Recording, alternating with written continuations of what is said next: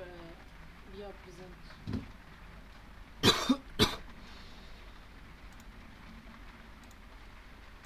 Ainda não abri. Mas são os dois. Eu sei. Deixa-me só tirar o som. Daí que eu faço quando estás a fazer essa merda.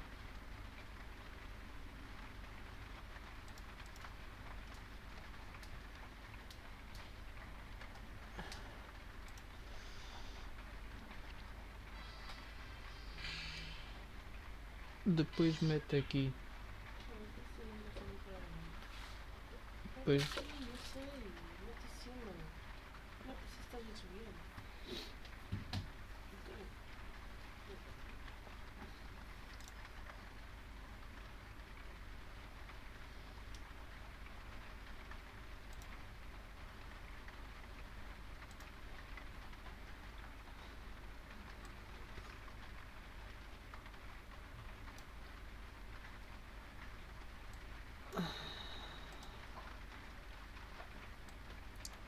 Ora então.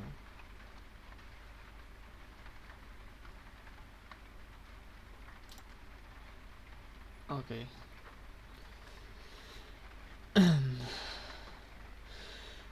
Ora então, malta, sejam muito bem-vindos aqui à React Weekend, em que irá ser baseada em nós reagirmos a alguma coisa entre sábado e domingo. Inicialmente era para ter lançado o primeiro episódio da React Weekend, sendo eu a reagir a Naruto, o anime de Naruto, só que a maneira como eu queria fazer dava copyright, então ainda tenho que ver e estudar um bocado para nós conseguirmos trazer para a React Weekend Naruto. Posto isto, nós vamos estar a reagir a todas as cinemáticas de Valorant. O vídeo tem saiu este ano. É um vídeo do canal Nibble. Se vocês quiserem assistir ao vídeo, está aqui em baixo na descrição ou no primeiro comentário para quem quiser ir lá ver. Então vamos assistir a todas as cinemáticas de Valorant. Mas já sabem, podem sempre dar uma ajudinha com o vosso like, subscrevam-se e ativem o sininho, porque só assim é que eu sei se vocês gostam deste tipo de reacts para a React Weekend, antes que eu comece a trazer outro tipo para a React Weekend, se é que me entendem. Então, vamos lá assistir a todas as cinemáticas de Valorant.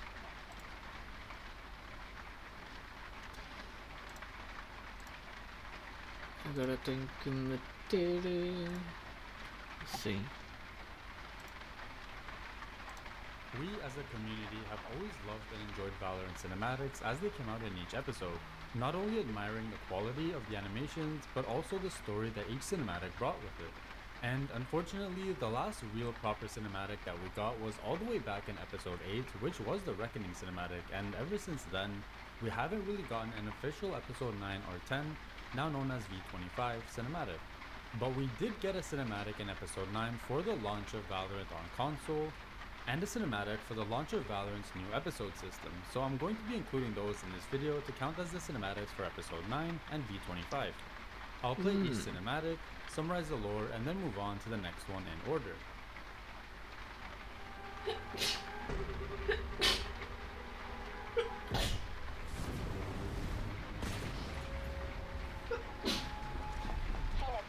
please tell me you have the package. I would, if somebody was a little less aggressive. Hey, stop!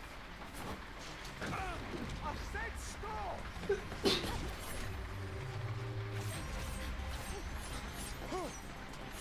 Temos aqui a Jet contra o Phoenix. Oh, that's how you wanna play it.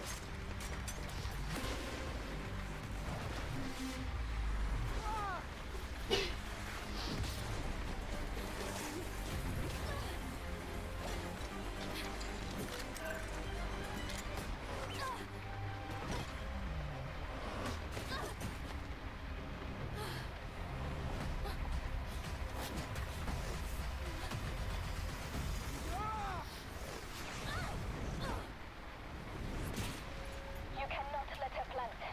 All right, I'm going in. What about the hostile? I wouldn't worry about her. Are you certain? 100. I got this. Usa o ulti. 이 안에서 어쩌나?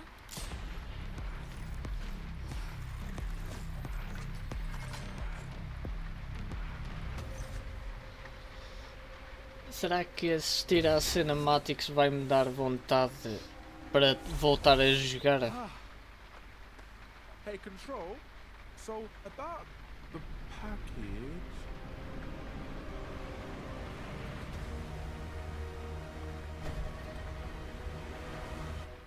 Valorant's first episode cinematic, which kicks off Ok. Vamos estar aqui para ver um bocado sobre a lore de cada...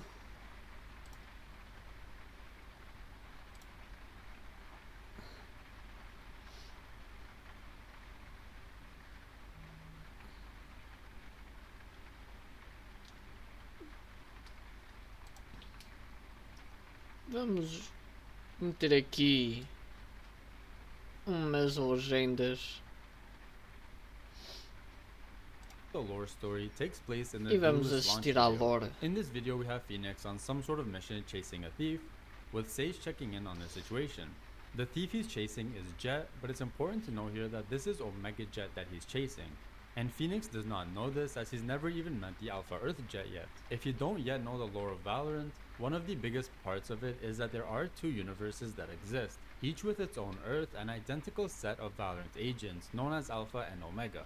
I'll explain this more when I get to the other cinematics. As Phoenix finally corners Jet, Sage tries to warn him, but being the cocky guy that he is, he decides to go in and underestimates Jet's abilities, where she then dashes past him and kills him in his ultimate. By the time Phoenix comes back, Jet has already planted the spike which was in that bag and blew it up in Venice, which is where the map Ascent takes place in the sky. This single event here is what causes a massive chain reaction down the road with implications to many people and organizations. I won't go through everything in this video as I do have another video planned for that, but for now, I'll just be summarizing the visible lore of each cinematic. Episode 1 cinematic ends with a visual of a massive chunk of Venice up in the sky as a result of that spike being detonated, which was what Sage was trying to prevent in the first place. Ou seja, estou aqui a pensar. Então, a Jet ao ter plantado a Spike originou o mapa Ascend? Foi isso que eu entendi dele a dizer, certo? Acho que sim. Presumo eu, né? Segunda cinematic retake.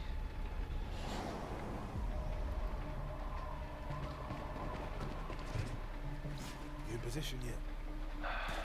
Working on it. A Viper. Taking so long. I thought you knew this place. I do. Don't rush me. We don't have time. I'm going in. Do that, and you're gonna get the bullet in your head. Please. Let me show you how the boss does it. Phoenix, don't.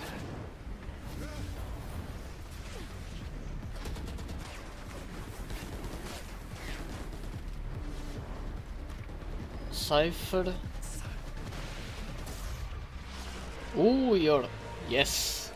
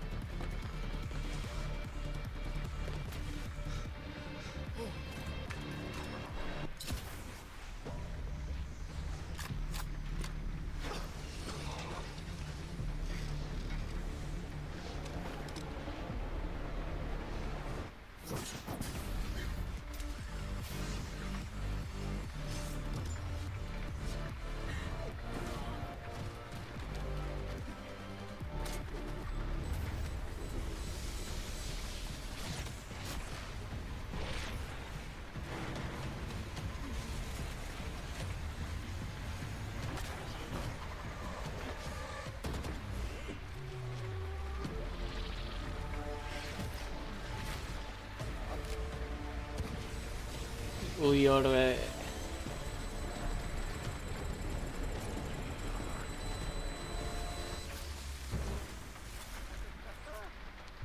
I told you, bro. Ugh. Leave it to the boss. Whoa, whoa, whoa, whoa.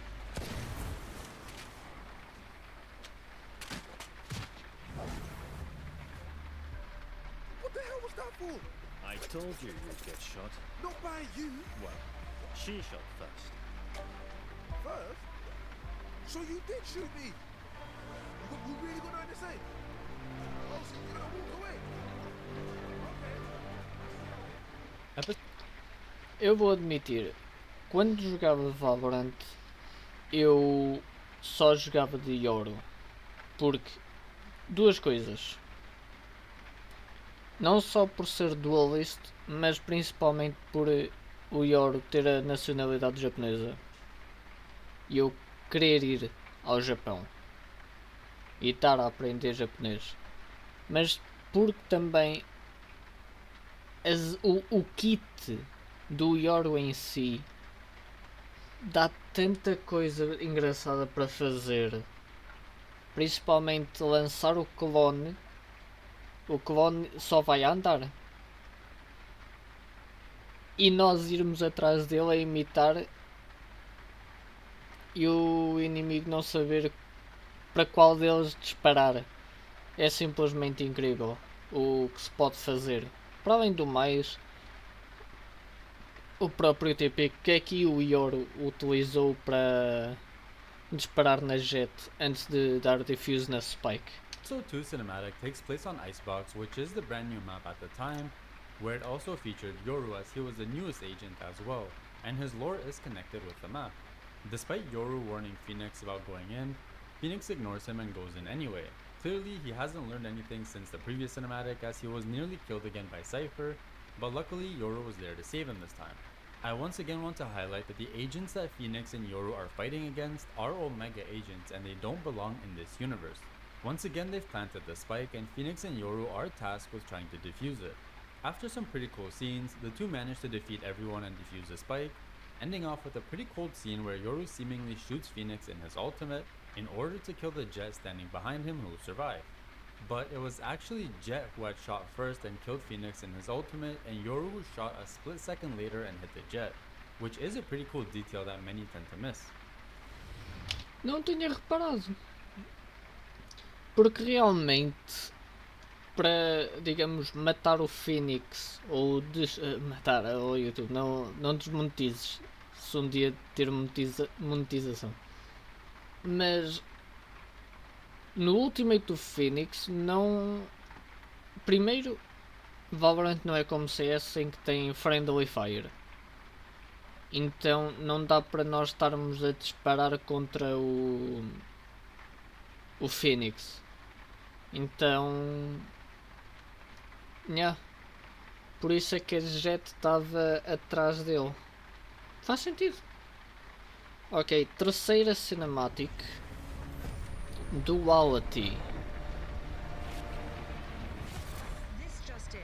Reports of a disaster in Italy. 안녕하십니까. 이탈리아에서 들어온 지각이 폭발해 공중으로 떠오른 사건이 발생했습니다. Sta galleggiando a 300 metri da terra. Radianite may have been involved. Kingdom, whose Radianite power program accounts for more than 3/4 of the world's energy production, have denied any connection to this disaster.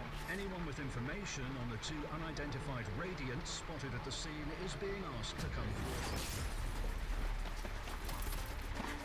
Killjoy e o seu robozinho.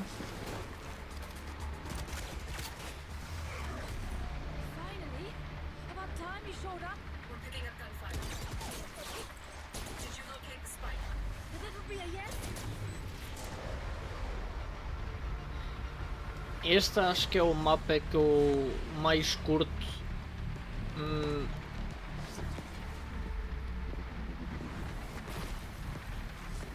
Stay close. Weapons ready. I was born ready.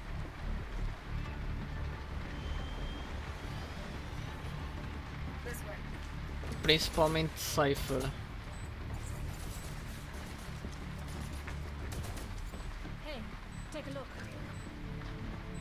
It's stealing radiant from the environment. How do we stop it? I'm on it. You'll need a Radicore to power the heat signal. I got this. Phoenix, wait!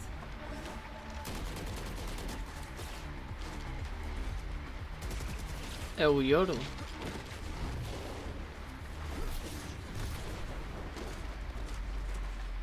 Hands up, come on. Ai não, é o Phoenix.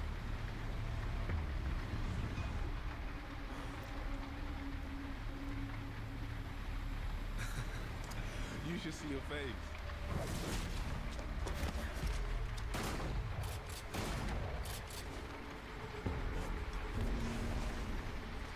Come on. Did you find a power source? Here. Let's go, let's go. Not enough power. It needs to be superheated. Get that head.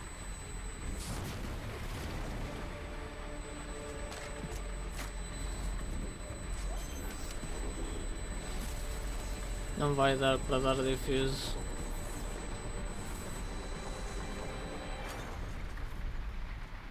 Se fosse in game não era defuse. Really? So, maybe give us a heads up next time? Sign secure. We're coming home.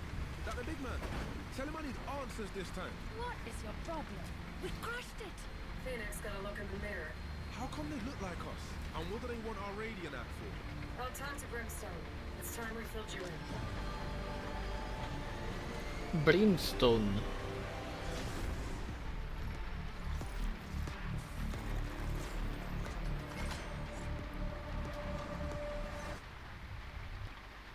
De certeza que aqui no terceiro episódio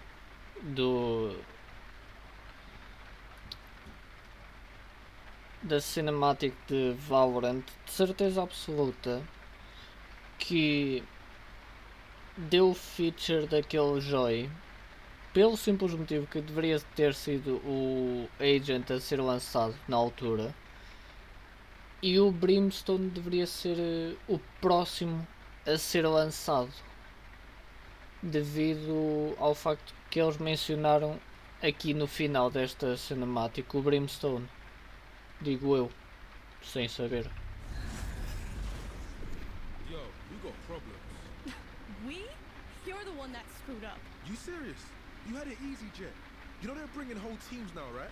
And so will we.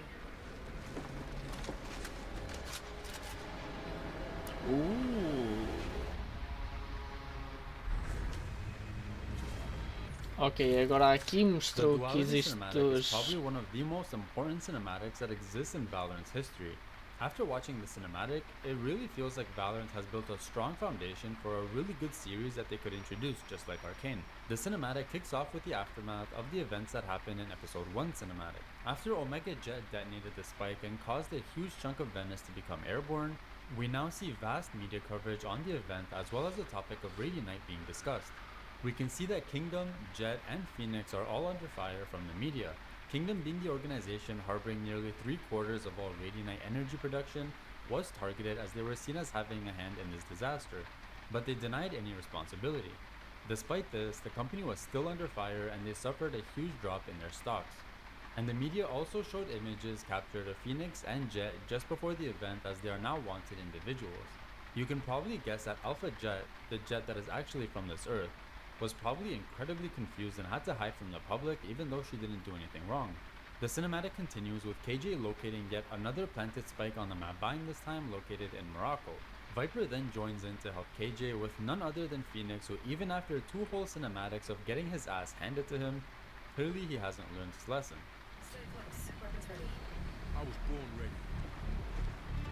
Viper and KJ then talk about the spike and mention how it's stealing Radiant from the environment, which is a really important part of Valorant's lore as it pertains to the 2 universes. Phoenix then runs off to fight one of the attackers once again despite being told to wait by Viper. And this is where we get the shocking discovery of seeing an exact double of the agent. And even though Phoenix seems to freeze up in confusion, Viper comes in to snap him out of it and basically saves him for a 3rd time in a row from getting killed. In the meantime, KJ continues trying to defuse the spike and introduces a technology that helps with it, but Viper notes that it needs to be heated in order for it to work. The team then defused the spike, and as they walked back to the aircraft, Phoenix told Viper that he wants answers from what exactly just happened. Why do these enemies look like them, and why are they trying to steal their Radianite? And Viper's response was that she will talk to Brimstone as it's time that they let the team know what's really going on. So basically, the Valorant Protocol leadership, Brimstone, Sage, Omen, and Viper already know about the second universe, which has agents that look like them and have been coming in to steal Radianite. When exactly they found out about this is unknown and isn't really ever explained completely in further detail. Ok, quarta cinematic. You line them up. Tá ali o Sova, Really, I could Kayle. Congratulations. You were undefeated in target practice. Oh, target practice? Kayle, are you shading the king? Reis. You're not the king. You have the same score as the rest of us. How about a game where the bot shoots back? I'll bring the fire in any game you want. Please, be my guest. Okay. Any other game?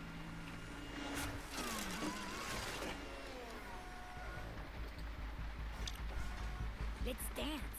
Yeah. Say hello to MaxBot, the perfect blend of tactics and firepower. Now you can train against, well, you. My money's on the machine. You got this.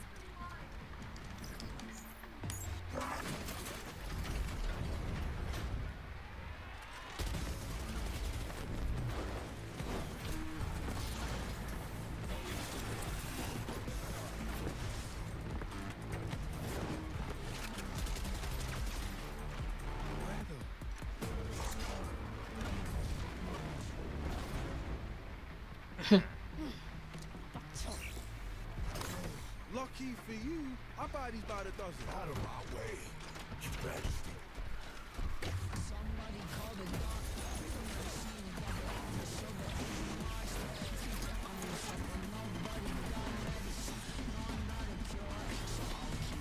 Suppressed. Well, this is embarrassing.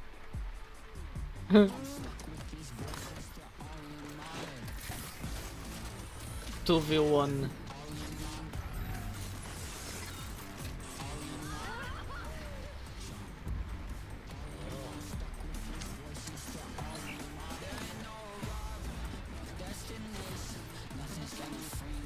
O Yor está a ganhar tanta guita.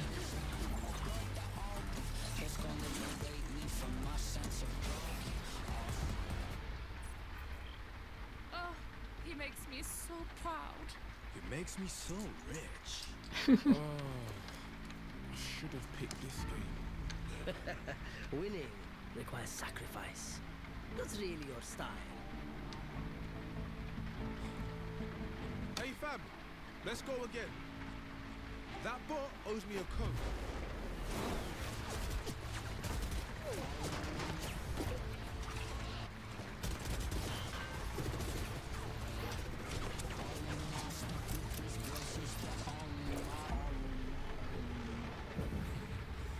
My turn.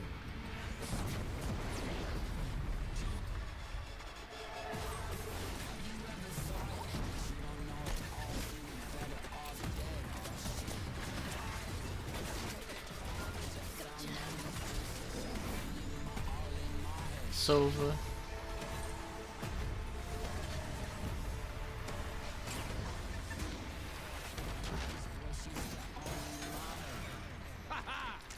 Team Forge, baby! What the? Alright. Playtime's over. Ready up! Team Forge? Really? What? Fire and steel. Come on. Hey, wait. Ooh. Wait. How about Firewire? Robo Squad? Hello, the Swagger Express. Roaster and Toaster. You know I'm programmed to kill you, right? Come on, that was a good one. Olha.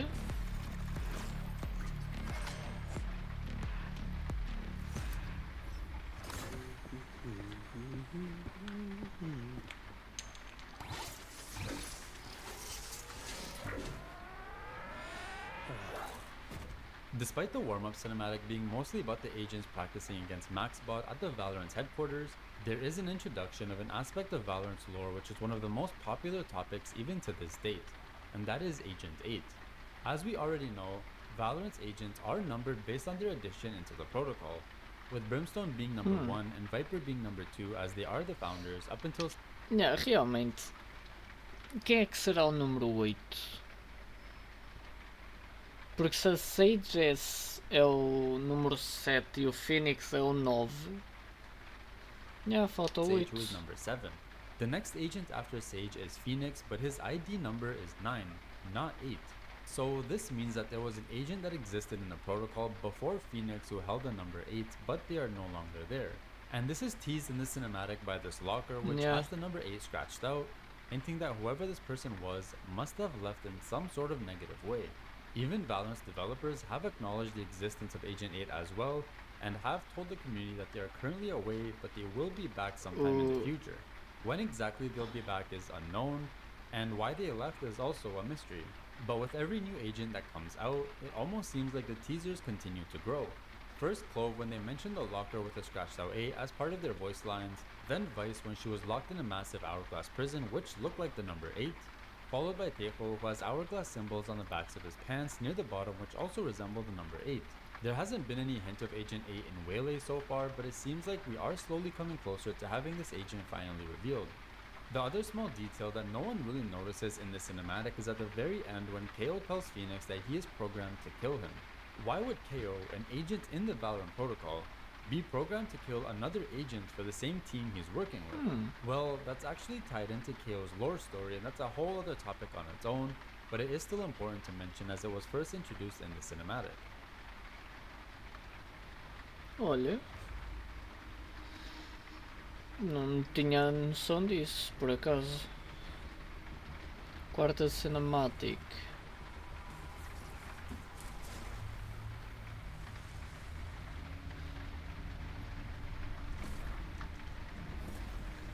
Parece a Zeri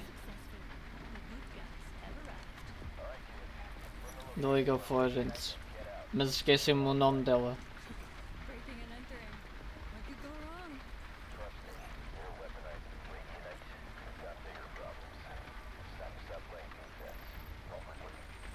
Brimstone?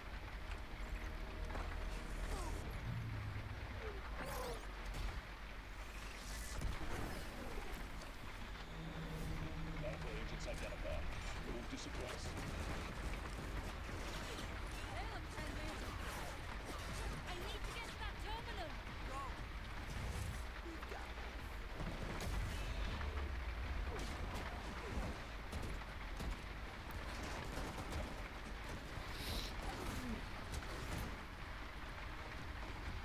O que é que aquele Joy vai ter?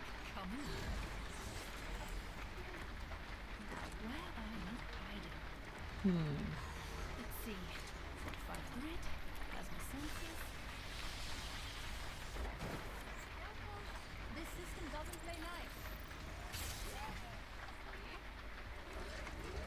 Definitely not nice.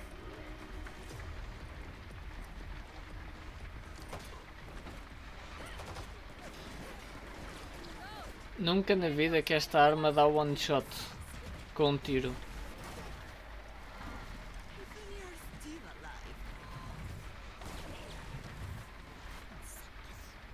It sucks.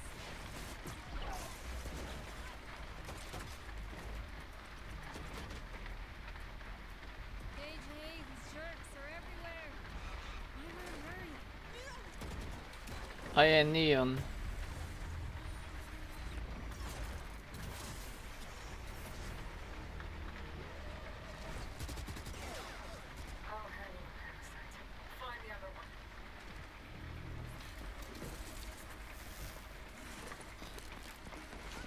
Okay. Now I'm serious. I'm close. Don't die for just another minute. Gotcha. Downloading coordinates. What are you up to? Reality stabilizer, hydroponics, desalination. This isn't a weapon.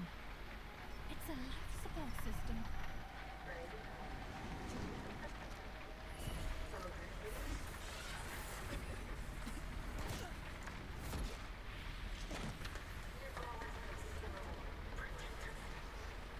Good to know. Let's try something new.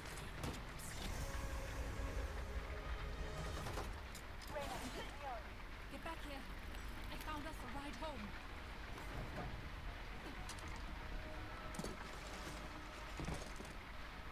You busted my suit. That's not good. You.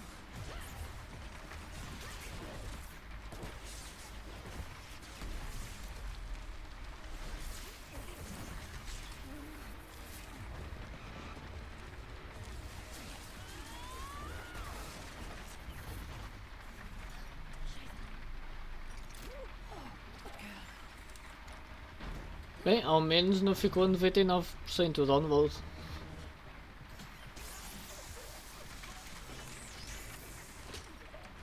Sorry. Where's Reyna? Reyna, do you got me?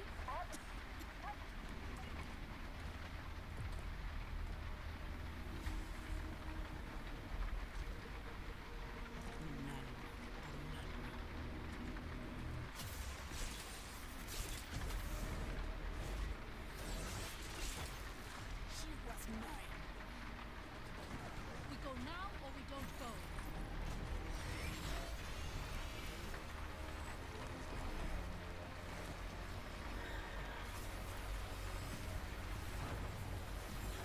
O ultimate da Killjoy.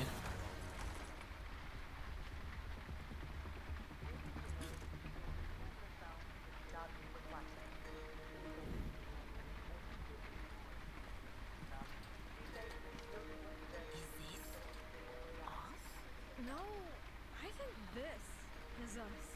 Killjoy, you can hear me get to Tango site. We're on our way. So, are we still the good guys? Pearl, o mapa Tuga! Episode 5 Uma- cinematic comes with O mapa Tuga de Valorant para mim é o melhor. Na base de CTs, a ir para o bombsite B, tem lá um spot em que se tu encostares consegues ouvir fado. the release of the brand new map Pearl at É o the time, mapa as well as the new Agent Fade. It continues the story of the fight between Alpha and Omega Earth, and this time, the agents on Alpha Earth decide that they want to strike back themselves. In between all these cinematics, Killjoy was able to build a teleporter capable of transporting the agents across the universes and enter Omega Earth. However, she was unable to power the teleporter, and at the time, Neon was the newest addition into the protocol where one of her tasks actually involved powering this teleporter. As Killjoy speaks with Brimstone, we can hear that the team are tasked with going into Omega Earth and stealing back the Radianite that was stolen from them to begin with. Brimstone claims that the Radianite is being stolen from them because it's being turned into weapons on Omega Earth, so it is logical that they stop them before they create anything that could destroy them. As they moved on, the agents encountered soldiers from a division known as Atlas, who are an organization on Omega Earth that often act as security. The organization isn't directly connected with Valorant Legion or Kingdom Industries, which are the Omega counterparts of Valorant Protocol and Kingdom Corporation, but they do often have dealings with them just like security, particularly when it comes with interdimensional travel. As the two groups are fighting, Omega Viper also joins in while KJ continues to hack into their systems to learn more about what their plans are. And it's here where we get an important discovery made by KJ that tells us a lot about Omega Earth. Killjoy finds out that they weren't building weapon systems, but they were using the stolen Radianite to power a life support system, which is what we see on the map Pearl. It's located underwater in a massive dome on Omega Earth, and the reason that people can live there is because Radianite is being used to regulate the temperature, provide oxygen, make the water drinkable, and more. The cinematic then continues with some more fighting, and KJ and Neon getting ready to leave, but they can't find Reyna because she has left them to go take on Viper alone. And a cool fun fact is that in this scene here where Reyna taps her ear as KJ was talking, is actually meant to represent the mute system which was added during the time the cinematic was released. The cinematic then ends off with a really interesting twist. The three agents go through a door which takes them into a comic store that's on the map Pearl, and they can see posters and comics about the agents on Omega Earth being shown as heroes, whereas the agents on Alpha Earth themselves, being shown as a threat and the enemy. And Neon asks a really important question: are we still the good guys? If Omega Earth are stealing Radianite in order to save their own people from dying, then they truly are heroes, and with Alpha Earth trying to stop them, it does make sense that they might actually be the bad people.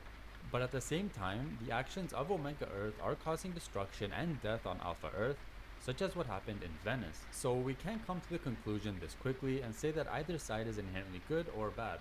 The lore on the Mirrorverse, which covers Alpha and Omega Earth, is quite lengthy, but I do have a video dedicated to it which I highly recommend you guys watch over here. Ou seja,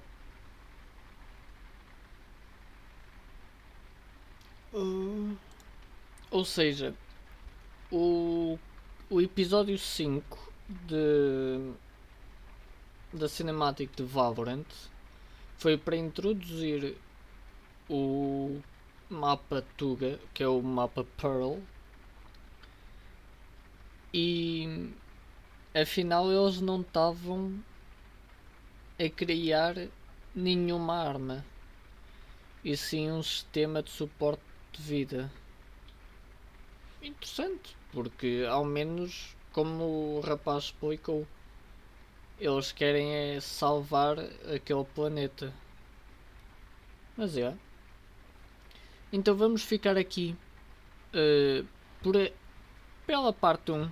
Amanhã irá sair o resto deste mesmo vídeo, porque senão iria ser um vídeo demasiado longo e eu, como ainda estou a falar por cima, para não tornar o vídeo longo, já faço aqui umas pausas.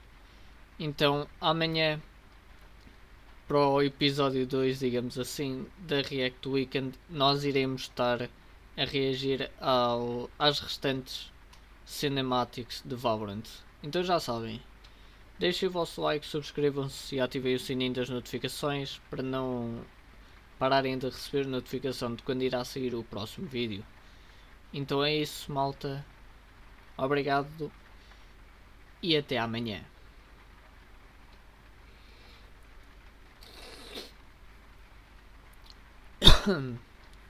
Pronto, depois é só cortar isto, editar e lançar. Ora então, malta, sejam muito bem-vindos aqui a mais uma React Weekend. Desta vez iremos estar a reagir ao resto das cinematics que tinha começado a ver no episódio de ontem. Para quem ainda não viu, pode sempre assistir ao vídeo que lancei ontem, porque convém, porque a partir de agora vamos entrar na Cinematics 6, 7, 8, 9 e 10. Então, se vocês quiserem ver a Cinematic 1, 2, 3, 4 e 5, vão ao vídeo que eu lancei ontem, pois está lá essas mesmas cinematics. Mas vamos estar a reagir às restantes cinematics de Valorant. Mas já sabem, se vocês me querem aconselhar alguma coisa para eu reagir, podem sempre comentar aqui em baixo o que vocês querem que eu comente ou que eu reaja aqui para a React Weekend. Então, antes de nós avançarmos para as restantes cinematics de Valorant, vou só pedir uma coisa: deixem o vosso like, subscrevam-se e ativem o sininho, que assim nunca irão perder notificação de qualquer vídeo que eu lance, pois este ano, em 2026, irei estar a lançar vídeos quase todos os dias, com apenas um dia de descanso, sendo atualmente a sexta-feira, aqui no mês de janeiro. No mês de fevereiro vai haver um dia em que não vai sair numa quinta, mas vai sair numa sexta. Mas ainda só estamos em janeiro, ainda falta muito, ok? Então vamos logo avançar para reassistir aos restantes cinemáticos de Valorant.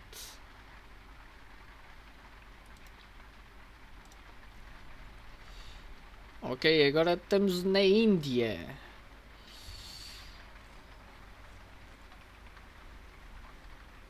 Lembrando, eu já não jogo há tanto tempo Valorant que basicamente eu já me esqueci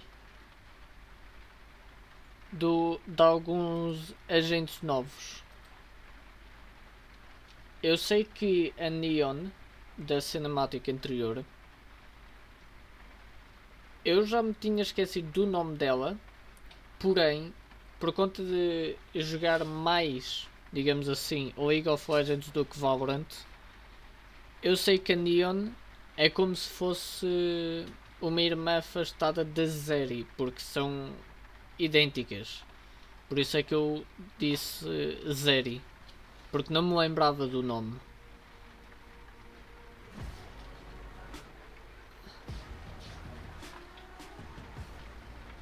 Na Turquia, por exemplo, aqui eu sei que é a Fade, acho eu.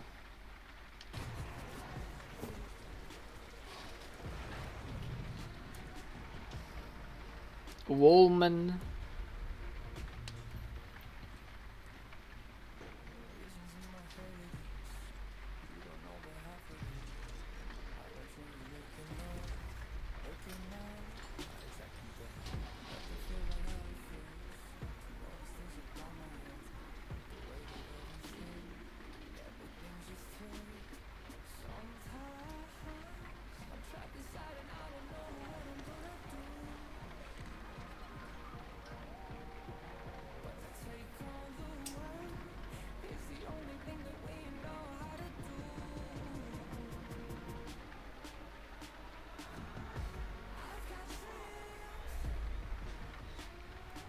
Vou retirar o som porque acho que isto tem...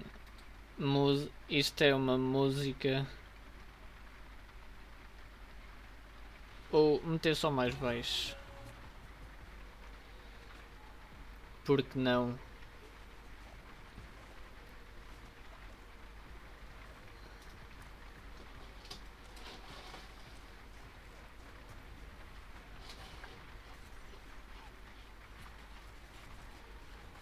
A 6 está aqui a praticar.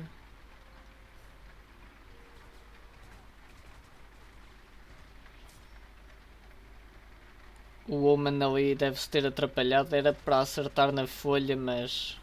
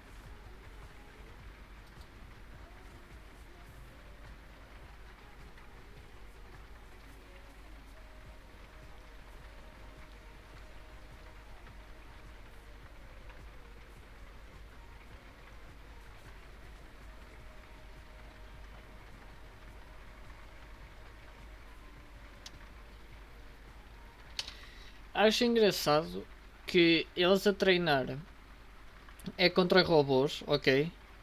Mas nesta cena aqui, a Sage decapita o robô que ainda estava a sobreviver e saiu sangue. Mas ok.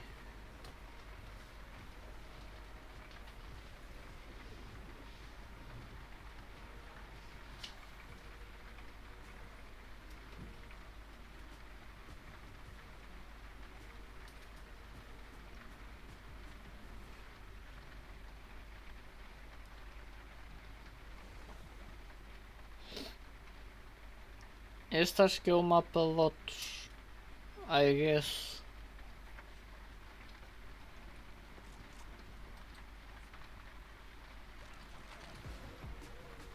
I think the cinematic for episode 6 is probably my favorite cinematic. Just the overall animation, the music, and the weight of the emotions that go Bem into the parecia que era cinematic are so música. well made. This cinematic takes place in multiple locations, one of them being the brand new map Lotus at the time, which is also located on Omega Earth. This time we have Harbor, the new agent at the time, tag teaming with Astra to take a look Yeah. at this new map that they found, which is booming with. Bem me parecia que eu me lembrava. Atenção, eu sei o que cada um faz, só que nomes é impossível. Eu sei que o Ultimate da Astra é a divisão do mapa e o Arbor funciona com cenas de água. Isso eu sei. Só que lembrar-me dos nomes é que. Power and energy. This cinematic may be a bit confusing, so I want to make sure I note this right now. The only two Alpha Earth agents in the cinematic are Astra and Harbor. Every other agent that we see are all Valorant Legion agents from Omega Earth because the cinematic takes place on their planet and in their universe. As Harbor and Astra infiltrate their world, Fate also discovers the location of the new map Lotus, and we get a shot of Omen trimming his plant back at Legion headquarters as Sage walks in to get her weapon and go training. Another really interesting detail here that differentiates the Valorant Protocol from Valorant Legion is that the agents on Valorant Legion did not join in the same order as those on the Protocol. In this shot, we can see that the lockers are numbered 6, 7, 9, and the one Sage opens is probably 10. Whereas in the Valorant Protocol, Sage is number 7 and Jett is number 10. But in the Valorant Legion, it looks like the order is different. And they don't even have a locker for Agent 8 at all, so it looks like this agent might not even exist in this universe. As Sage begins her training, we get to see Jett, Raze, and KJ enjoying some time in Korea. And it showcases here that the agents on Omega Earth, while seen as enemies and bad people, do have their own normal lives and don't seem to be that bad at all. It even looks like Raze and Killjoy are canon on Omega Earth as well, just like they are on Alpha Earth. As the cinematic progresses, we get more shots of Sage practicing against the bots, Omen trimming his plant, and the three in Korea enjoying their meal. All while Fate gets the info that she needed from the nightclub in Turkey and escapes while Harbor and Astra continue to move into the map Lotus. What I really love about this cinematic the most is the connection between Omen and Sage. As Sage continues practicing, she gets injured by the bots when she gets shot, and Omen actually senses this when he stops and looks back at the same time. And that's where he gets up and goes to help Sage with one of the coolest animations of his smokes that I've ever seen. And this whole time, I think it's really easy to notice that Sage seems to be really on edge and almost like she's in a state of rage. On Alpha Earth, we always hear Sage as really gentle, polite, and kind with how she talks and interacts with the other agents. I don't think we've actually seen her in a proper battle or practice like this either. But on Omega Earth, we can see that Omega Sage is really giving it her all, and she has a lot of emotions that she's releasing. Right now, it's not too clear why she has all this tension built up on this version of Sage, but I do have some theories and have explained it a bit on my lore video on Sage, which I do recommend you guys check out.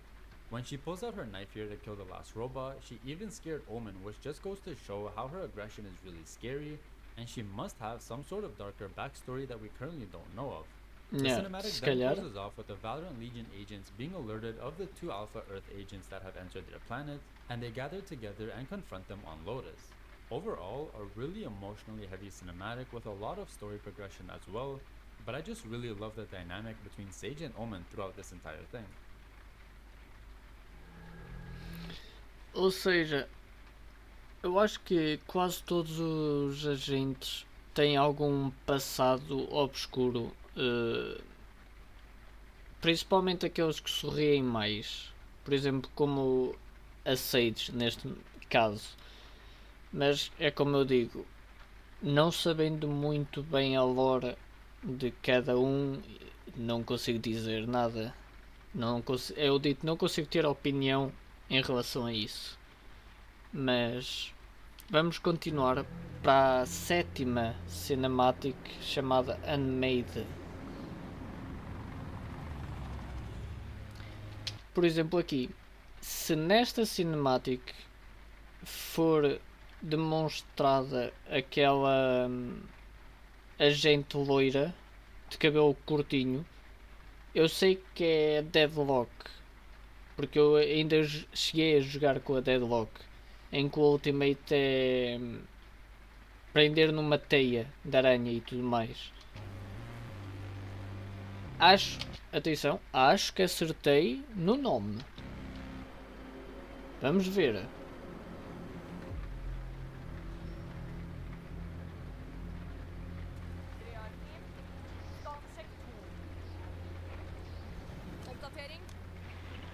É Deadlock, acho eu.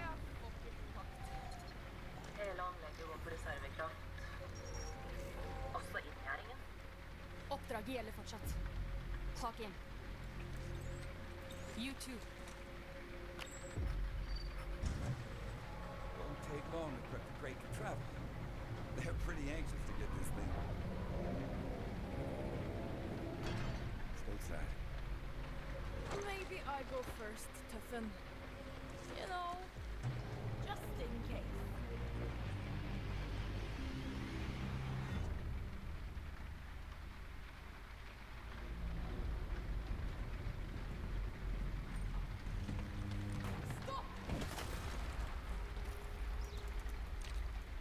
Ratinho.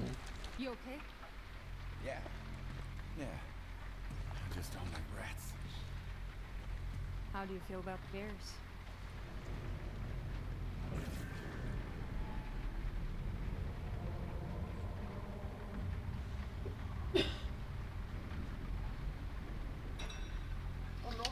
Verdade, agora que estou aqui a pensar na pergunta que ela fez, se tu tens medo de ratos, como é que tu te sentirias ao estar frente a frente com um urso? Estranho. Focus. And you, stay close.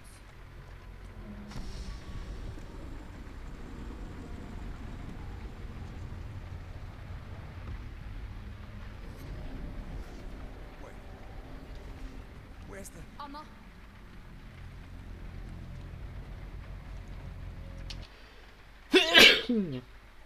Ah.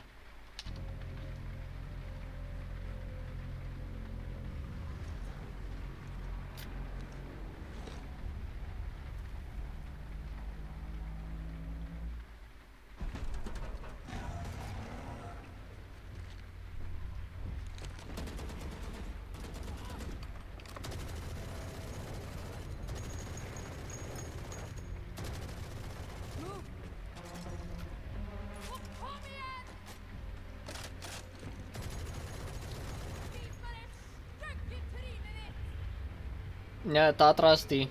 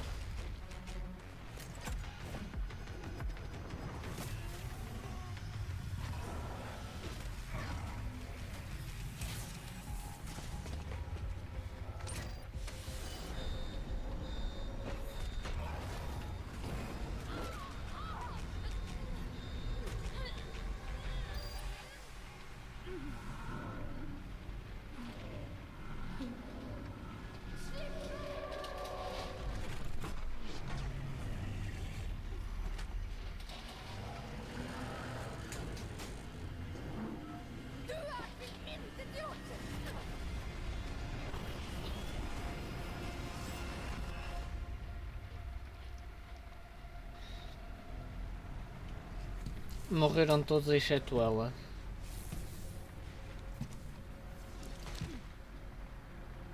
E ainda ficou sem um braço.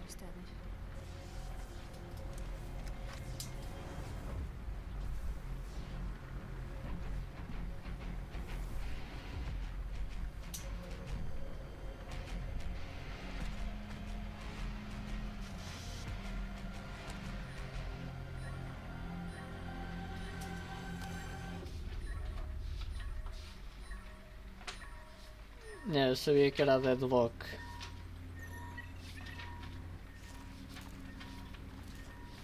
Ah, foi assim. Então foi assim que ela ganhou o braço robótico. Yes, it is exactly to your specifications. Perfect. You two really need to get along. You don't know what they're capable of. O Pokémon do Gecko. The Unmade cinematic comes after Gecko and Deadlock were released as agents, and it builds on the lore story of Radivores, which are these creatures that have been fused with Radianite and have certain powers. Radivore lore was first properly introduced with the release of Gecko, but the cinematic also covers some other important aspects. It starts with Deadlock at the entrance of a facility with these two other women who are said to be her sisters, as well as this guy in the background who is a Kingdom Corporation scientist. After entering the facility, they find that the entire place is running on reserve power, and that one of the containers housing a Radivore has been broken, and whatever creature that it was holding has escaped. As this mysterious creature continues roaming around and making noise attacking them, we then find out that the creature is a Radivore bear, or Radabear. Deadlock then manages to lure and trap the Radabear, but before she could take it out, the bear half escapes and latches onto her left arm. And after a little bit of struggle, Deadlock decided that she needs to make a sacrifice in order to kill the creature, so she fully activated the machine, causing the Radabear to disintegrate along with her arm that it was holding onto. And a nice detail was how when the bear bit into her arm, she got these streaks along her skin which went up to her face as well, similar to how Gecko also has them, which indicates that these agents are somehow fused with these Radivores in some sort of way. In Gecko's case, he can actually understand and speak with his Radivores that he's fused with like this. The cinematic then continues with a shot of Deadlock walking across the room with her arm severed, as she comes across the Kingdom scientist who has died in the altercation just before she passes out. She then wakes up at Valorant headquarters where Killjoy has made her a new robotic arm, which also serves as a weapon for her to use, and Deadlock shows some aggression towards Wingman, pointing out her trauma and distrust towards Radivores. It's after this episode cinematic where we then learn more about Project Landfall, and the team break into the map Sunset where the lore on Radivores progress further. I do have a separate video covering the entire lore on Radivores, so make sure you guys check that out too if you're interested in learning about them. That's my last video plug, I promise. É a última plug de outro vídeo. Eu acho que não, eu acho que ainda vai haver nestas últimas cinemáticas. Vamos para a cinemática número 8. Estamos em Marrocos.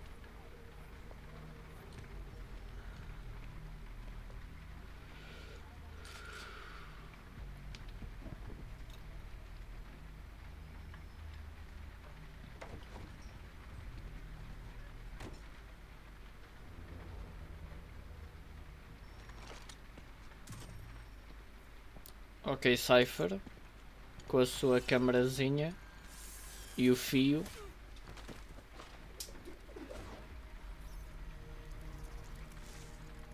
E a usar o ultimate.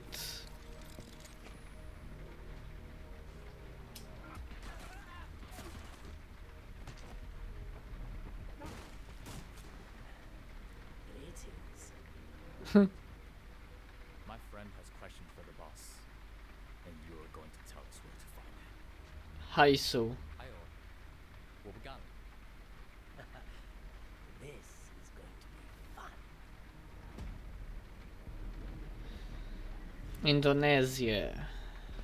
O drone do Sova.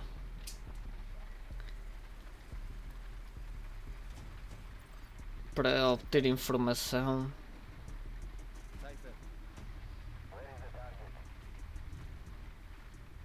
We scurried up to the penthouse. It's more fun when they run, isn't it?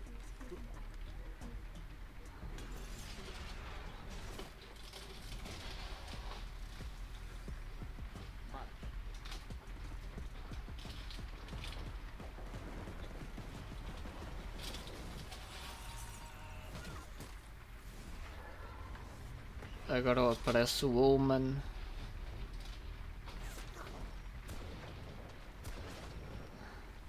Silva, I think you will like this. What I like is for you to hide.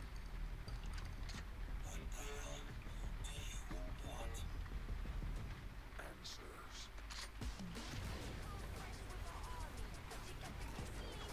Quem nunca?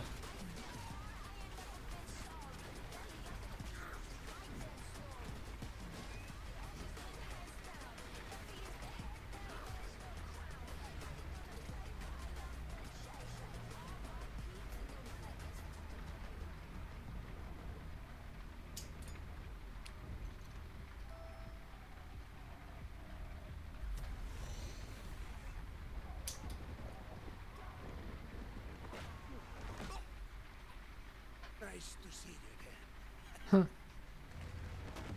Tell me about Shroud's step. Straight to the point. Always was your style.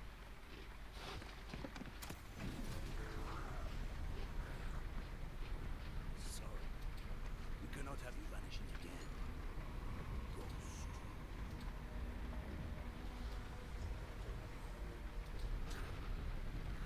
Something seems right. I'm getting interference. Heading to a new position.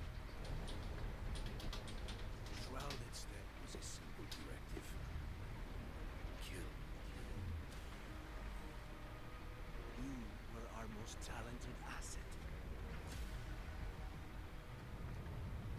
Who better to safeguard our secrets? To keep the discovery of Radianite from a world that wasn't ready. Ou seja, o Omen foi criado em laboratório? Imagine our surprise when we realized who you were.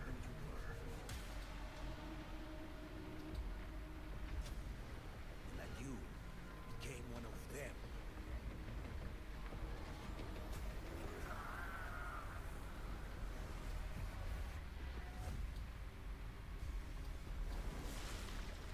Tell me, Omen, what hurts more? Being ripped apart by this machine, or knowing your greatest failure?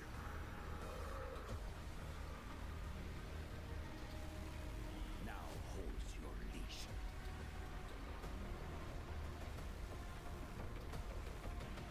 Cypher, shut it down! Give me a moment. Time to undo that mistake.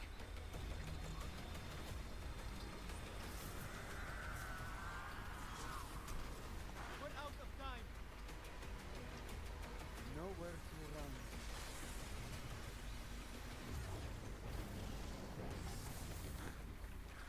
No. Scatter.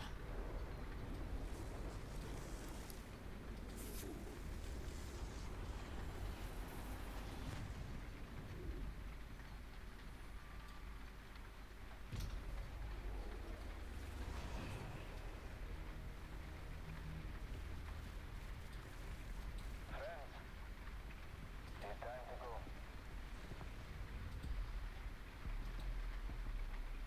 Omen, did you get what you came for? No, Viper wants a full report.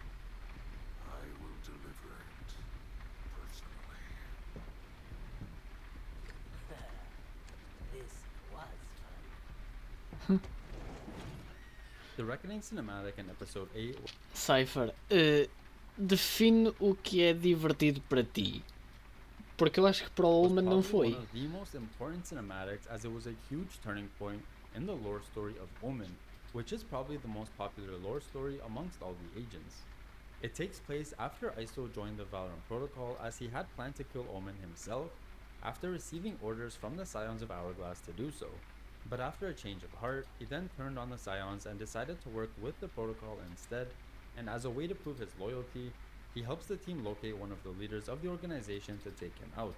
After Cypher and ISO obtain the location of one of the Hourglass bases from the leader of this group that seem to be tied in with the Scions, they gather a team and go to Jakarta, Indonesia, where the rest of the cinematic takes place. Omen enters a tower by himself with Sova and Cypher doing recon for him, and we also get to see Omen using the Outlaw, which was just being introduced into the game at the time. We got some pretty great action scenes with Omen fighting the Scions, and he finally made it up to the tower where one of the leaders were stationed, this guy here who used to be the boss of both Omen and ISO. After Omen broke through the room and got a hold of this guy, before he could do anything, he flipped his lighter switch and caught Omen in a beam of energy which seemed to be anti-radianite or something. As Omen was basically being ripped apart by this machine, he began to regain some of his memories, while the leader also spoke to him about his past. It was revealed that Omen was employed by the Scions of Hourglass as an assassin, as one of his targets was Viper, who was a kingdom scientist back then. When Omen tried to kill Viper, she fought back and managed to spill a vial of her snakebite poison onto his face and trap him inside a chamber. She then proceeded to activate this chamber, which tore Omen apart and changed him from a human to a phantom. The Hourglass leader also noted that Omen was one of the strongest assets to the Scions, and he safeguarded all of their secrets. Secrets which he now cannot remember, but if he does, he would probably be able to take down the entire organization. Before Omen was killed, Sova managed to save him and release him from the machine, after which Omen tackled the leader through the window, dropping him down and killing him. Now, we don't actually see the leader hit the ground in the cinematic, so it's safe to say that there is a chance he could have survived as well. And I really love the detail here when Omen teleports back to the ledge, and he's given the appearance of a human for a slight moment, before going back to his phantom form. The cinematic then ends with Omen returning to the aircraft, shaken by the memories he just regained and sounding angry at Viper. And the lore that came after the cinematic is a whole bunch of drama between Omen and Viper and the Protocol itself, which is really interesting too, but all that can be found in my other videos. Cinematic 9.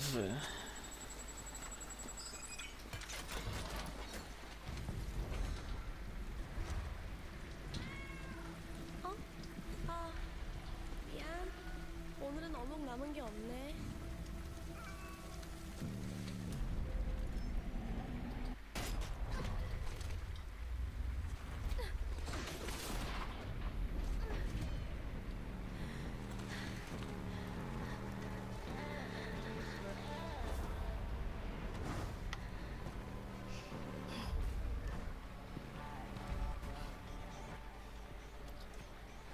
Música não.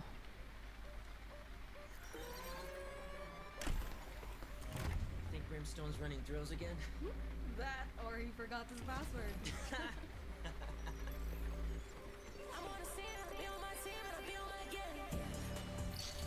Heilige Strohsack.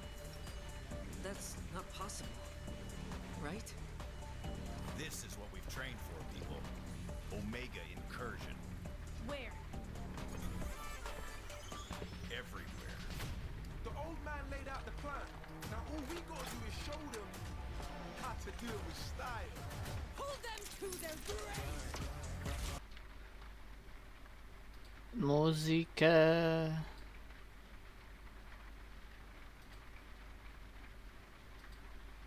Be a hero, didn't you?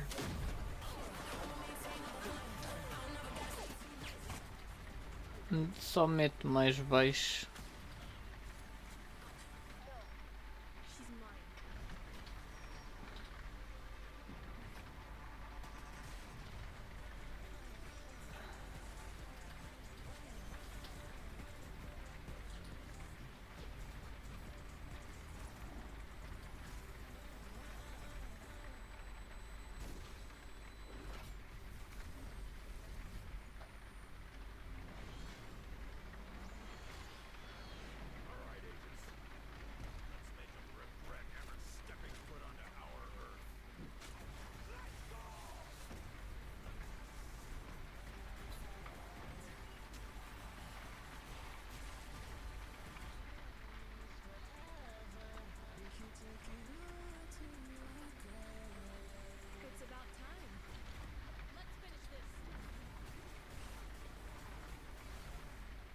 After the Reckoning cinematic in episode 8, we didn't really get any more episode cinematics like those, which is pretty disappointing because of how good they were and how much lore they would bring to the game. But in episode 9, we did get a separate cinematic that wasn't an agent reveal, but it did have some lore to it. The cinematic is titled Incursions, and it was made to announce or celebrate the launch of Valorant on console. It kicks off showing Jet throwing out the trash behind a restaurant where she works at in Korea, just as she is attacked by another person, only to then wake up as she was dreaming, but it was a real memory as she still did have the scar on her shoulder from when she got shot. As she got in the elevator with a few other agents, they enter a control room with Killjoy and Brimstone where alarms go off on an Omega incursion happening. Basically, the alarms were telling the protocol that there were agents from Omega Earth who had yet again come to Alpha Earth, probably to steal more Radianite. And this time it's a whole bunch of agents from Valorant Legion attacking multiple areas around the world at the same time. I feel like this part may just be tied into how the console version of the game is being launched around the world, where Alpha Earth are the PC players and the Omega Earth incursion represents console players now joining in. But either way, we get a lot of action scenes from the agents as Chamber fails to defuse the spike in time, causing it to detonate as well.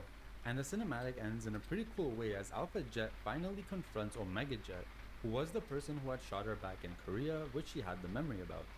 There wasn't much new lore present in the cinematic other than a larger scale infiltration by Omega Earth, but overall the cinematic was more centered around action and fighting rather than the lore story of the game. Okay.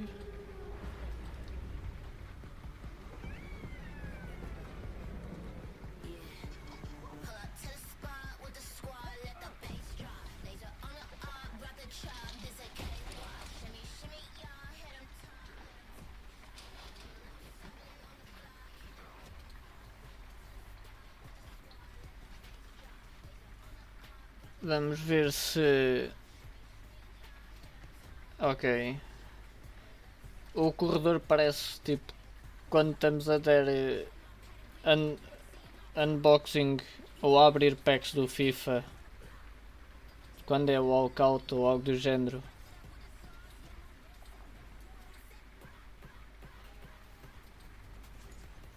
Ok, isso tem mesmo música. Não quero arriscar, como é lógico.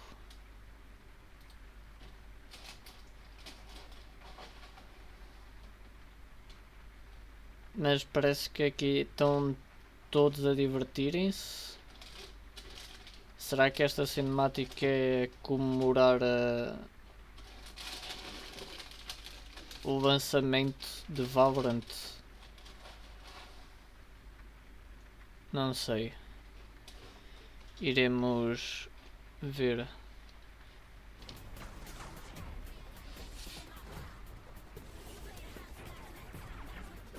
Já apareceu ali os dois novos agentes.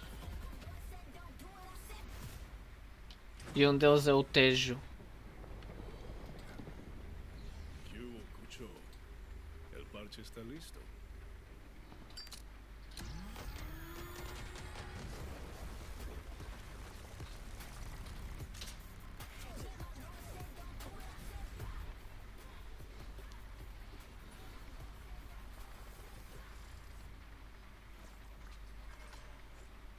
Episode 10 came out with a lot of updates to the game, and one of them being a new system for episodes and acts, as episodes now span the entire year, so they will be referred to as V25 for the year 2025, and then V26 for the following year, and so on. Again, we didn't get a cinematic trailer specifically dedicated to this new episode like the previous ones, but the kickoff trailer for this new episode did have a lot of lore to it.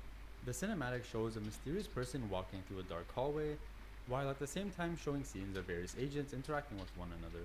We have a bunch of duelists having a party at Gecko's mom's place, Hove and Killjoy at a club, and Vice and Omen just chilling playing video games together. It continues with the agents getting called in to defend against intruders as we get glimpses of the person who's walking down the hallway, which is the new agent Teiko at the time. There's also several teasers of the new agent Wele as well scattered throughout this trailer, which many missed initially because it is the first time we got two new agents being teased in one cinematic. Also, a side note, these white suited soldiers are new and they aren't the typical Atlas soldiers that we've been seeing from Omega Earth, so we may be dealing with a new enemy down the road. This scene of Brimstone's ultimate is actually part of Whaley's reveal trailer, which comes later, but it's cool that they added it here instead, which kind of shows that these two agents are being revealed rather close together. And this scene of these new soldiers standing in front of this teleporter is important as well, because we can see the Kingdom Industries logo in the background, so we know that they're from Omega Earth and connected to them in some sort of way. And that's pretty much it for this cinematic trailer. It mostly touches on lore with Tejo and a few other teasers on Whaley as well.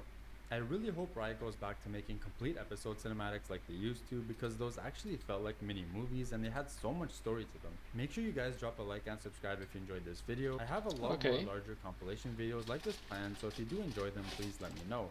Make sure you drop... E agora irei fazer o que vocês deveriam ter feito já. Like.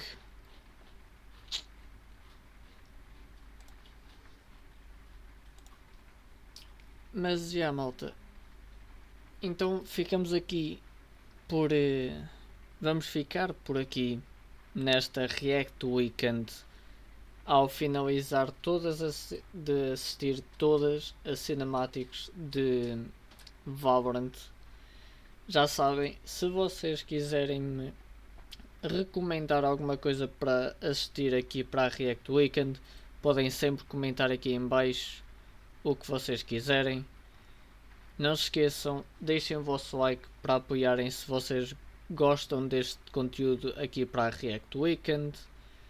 Não se esqueçam, subscrevam-se e ativem o sininho das notificações para não pararem de receber notificação de quando irá sair um próximo vídeo, porque em 2026 irei lançar vídeos quase todos os dias, então de certeza absoluta que vocês não querem não assistir ao conteúdo que irei estar a lançar, ok? Então é isso, malta. Espero muito que vocês tenham gostado da React Weekend. Vemo-nos na próxima semana com mais React Weekend. Nice. Está feito a React Week gravada. A React Weekend. Agora o que eu preciso de fazer agora é vou ter de ir a um sítio e já venho.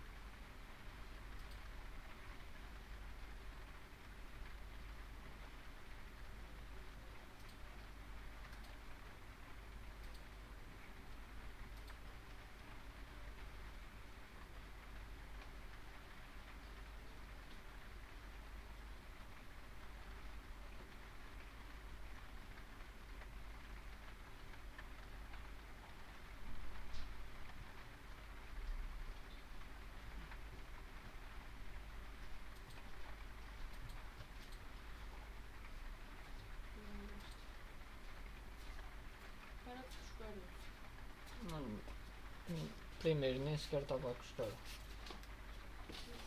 Vício. Sempre olhar.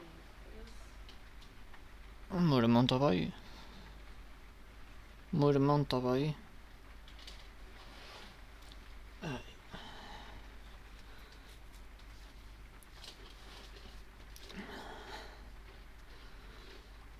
Ora então. Agora queria para dizer uma coisa.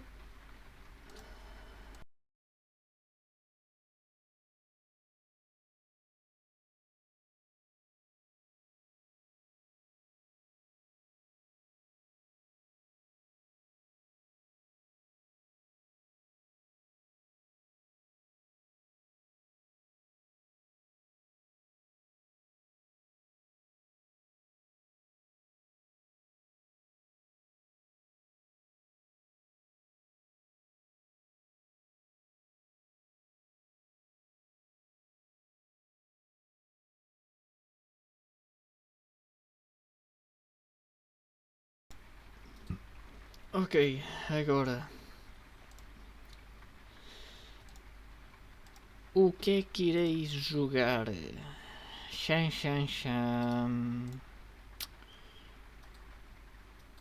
Tenho aqui algumas opções.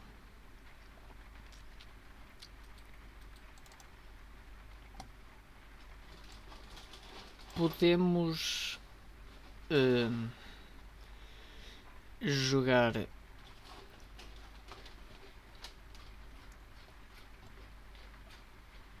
God of War.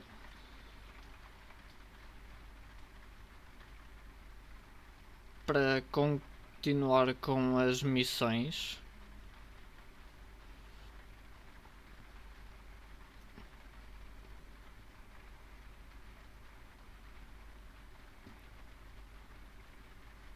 E até vai ser mesmo isso.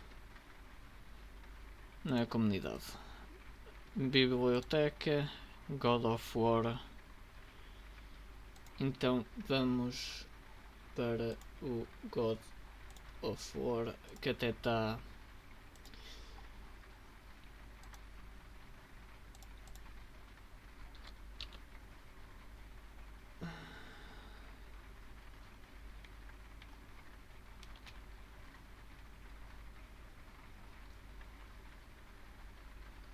só preciso de clicar em concluído para trocar a categoria.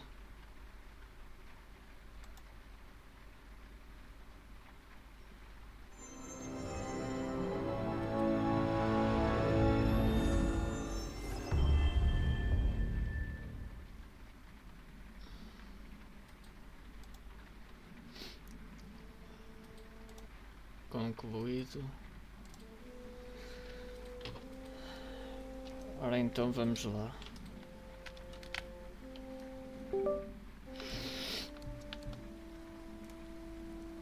Carregar o jogo onde nós ficamos.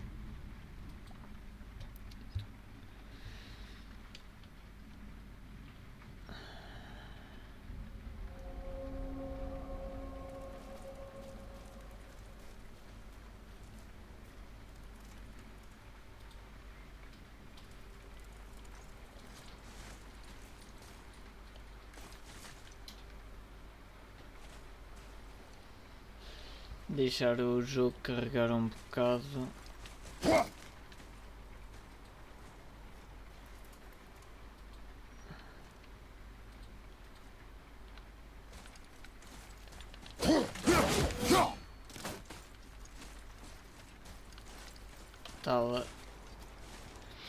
Estava porque estava a lagar um bocado.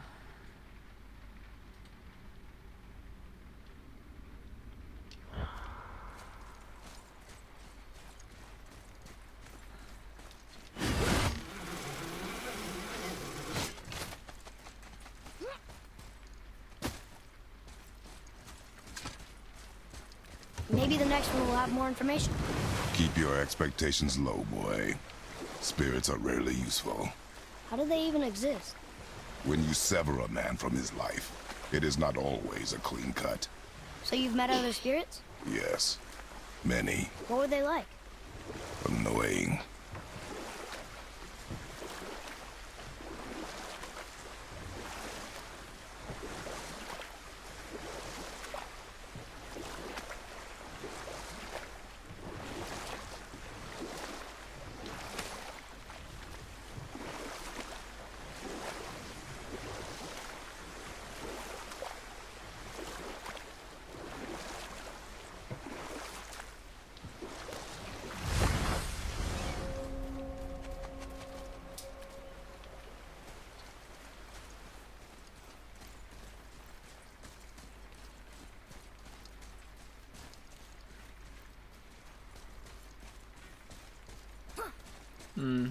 Então e se eu der a volta?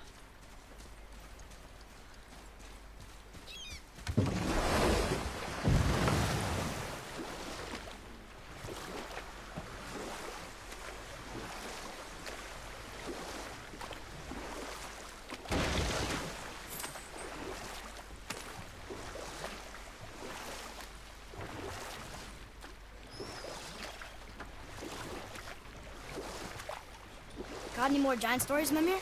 Well, if you see any more shrines about, you can always ask.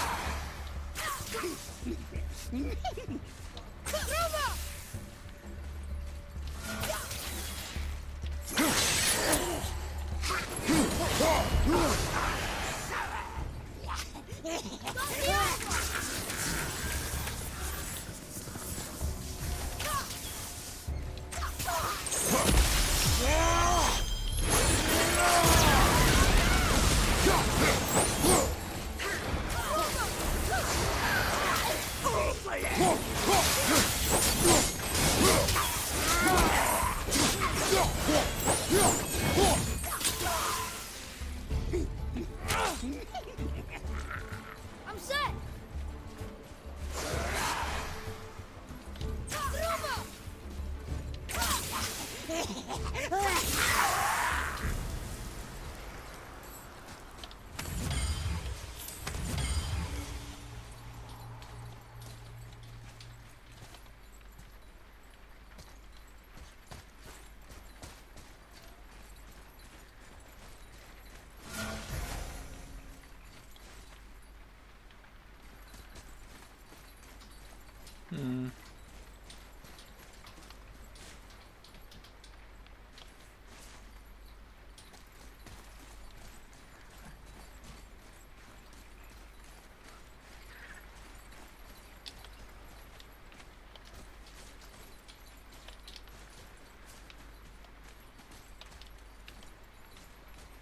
Então, mas tu não vais decidir subir, caralho?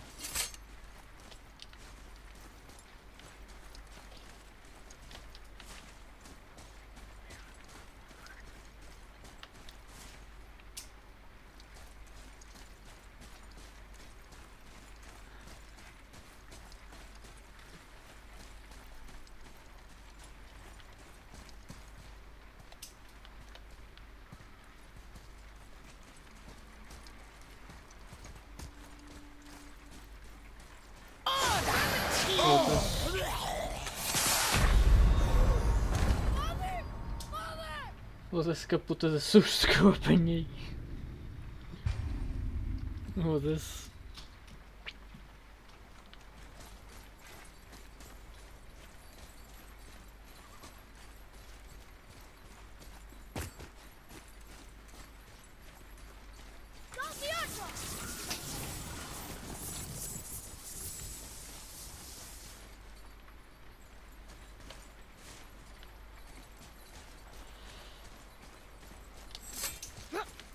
É, agora que gasto o caralho do poder rúnico do Atreus.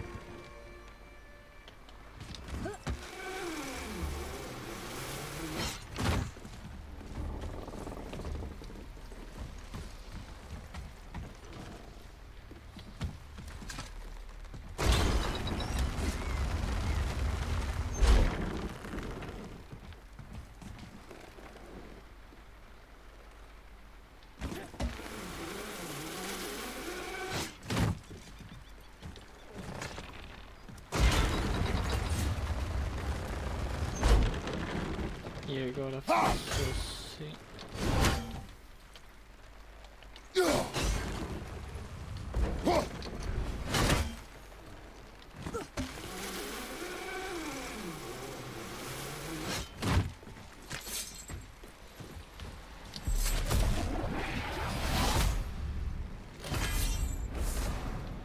Pó dos reinos.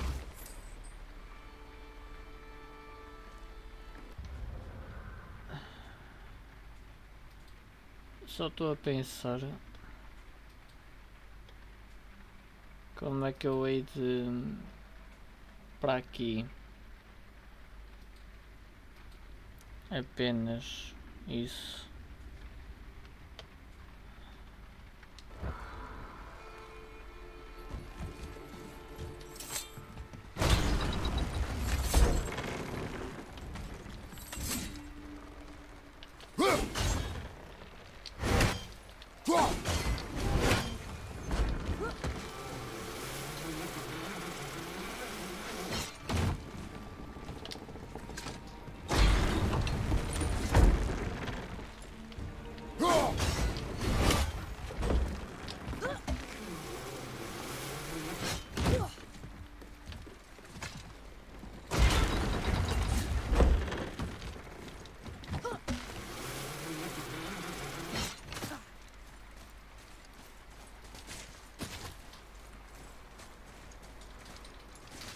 Com certeza absoluta que aqui já não tem aquele.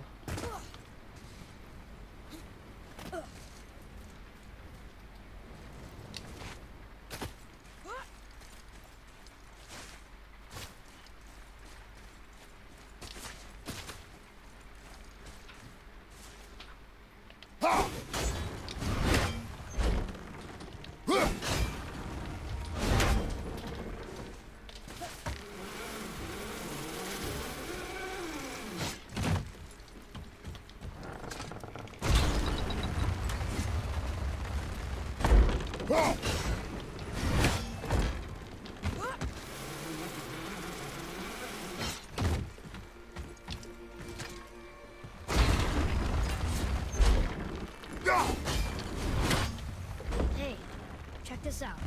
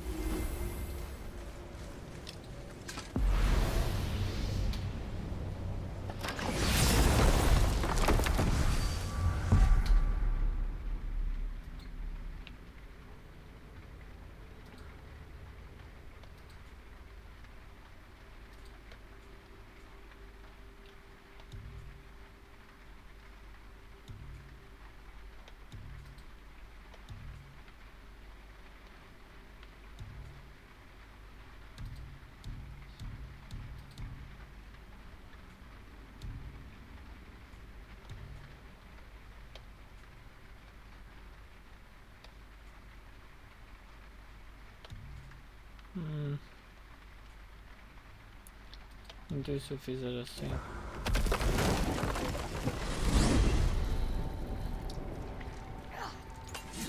Mimir, why do you have Bifrost crystals in your eyes? A loving gift from the giants. Since I used to do so much traveling between realms, they thought it would be more convenient for me than having a crystal I could lose. Did it hurt? No, because I wisely fortified myself with 16 cups of Billow Maiden's ale. Got so inebriated I tried convincing the giants to put him in my nipples instead. Almost talked them into it too. Can you imagine? Mimir of the Bifrost Teats. Ah, those were the days. Ew. Okay, I'll stop now.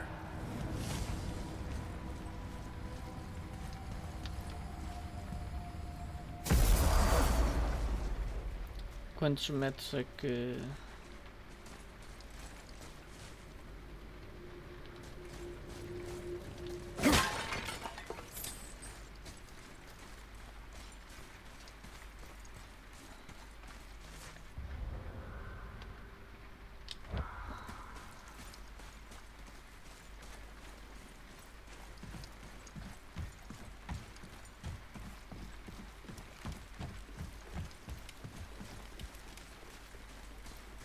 Será que é por aqui?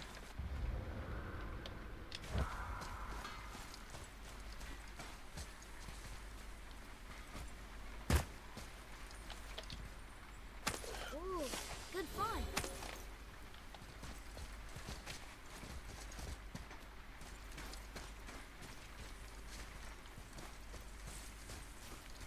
Também não dá por aqui. You scare up that alchemist what needed finding?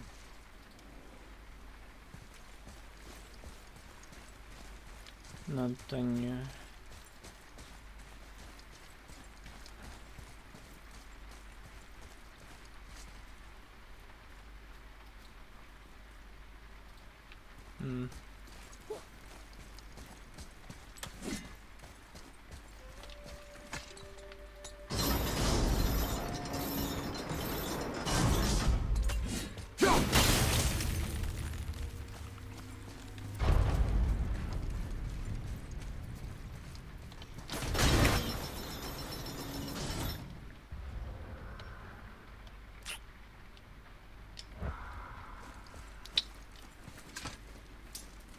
Agora já que estou a vir por aqui...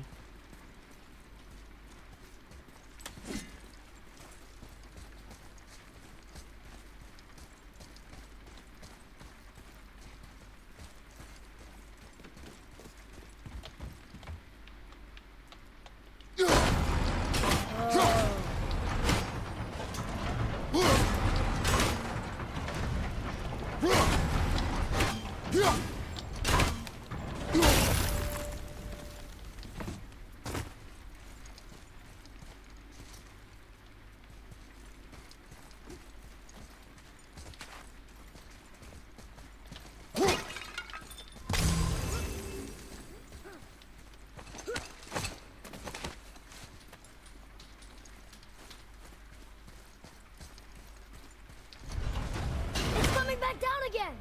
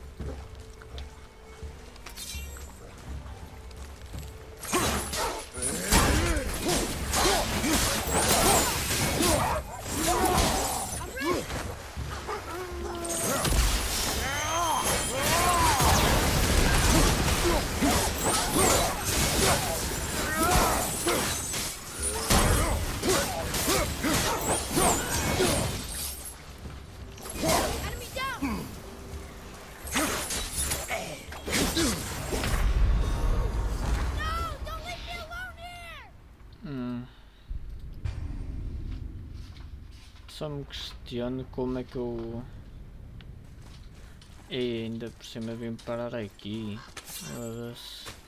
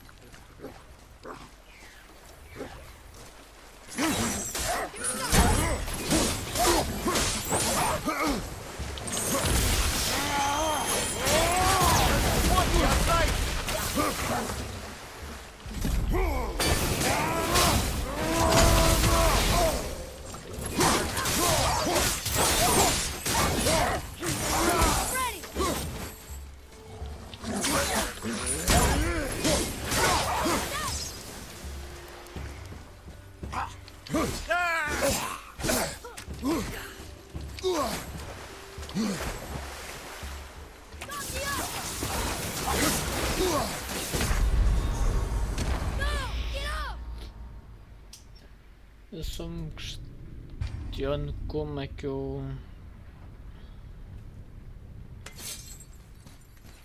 Como é que eu perdi vida naqueles lobos? Mas ok. Follow me, Atreus. O eu acho que é mesmo aqui.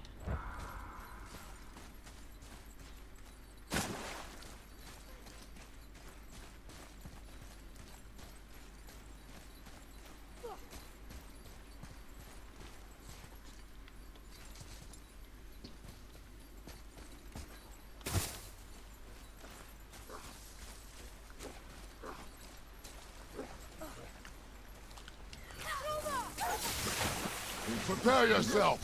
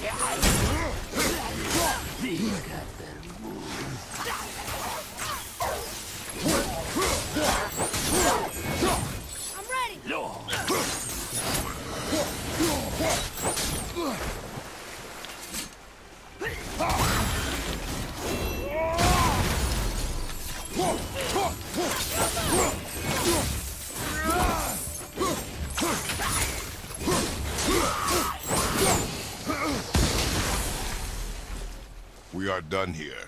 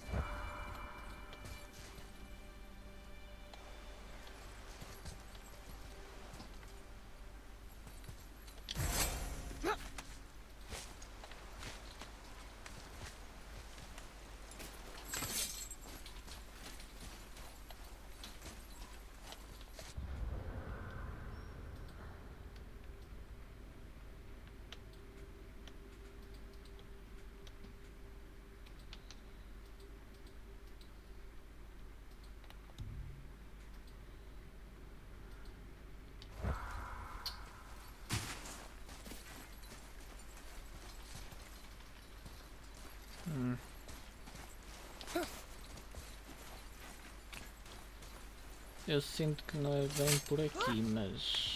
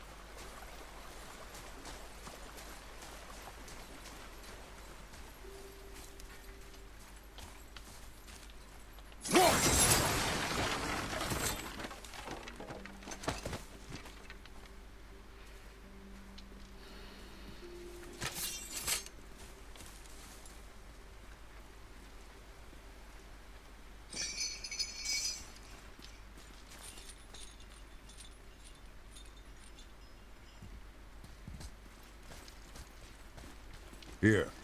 Boy. Wonder who wrote this.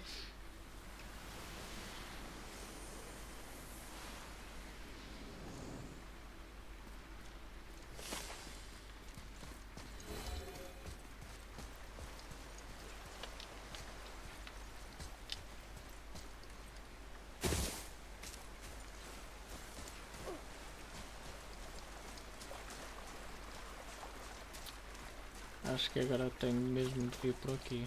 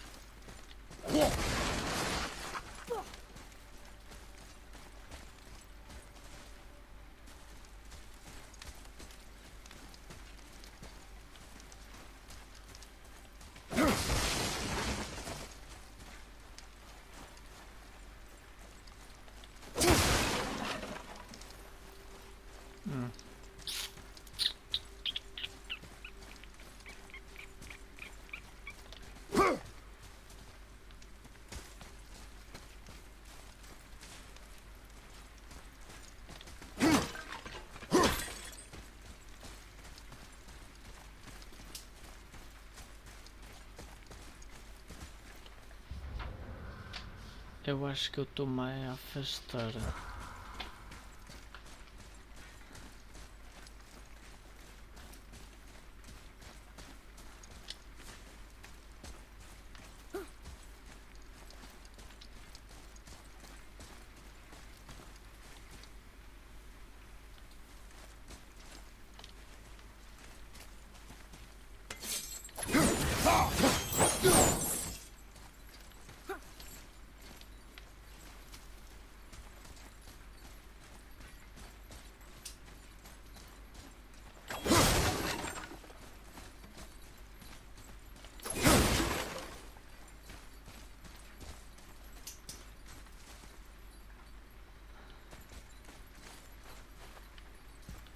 Alto, tem aqui um baú.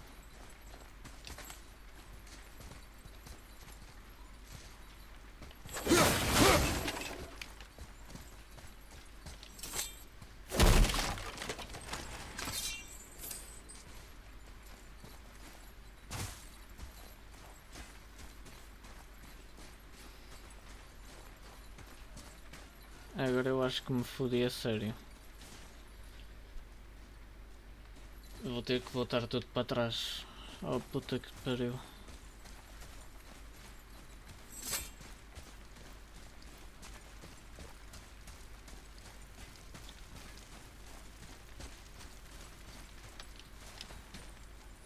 Ah, more of those. Good.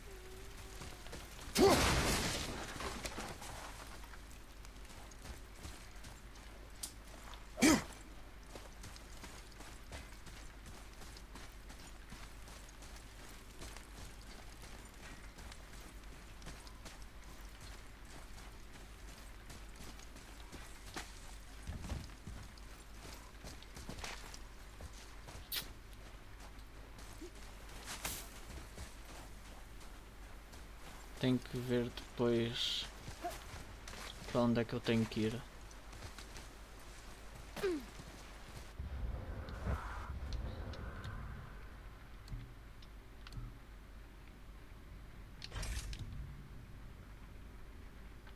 Aqui. Escolhendo esta, tenho de ir para aqui.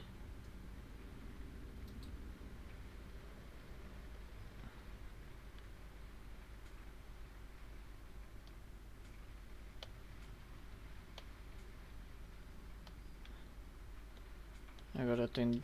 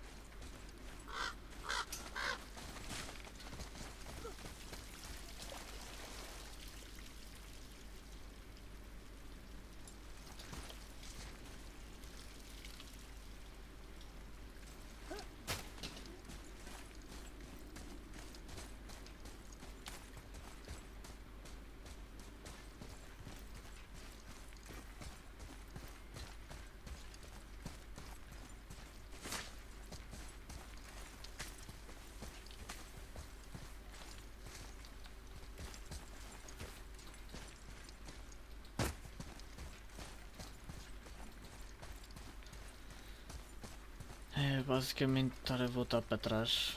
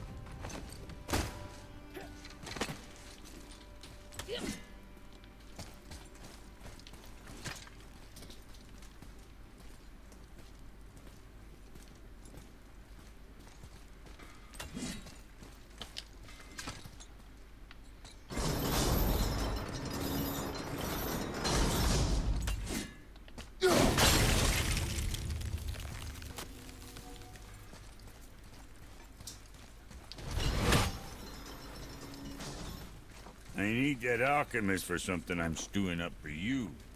If you're smart, you'll find him. Kid? Keep an eye on that big guy, all right?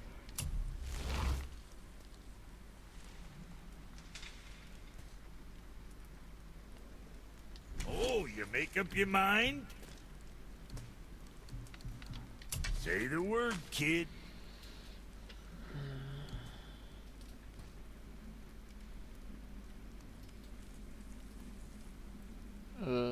Ora então, vamos fabricar aqui uma armadura pro Atreus.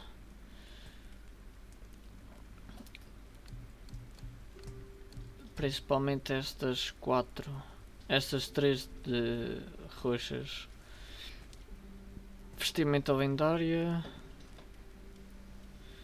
Aumenta a imensa velocidade com que Atreus recupera dos ataques dos inimigos.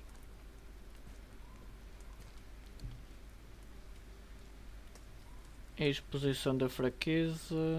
Ataques melhorados.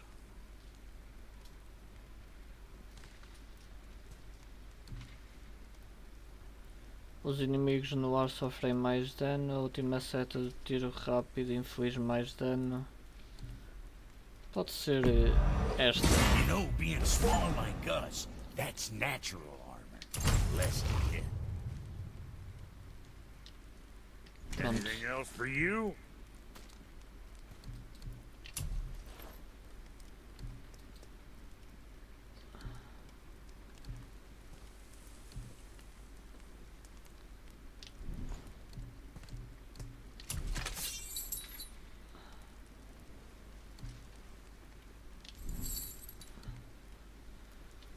Vamos melhorar o plumo para as lâminas.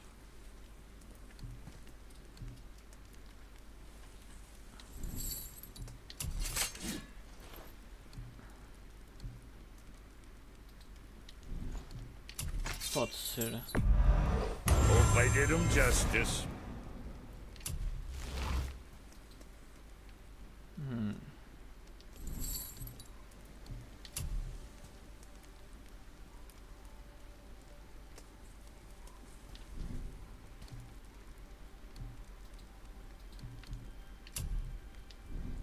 So, you sticking around for grains of wisdom?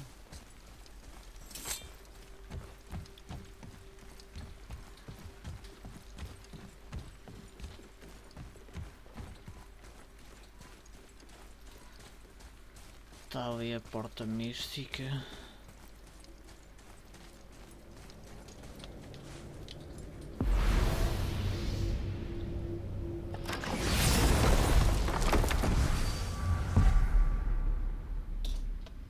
Ora, para vir para aqui.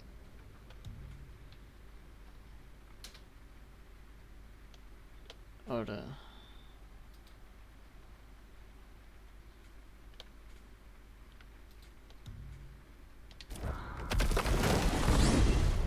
Vou fazer aquela missão, já decidi.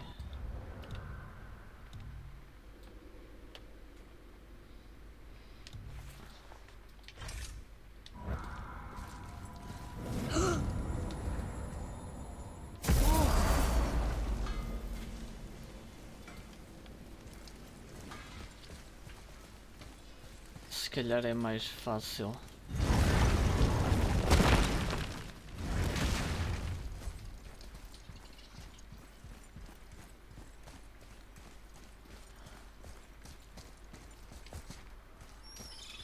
Follow me, Atreus. On my way.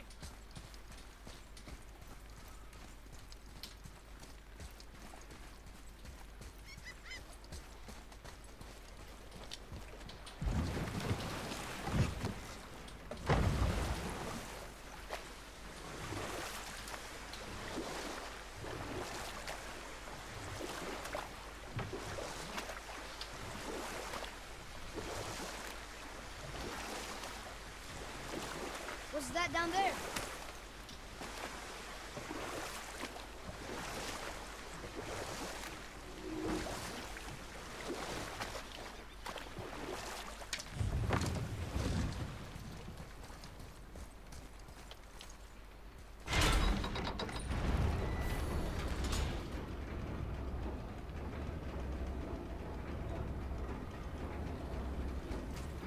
Será que não é cá em cima? Another name. Deirdre. Someone who loved the Valkyries enough to do this? I wonder. Perhaps the Queen?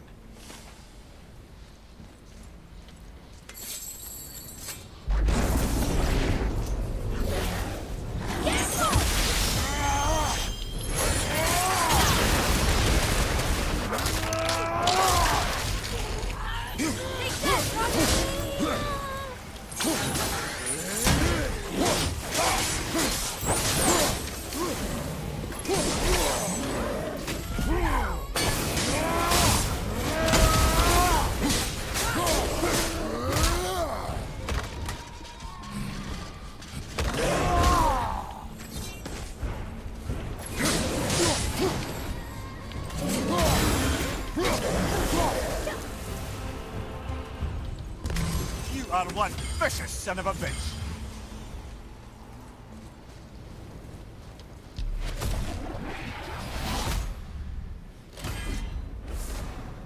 Pó dos reinos.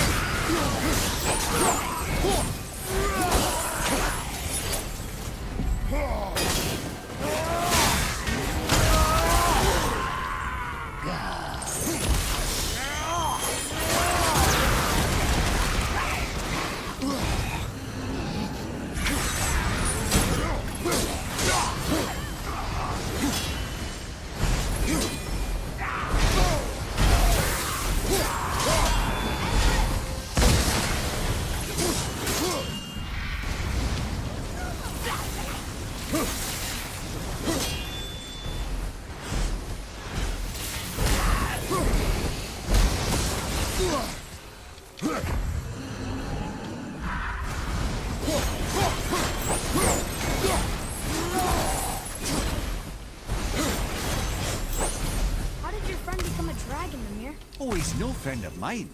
This little scrote was a constant source of annoyance amongst Aesir and Vanir alike. Then why free him? Trust the recently liberated, brother. No one deserves to be held captive like this. Even a greedy little dwarf come dragon.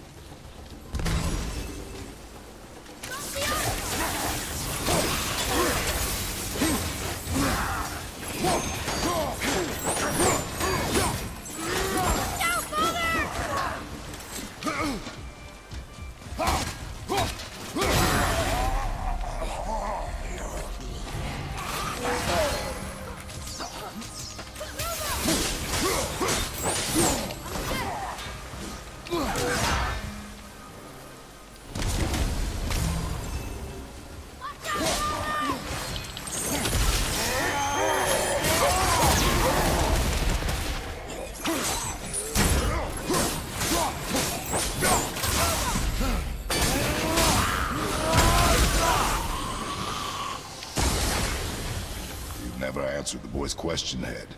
How did this dwarf become a dragon? I don't know for certain, though I'd wager his penchant for stealing magical artifacts had something to do with it. Must have stolen a trinket from the wrong Vanir goddess.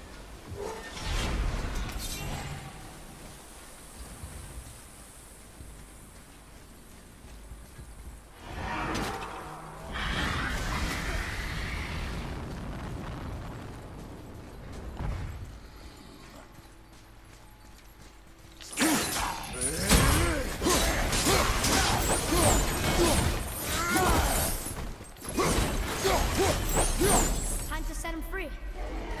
Think he'll remember you? I don't know, lad. A lot's changed since we last crossed paths. I had legs.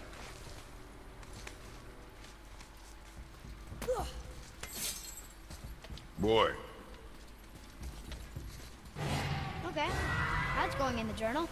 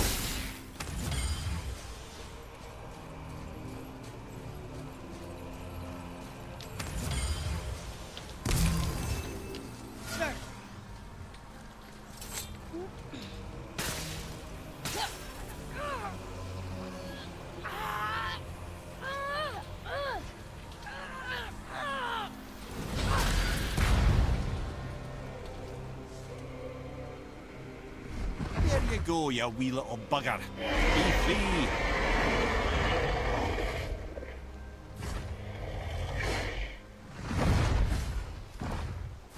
Well, Running Dragon hasn't done much for his personality.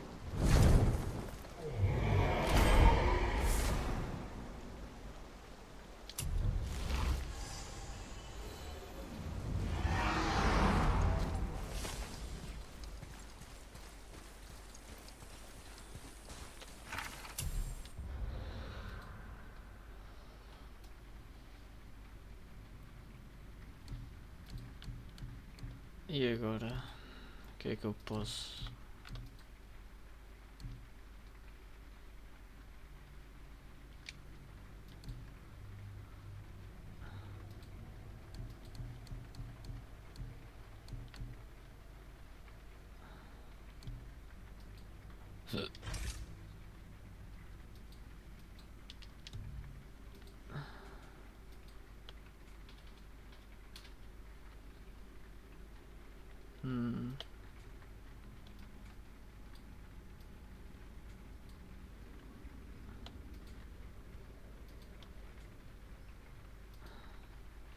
Como é que eu...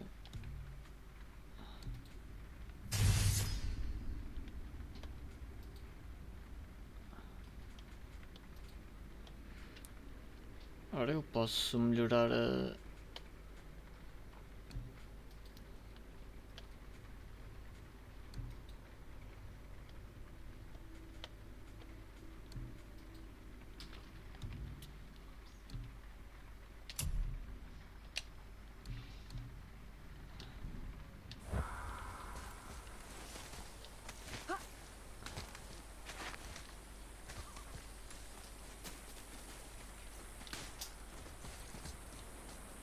Pronto.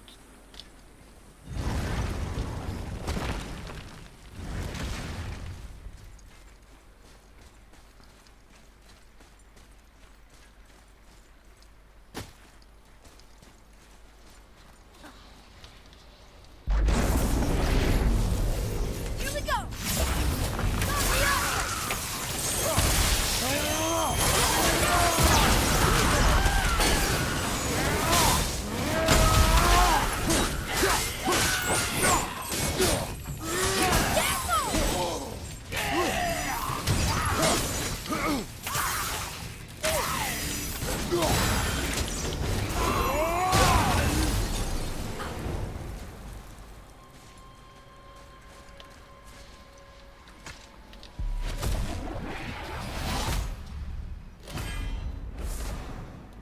Mais um pó.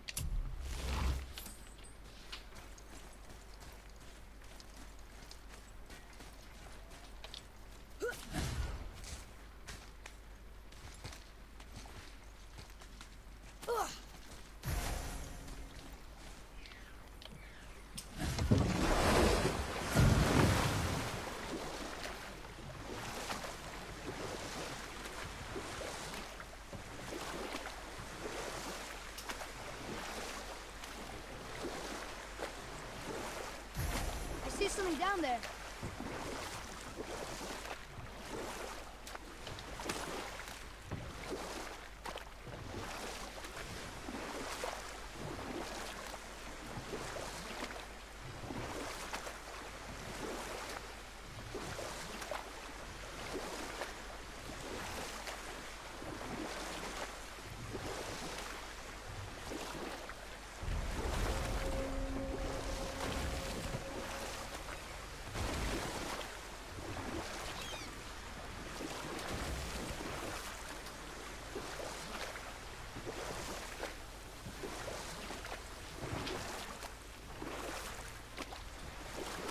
We can beach over here.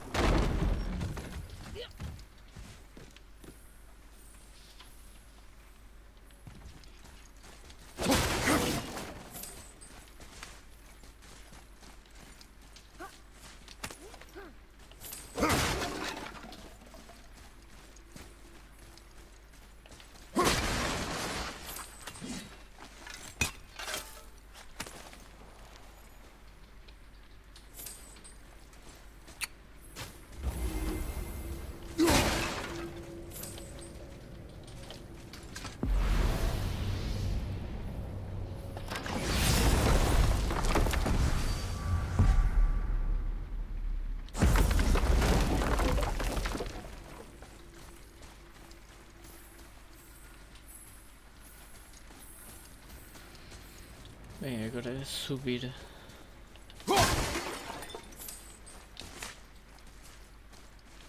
Como é lógico. Boy. Aliás, nem sequer era subir. Boy. Interesting.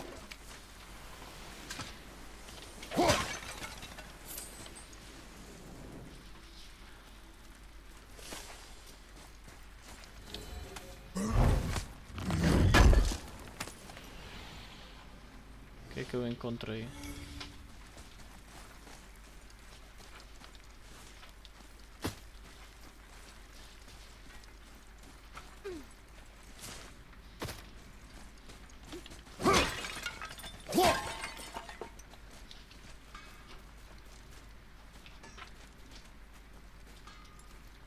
Estou a ouvir já batidelas.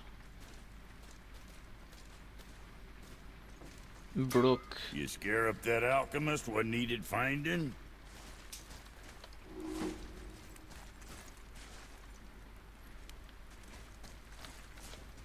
Better not be fighting with your brother again. Just 'cause he's gotten a little less annoying over the years doesn't mean I ain't got a customer base of my own to keep happy. Oh yeah? Who's that?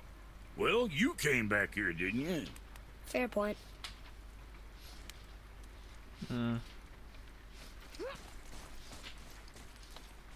Read it. Sir. These runes read death inside. I like it.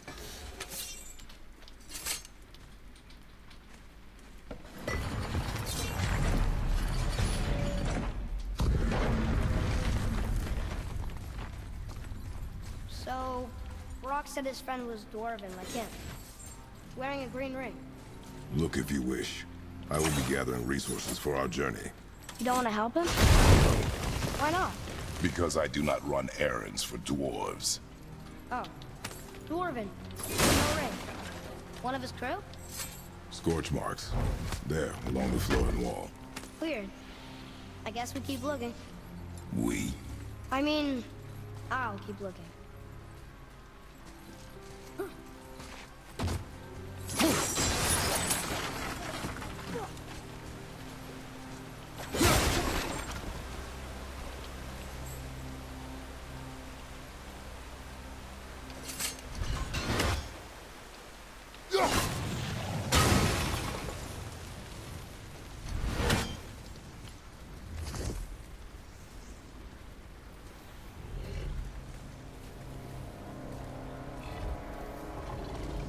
That's a soul eater.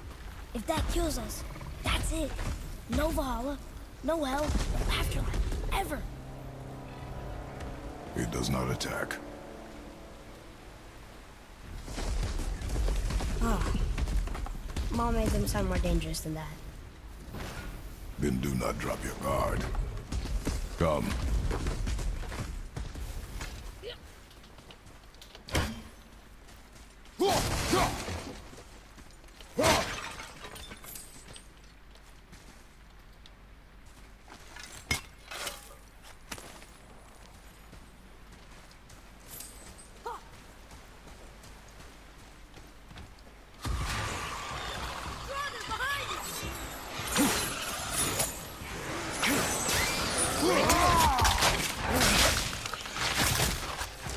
Enemy down!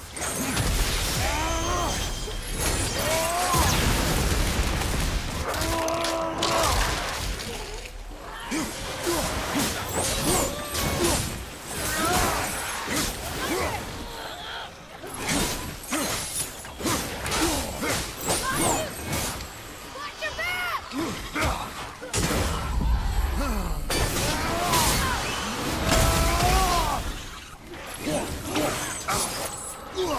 Look out behind you!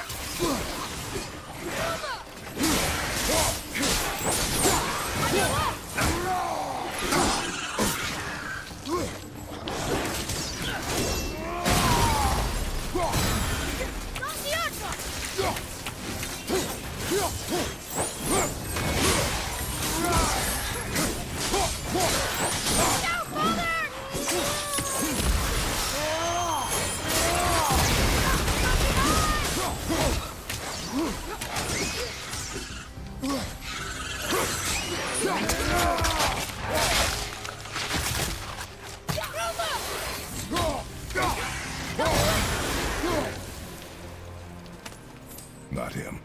Hey, I thought you didn't care. I noticed the lack of ring while looting the body. Oh.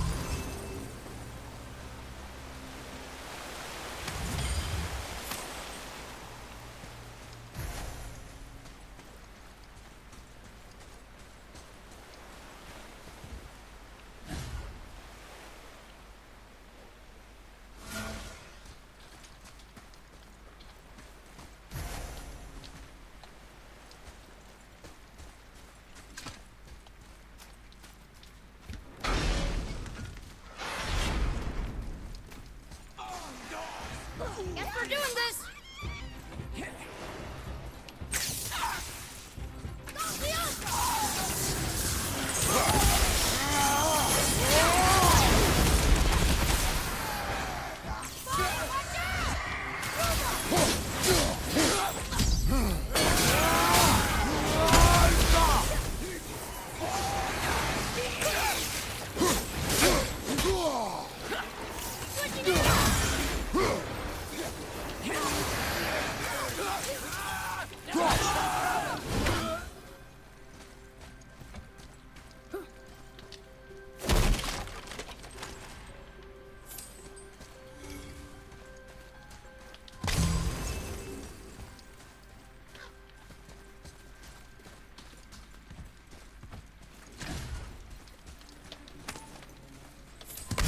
No ring. We're not gonna find Brock's friend alive, are we?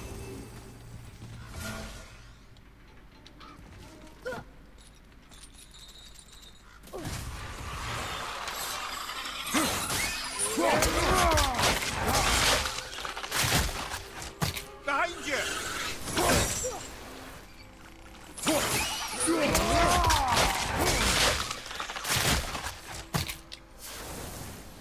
Boy.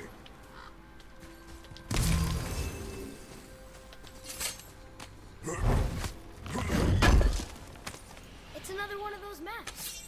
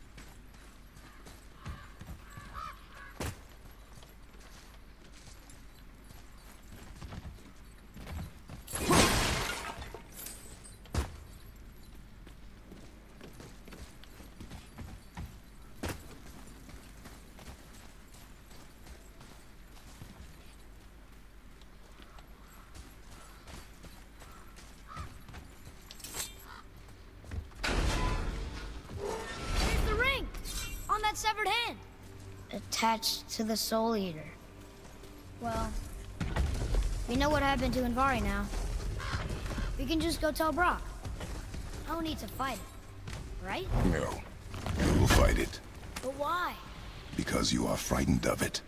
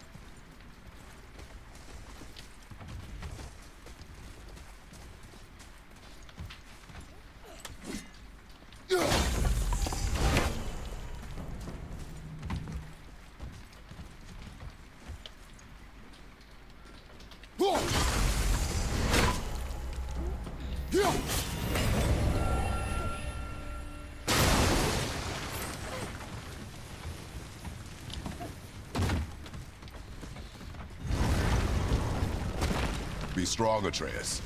Stay focused, and look for a weak point. Yes, sir.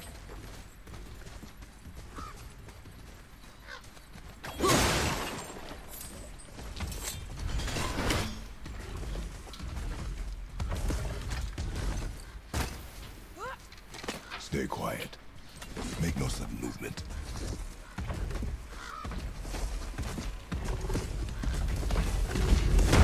Enemies ahead!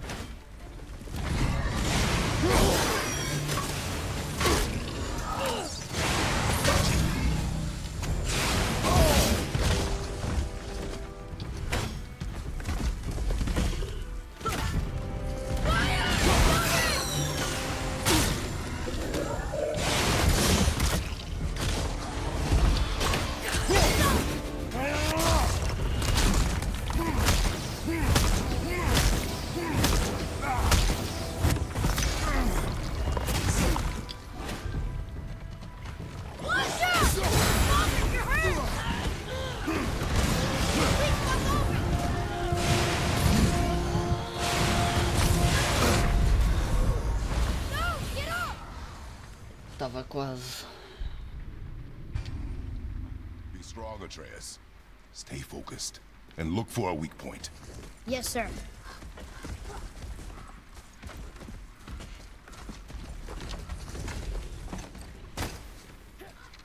Stay quiet. Make no sudden movement.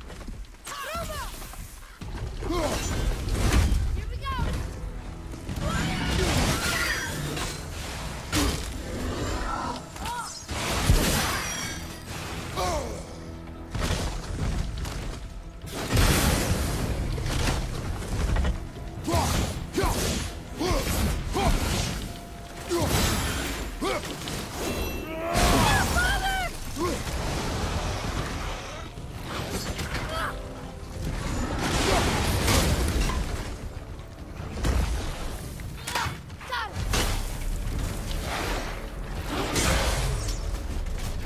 We did it! I can't believe it. Believe it. You are stronger than you know. Thank you, Father. Let's see if that's the alchemist's ring.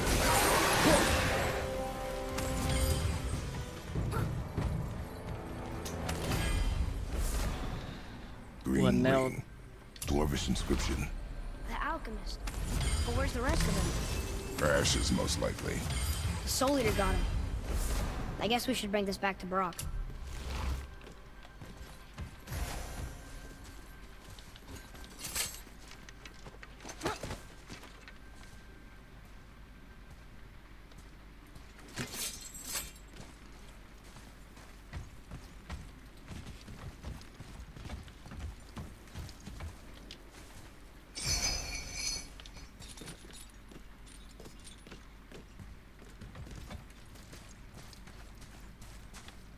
Can you read it?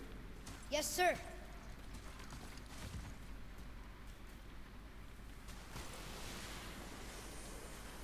These runes were written fast. It spells out Ejim Staney. I don't know that one. We will ask the blue one. So now you're interested? We found his alchemist. A reward was promised.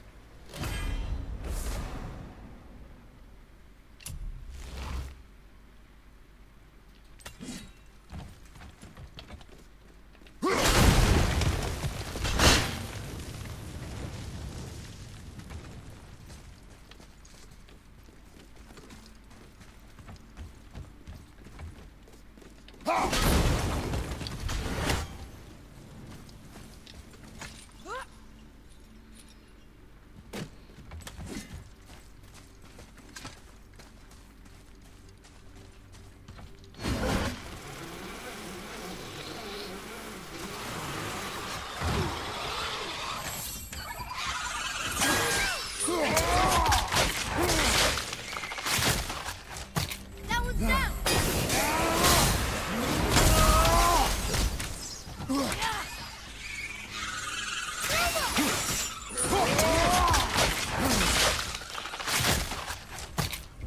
Draugr behind you!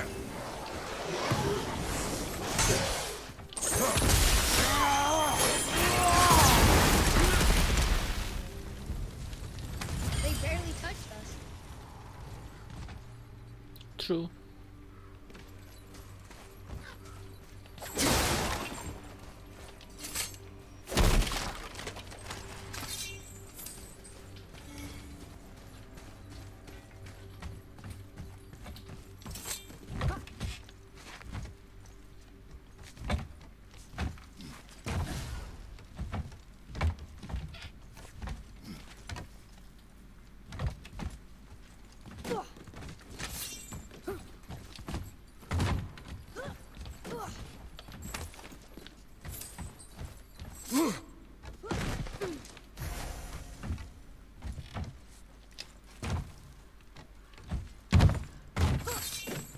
Ah, ok, voltei aqui.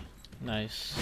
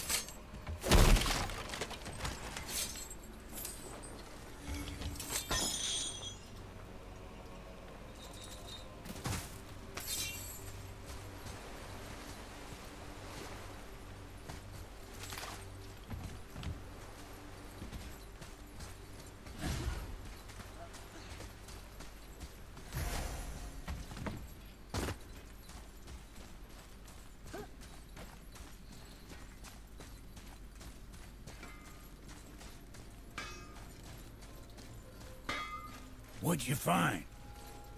Your alchemist. I'm sorry, Brock. The hand is all we could find. Still wearing the ring. There was a soul eater inside, and well, he must have burned away the rest of him. Suppose you'll still be wanting some compensation, huh? Naturally. Naturally, he says. Miani Feruxi.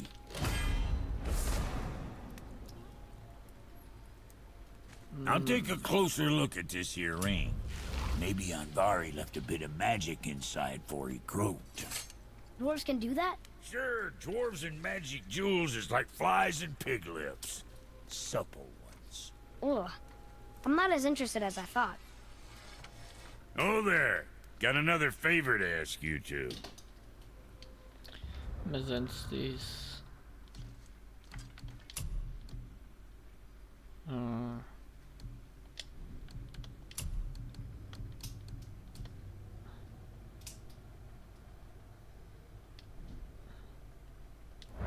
What do you want, dwarf? I got another lead on my old pal Anvari. Meet me at the Lawnsoother mines. There's some fancy-dancy loot in it for you. Another lead? But we already found him. Well, found his hand anyways. I'll explain at the mines. These ones is just south of the river pass. Now you two want something, or you just gonna stand there all gag-scrapped and slack-jawed?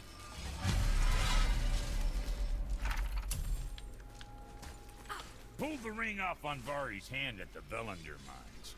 Feller was always tampering with souls and dark rituals and matters of the night, see? Ok. Tenho que ir...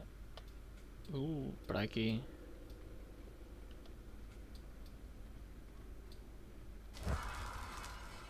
Just the sound of his hammer flattening metal were enough to stoke my fires all blissful. Shit, you better clear out before I get all frisky.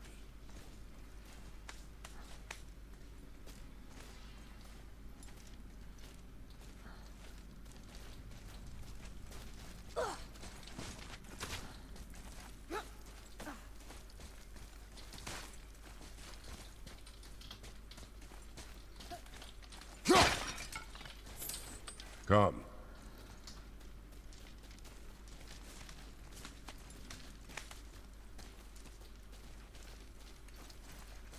Usar a passagem mística.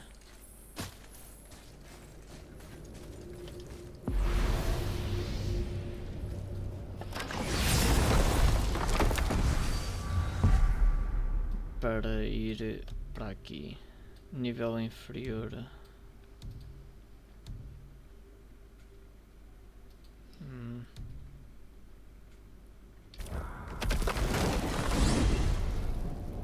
Que seja aqui.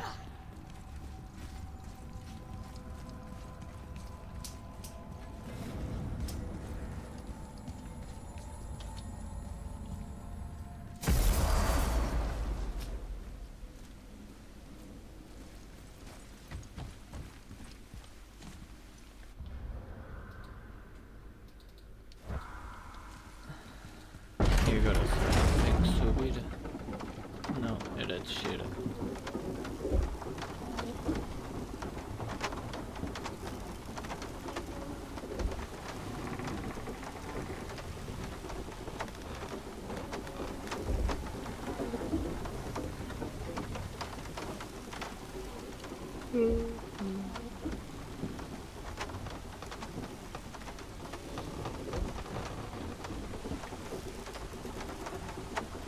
Agora que estou aqui a pensar, será que eu consigo ir ver a Freya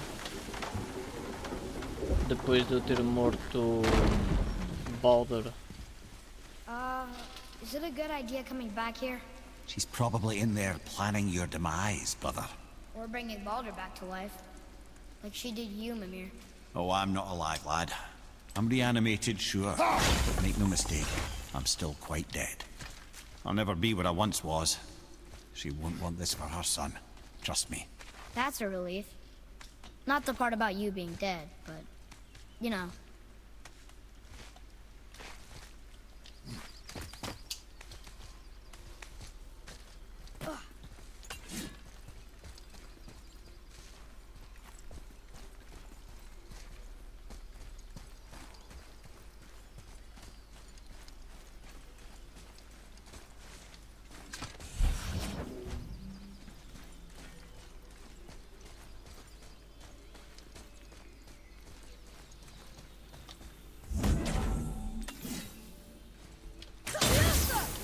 Here. Boy. Ah, I was wondering about this.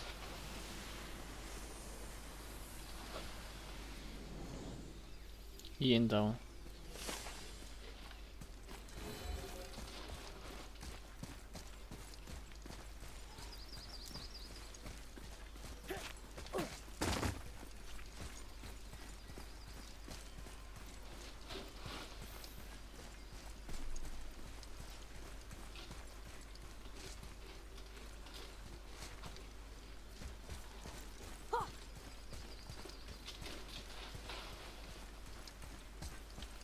Ora, aqui é 170.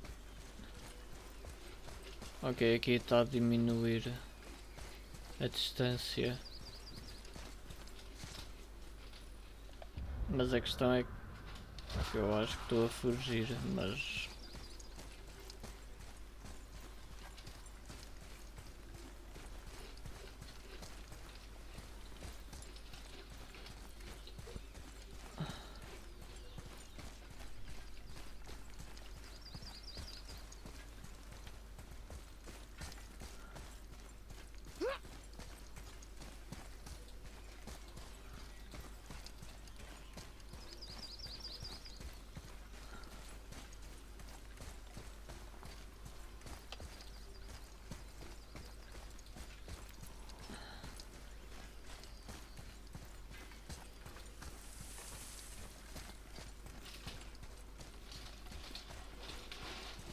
Eu tenho que pensar muito bem agora. Another one of those sandals.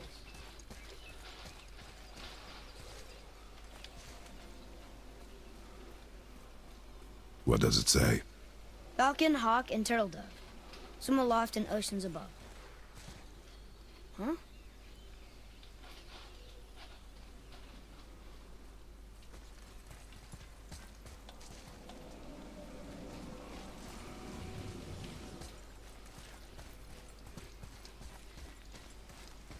Those runes on the rock.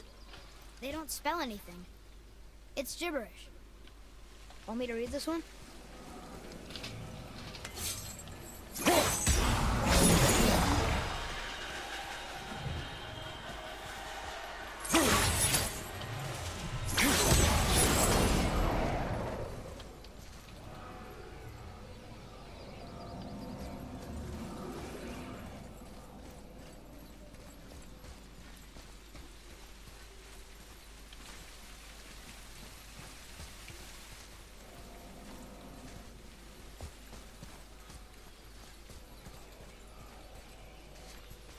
Those runes on the rock.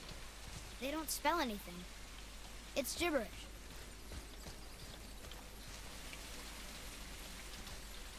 Então só falta esta.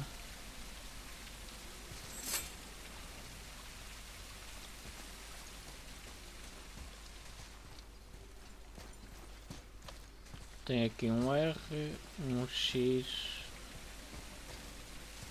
e tem este P.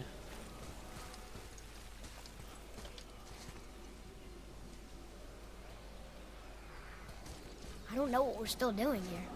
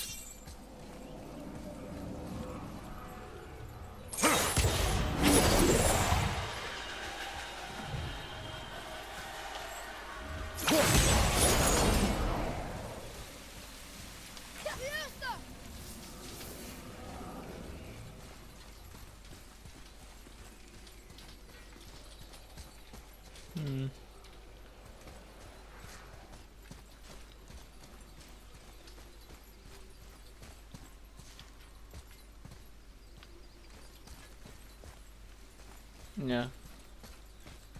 Também não sei o que é que estamos aqui a fazer, vamos embora.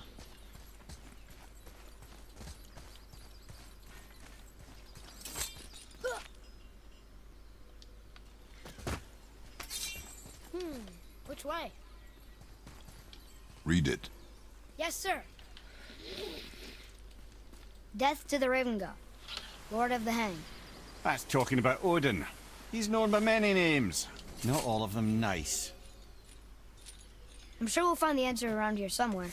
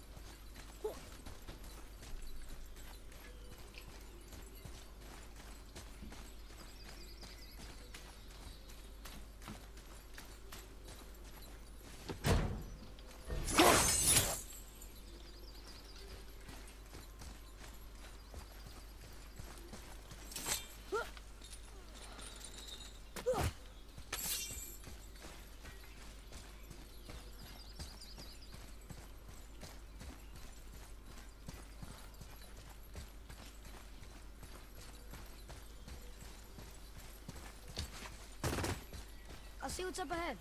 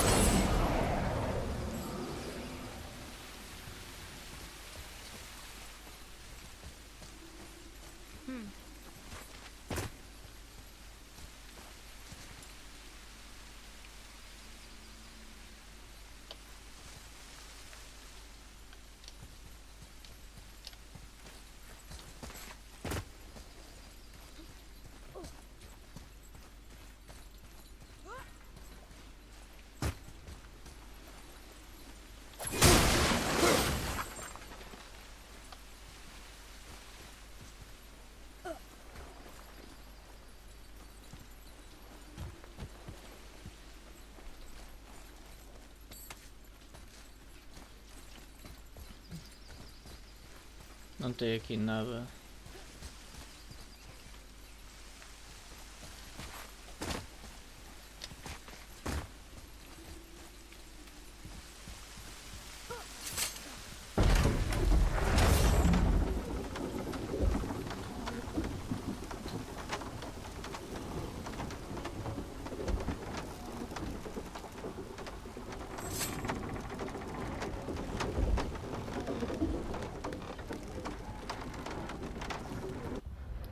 Eu preciso de vir para aqui.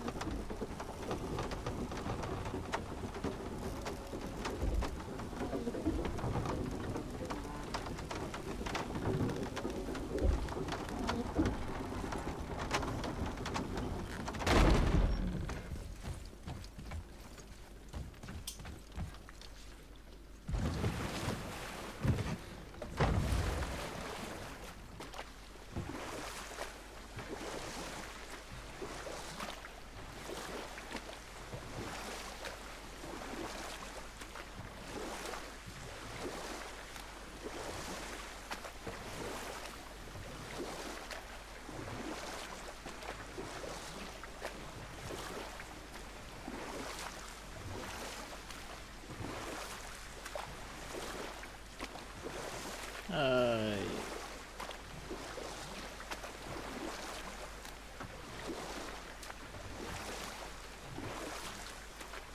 still can't believe you ate it.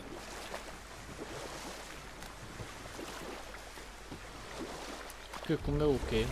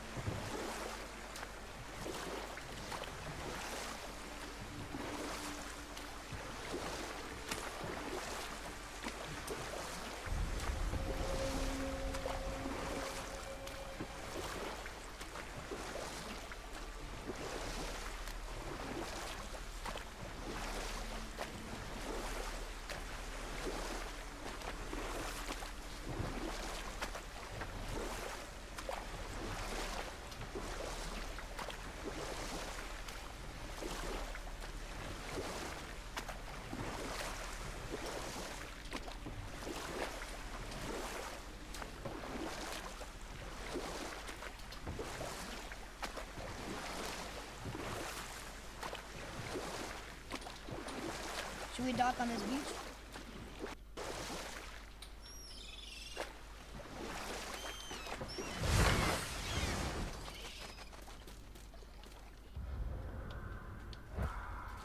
Acho que estamos perto. Yeah.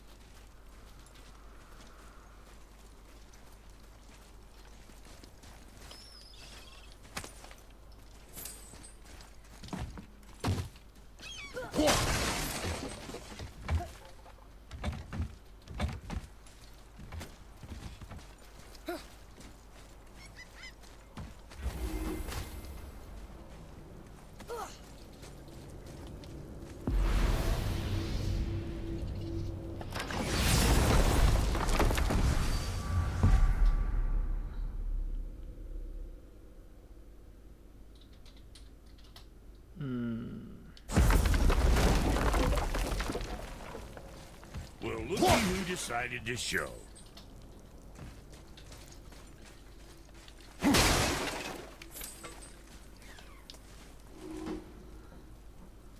Talk to this here ring. What? I can't hear thoughts from rings, Brock. It's talking to me! It's Andvari! Ha! Knew it. He says he went to the Velander mines to observe his mistake, but then the Soul Eater attacked, so as he was being ripped apart, he cast a spell that removed his soul and put it in this ring. And then he... What about all his stuff? Huh?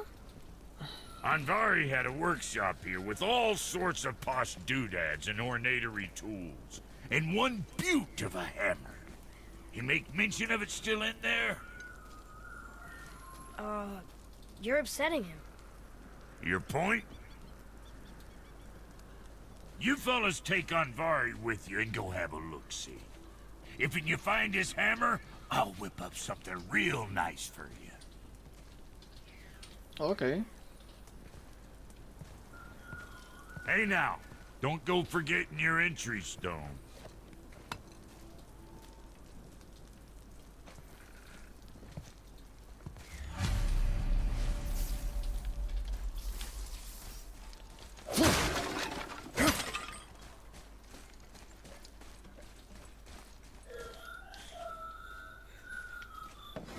Andvari isn't happy about us taking his stuff. I do not care. I'm not gonna tell him that.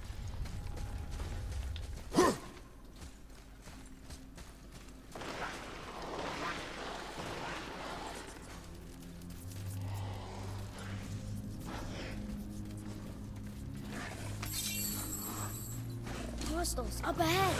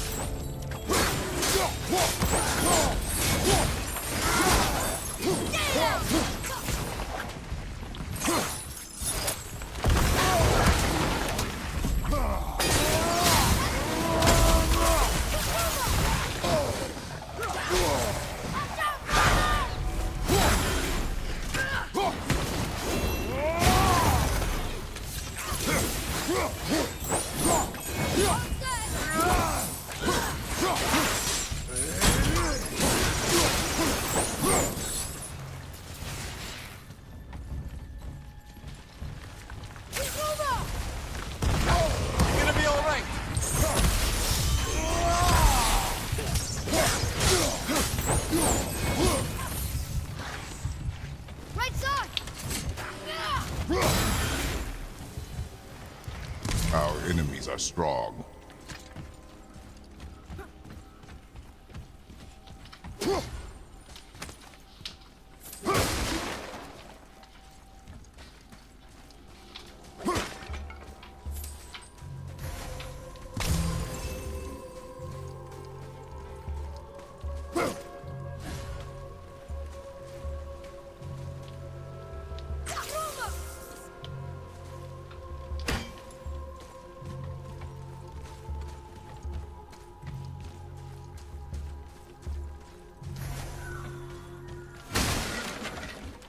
says this dwarf was part of his crew. That he died because of his mistakes. He sounds sad. The ring's grief is of little importance, boy.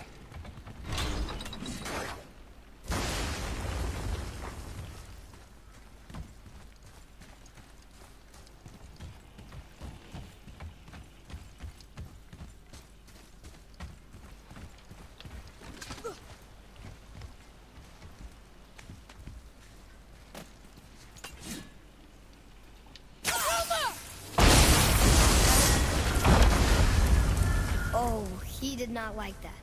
He's warning us not to go down there. Stop listening to the ring, boy. Cannot be trusted.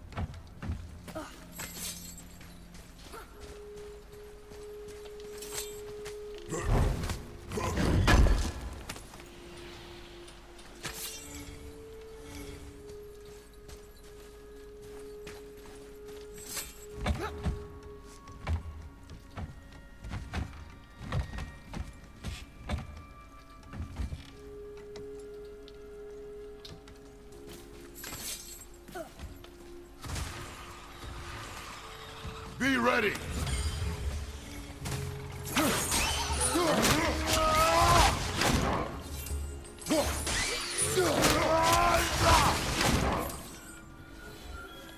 Silence that ring, boy. I don't know how.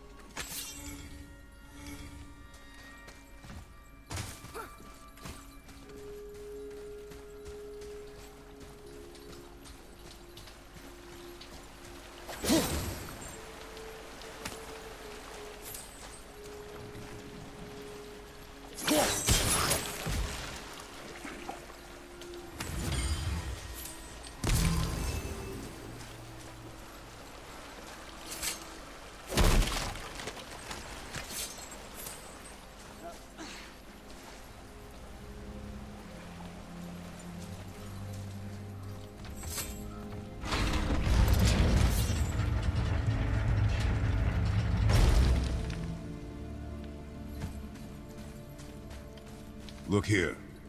Sir. Treasure map. All right.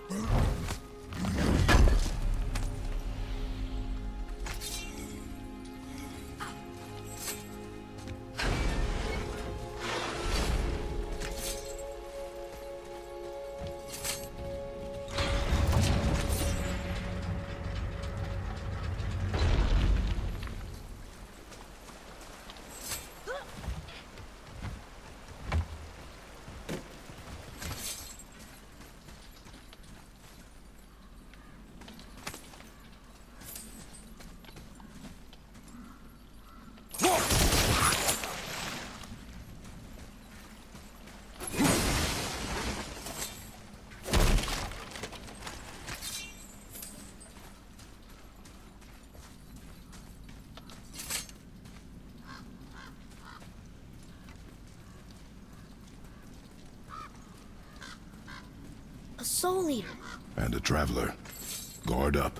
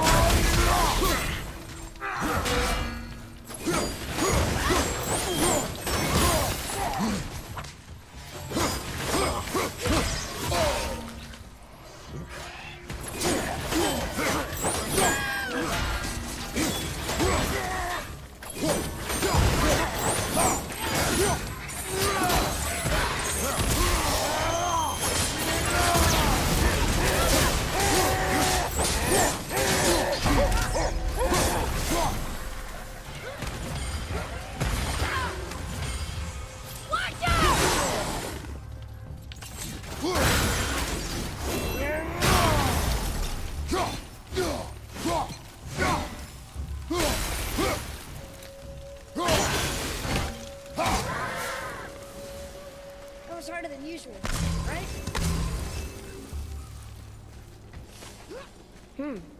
A dead Soul Eater. What's a Soul Eater even doing here? What do you mean it's your fault? Boy, ignore him. It's sort of tough for me to ignore.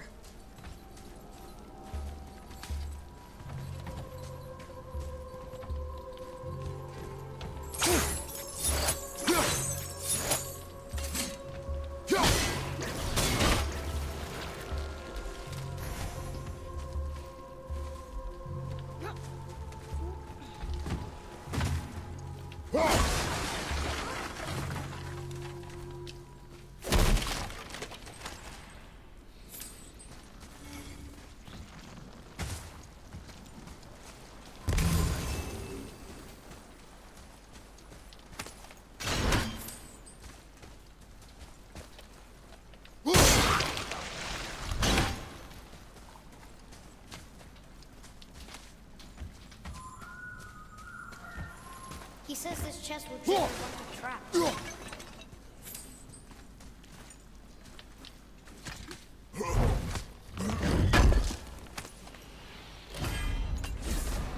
I see no traps. Sounded so sure about it.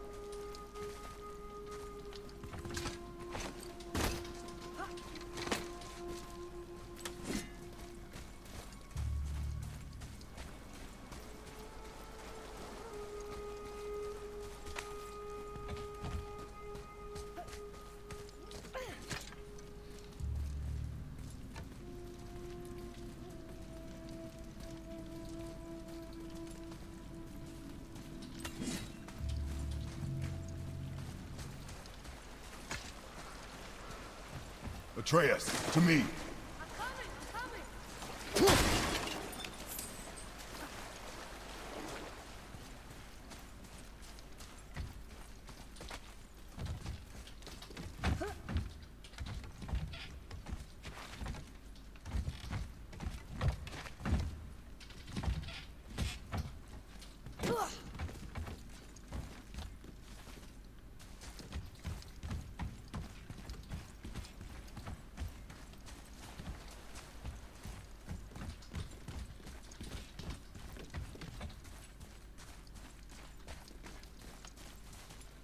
Ou seja, tem que... é mesmo lá em baixo.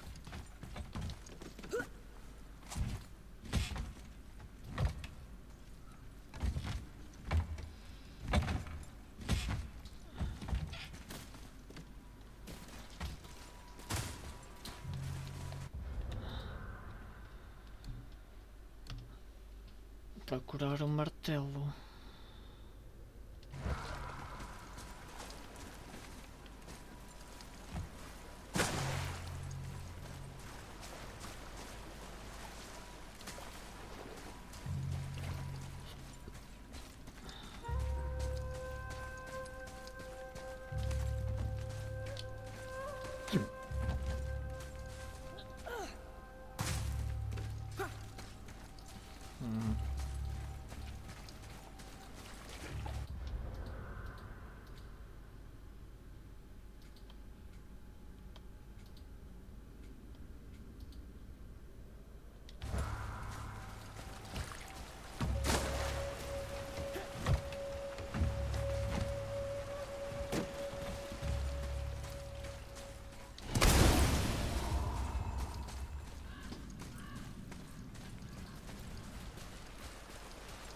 Então isso eu vou voltar tudo para trás. Espera aí que tem aqui um elevador.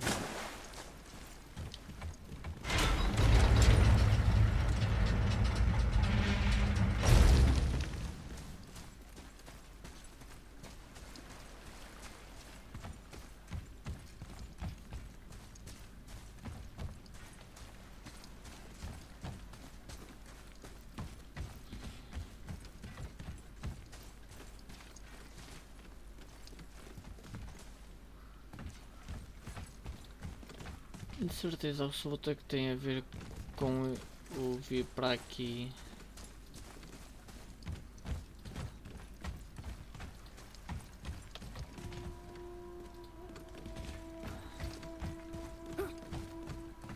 Só me questiono mesmo é como é que eu vou para ali.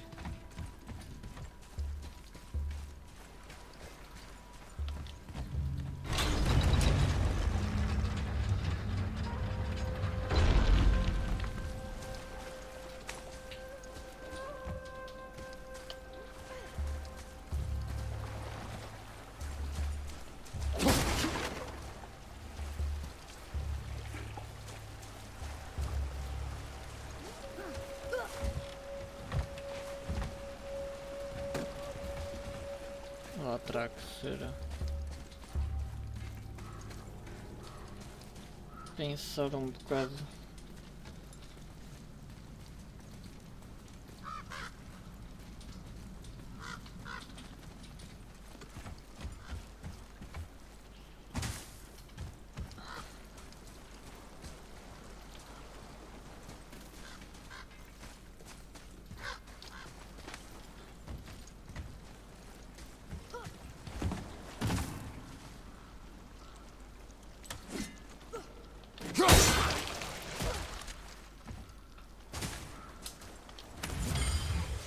Ai ai, eu fui por aqui.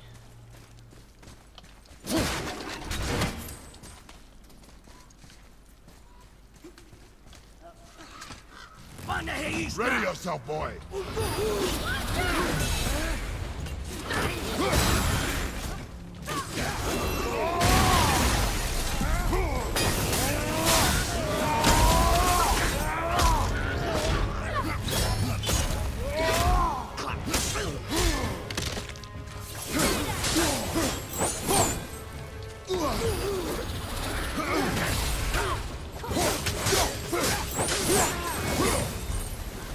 Not too hard.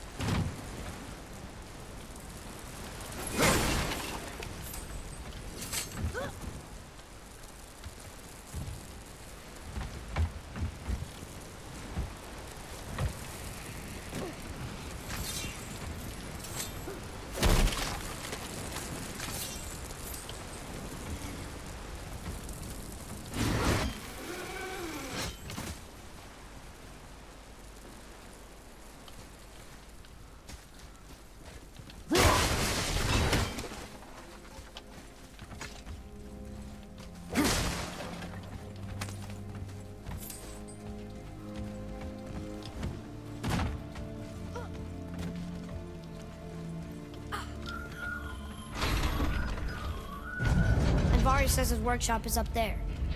But I know. Don't trust the talking ring.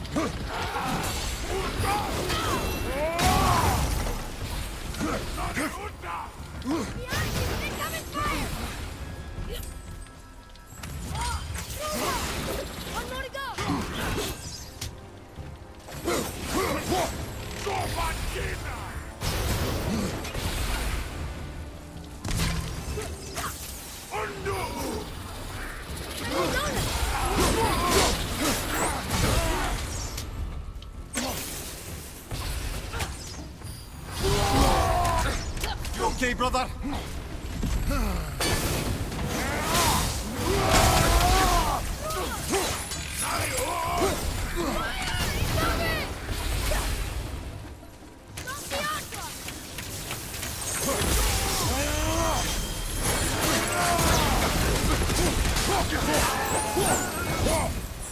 can barely feel my fingers after that one. Foda-se. Esta sim. Esta teve. Foi um bocado.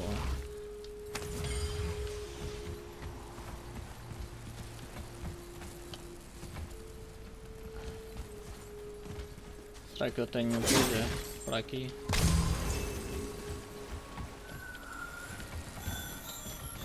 Boy. Father, please, just listen. Invari's crew did something bad here. He's glad you destroyed his lab, and he's sorry he kept trying to trick us. His hammer is just through this gate.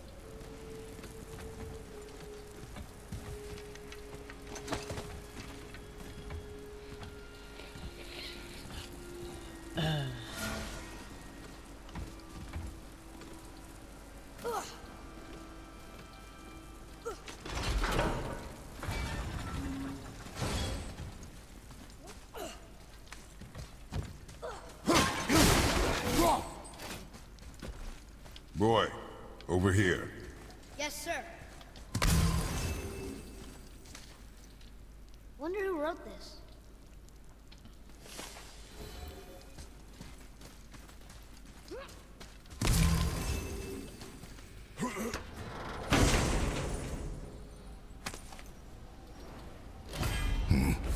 This is a fine hammer. Invari says thank you.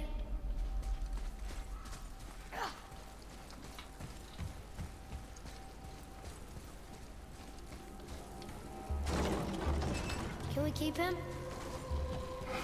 We will talk to the blue one.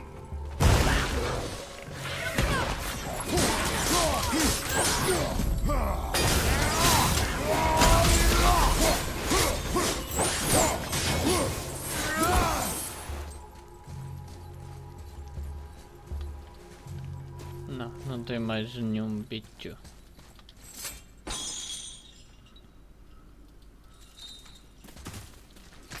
Bem me parecia que eu tinha que fazer alguma coisa, não poderia ser só aquilo.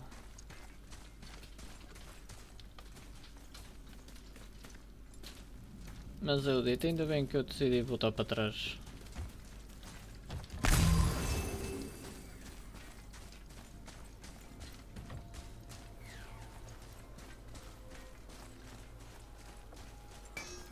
You to find that hammer, or you too busy looting every keyhole and cranny? Here, the alchemist's hammer. His spirit is a nuisance. Yeah, Andvari always was an asshole. Hell of an alchemist, though. Hand him over here and I'll melt him down. What? You're going to melt down your friend? A trapped soul's what I need to give your reward some extra oomph. You don't want it? Father, we can't do that. Here, you hold on to him. He's really useful, I promise. Fine. So long as he proves his worth.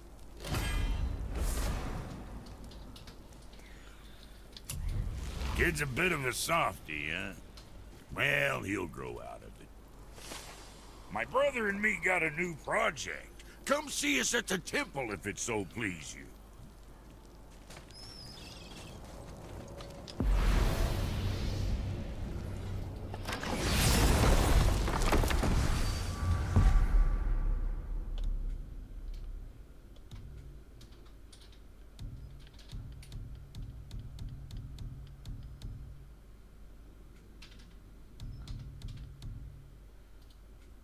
Será que eu já tenho todos os pontos de passagem? Duvido.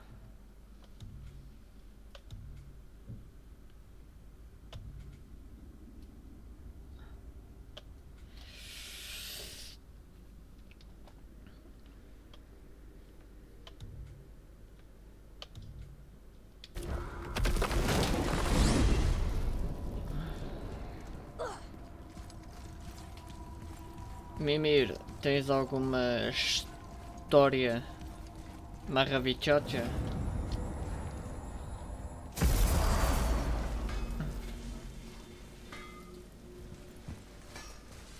My brother and me got a new project, now that we're on speaking terms.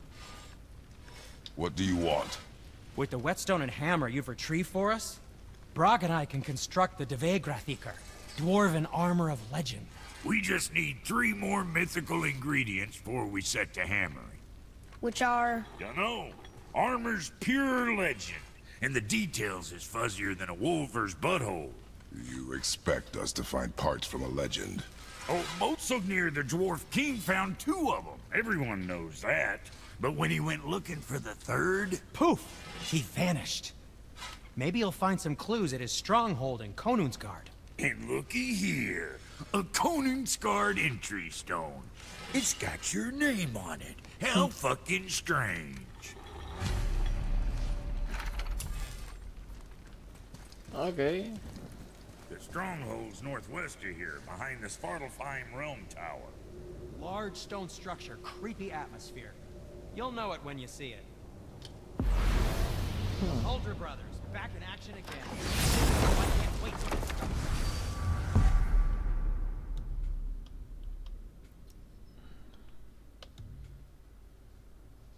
You can see such a...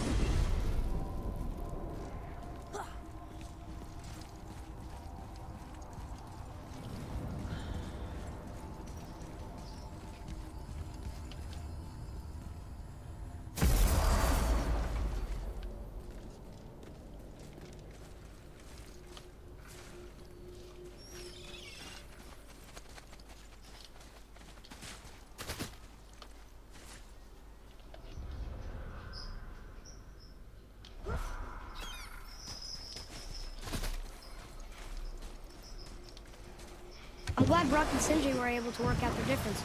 Now they are twice as irritating. I think it's nice to see them trust each other again.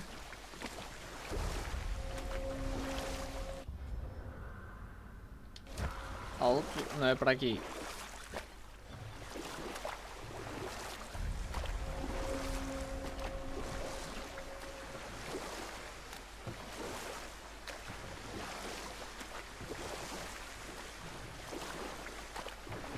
What happened to the city?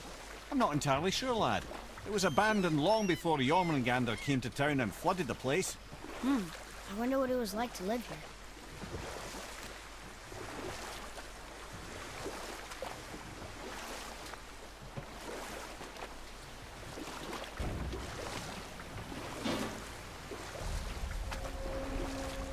Abismo do Rei.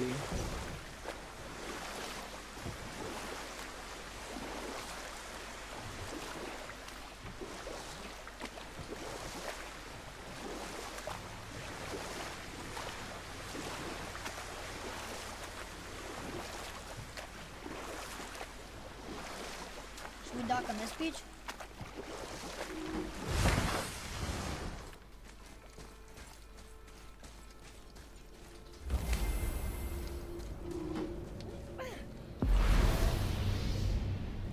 Verificar como é que é o mapa.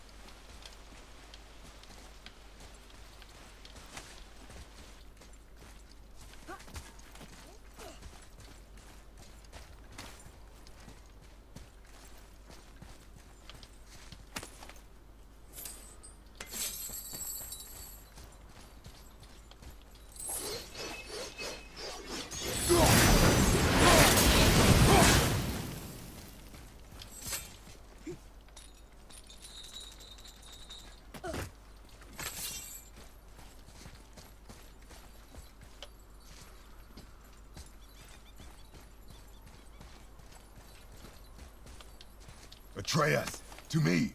Okay, I'm coming.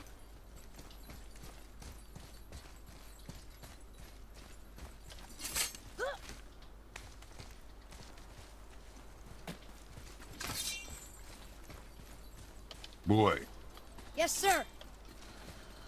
It says, "Glory to Motsignir, the Dwarf King. May his reign be long, prosperous, and filled with peace." Amen.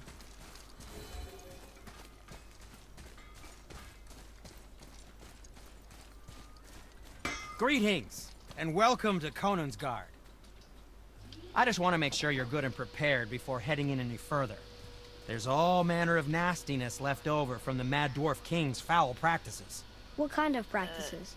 Various sacrificing, dark enchantments, blood, magic, and so forth. Quite common among the older dwarves, unfortunately. Old habits are hard to break. Okay. Whoa. Look, it's another dragon. I see it, boy. Chained. I hope we can find the binding shrines. This place is huge. Olha, World Serpent. Realmente o dragão está ali. Foda-se, estava cego.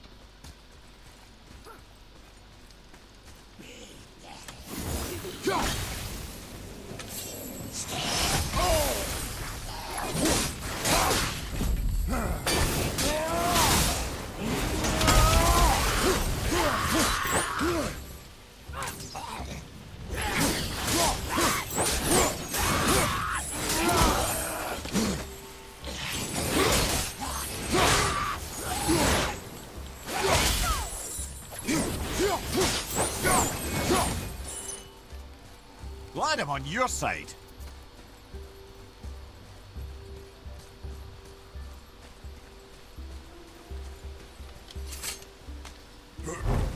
Tá ali um... Ih, caralho!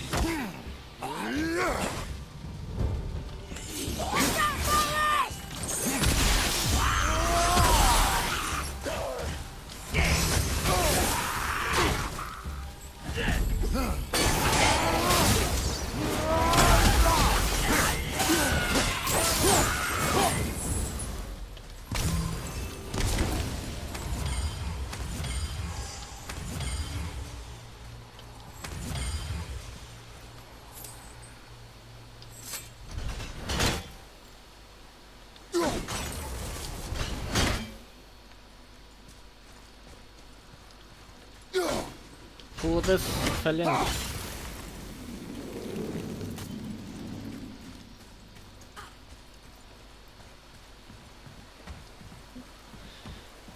Agora vamos...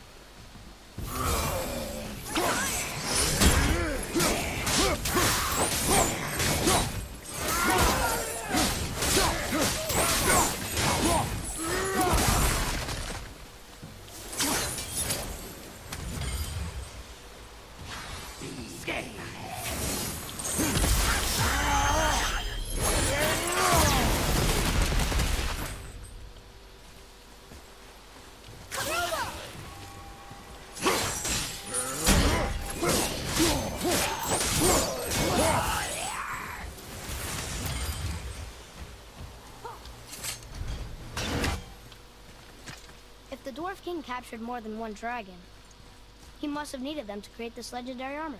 Interesting thought, lad. And it makes sense. Nearly everything about dragons is useful and contains power. Teeth, scales, even excrement. Excrement? Shit! Aye, lad. Totally powerful!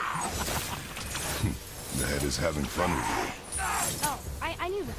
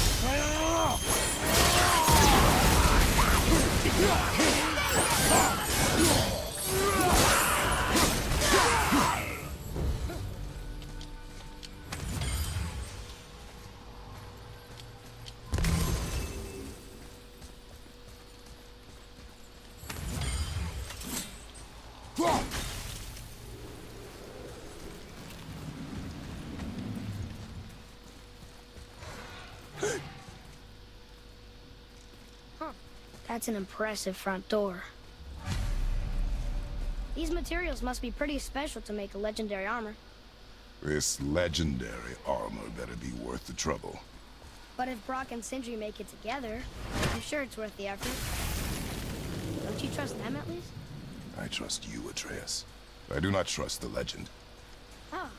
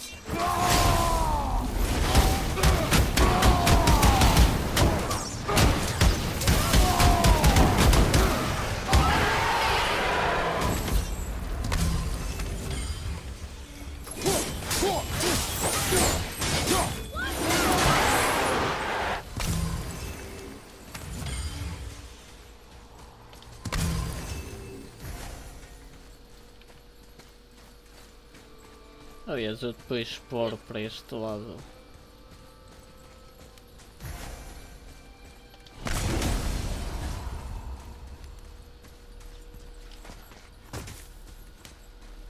Fazer a missão.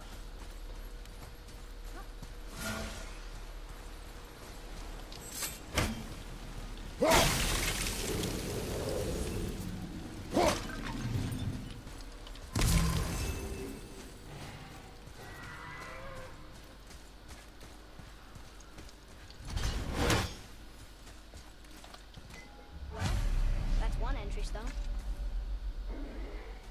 Looks like it needs 3 entry stones.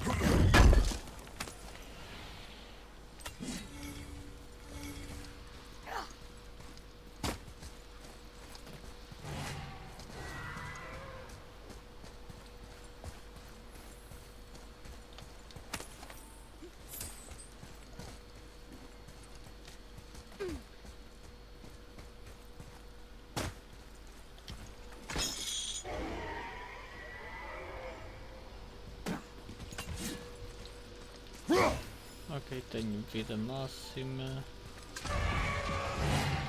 There he is. There she is? I do not know.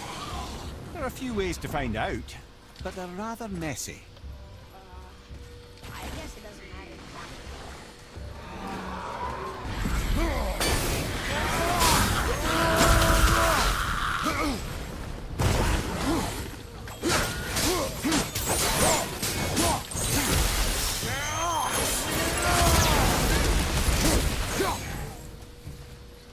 One shrine down. You'd think this dragon would be a bit more supportive, seeing how we're trying to free it.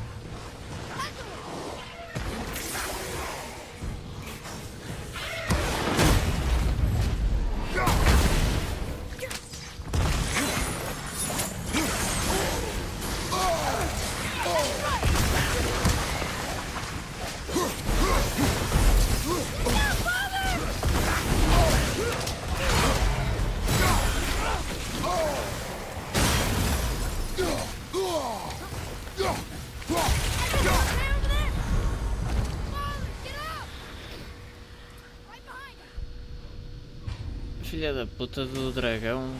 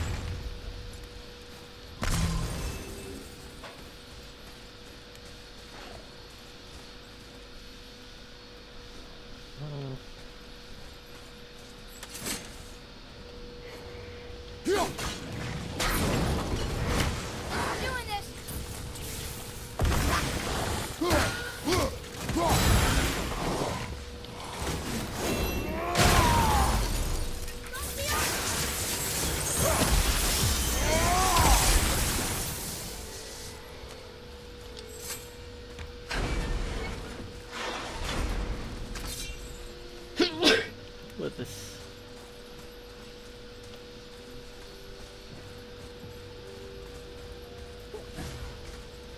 Ai, vou espirrar. Outra vez.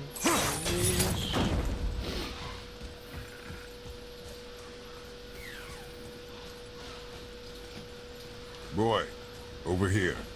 Sir. Ai. Interesting.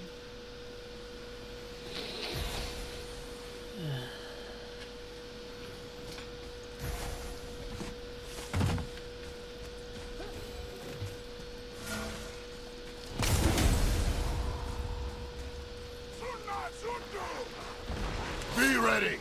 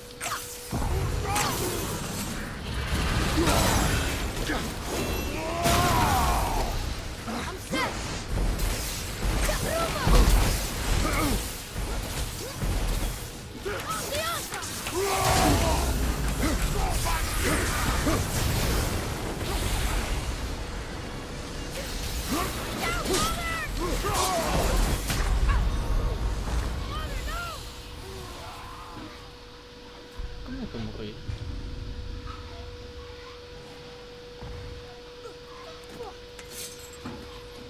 Ready yourself, boy.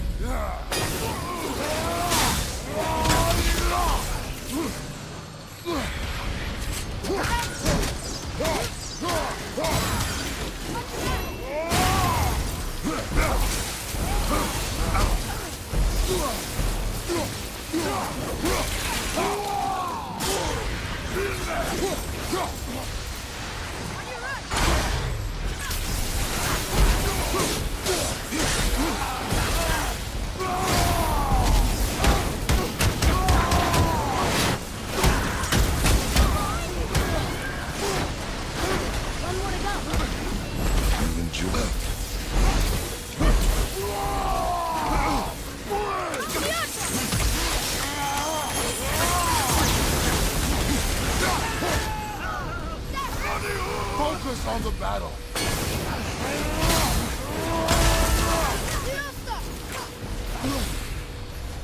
Switching out.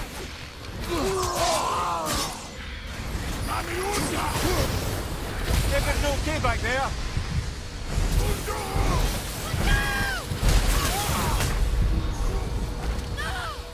É que foi burrice minha.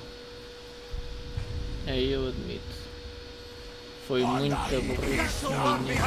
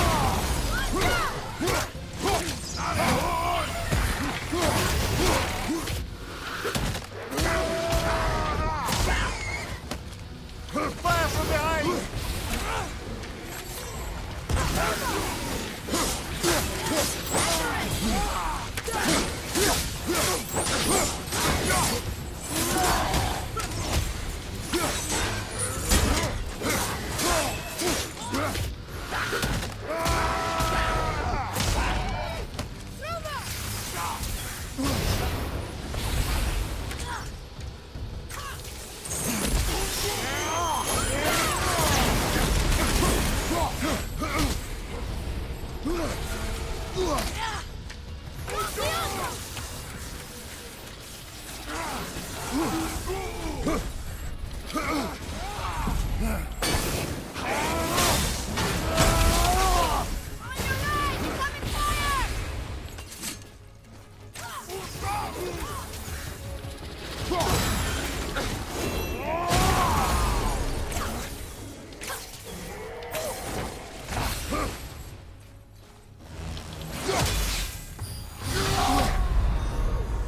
that's it then? Este ataque em área e dá dano para caralho. Una babola!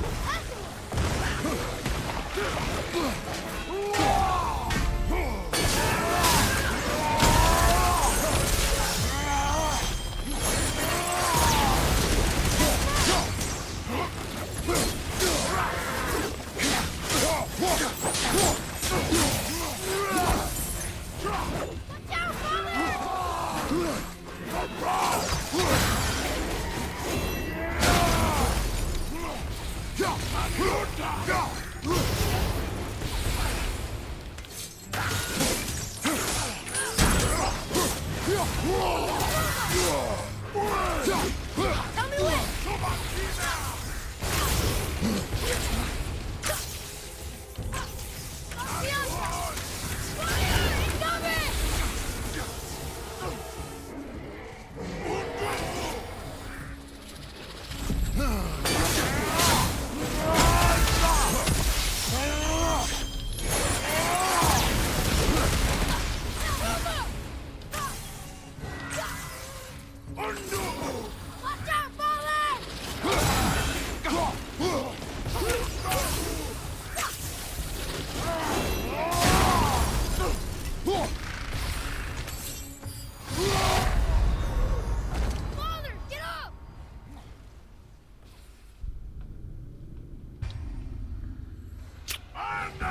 That's all one behind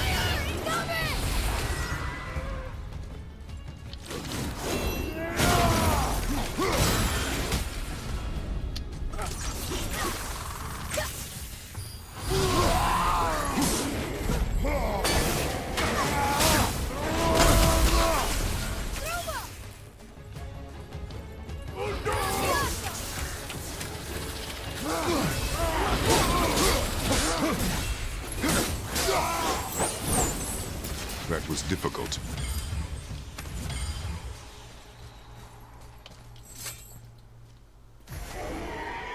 Stone number 2. This place is even bigger than Vadergard. Yes. The Dwarf King's reach appears vast. Wonder what happened to him. 'Tis a great mystery, even amongst the sons of Ivaldi. Mozorgnir's behavior before his disappearance grew increasingly erratic. Why? The Devegrathikar, the very armor you find yourself searching for. Though he found 2, I'd wager his failure to find the 3rd ingredient drove him to madness.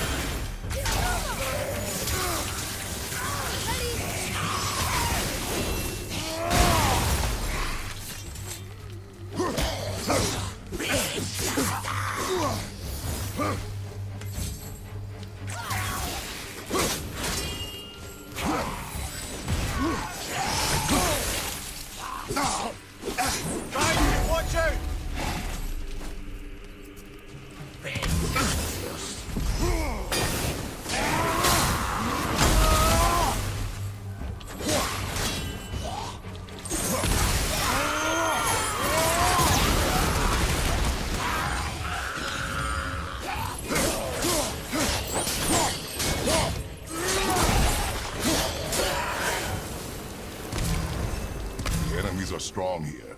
Keep your guard up.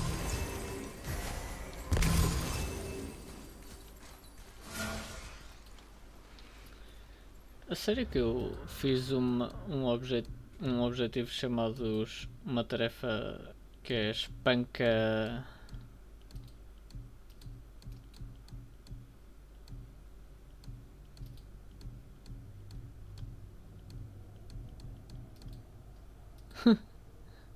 Espanca Vikings.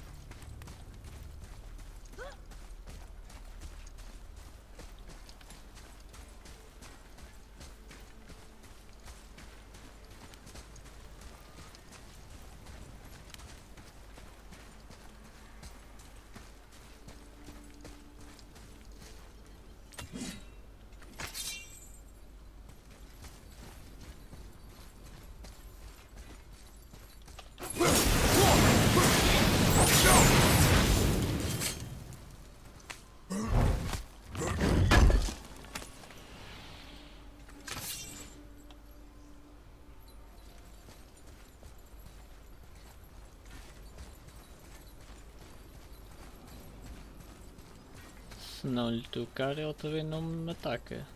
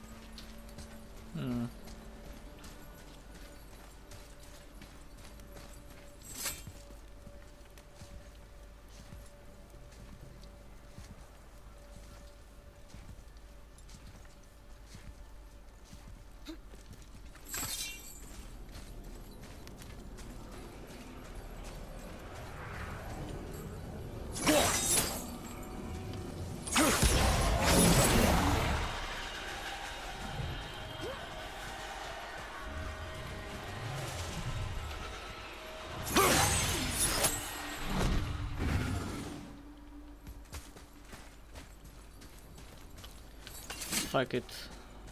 Vamos aqui.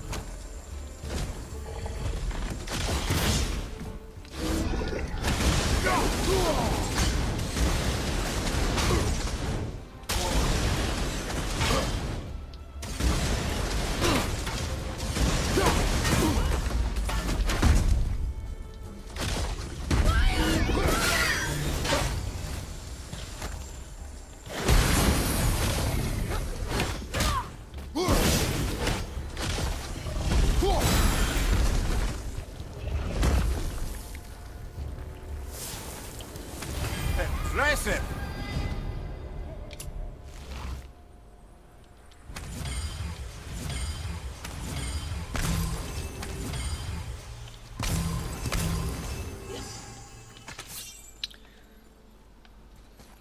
Será que é por aqui? Ou foi por aqui por onde eu vim?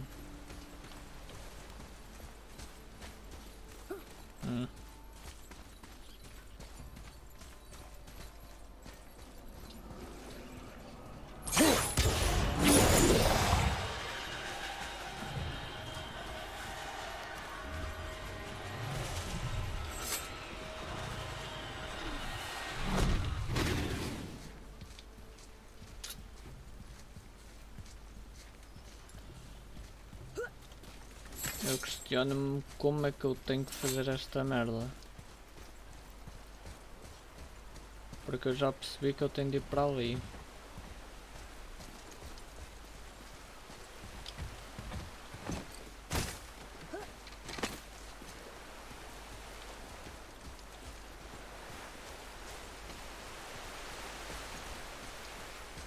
What's that?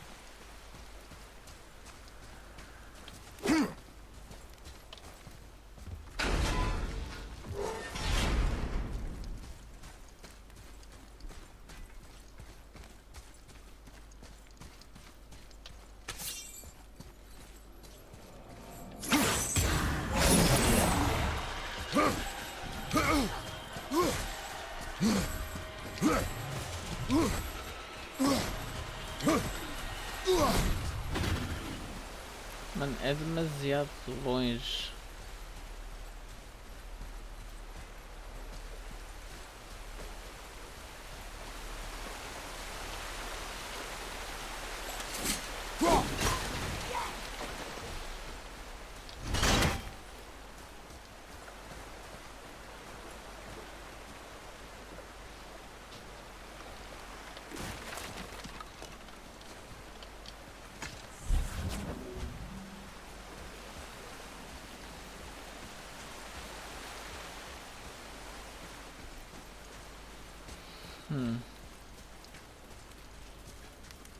Ah, acho que já sei por onde é que é.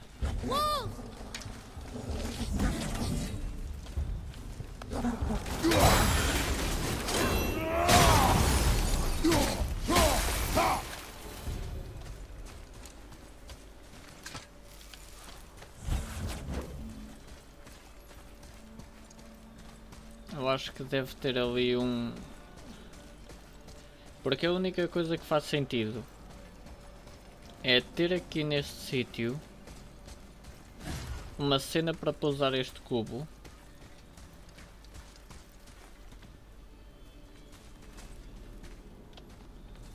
Ah é, que está lá em baixo.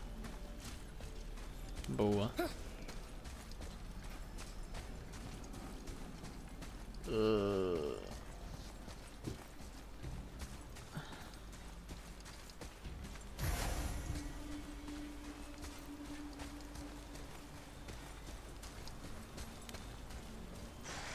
Here we go!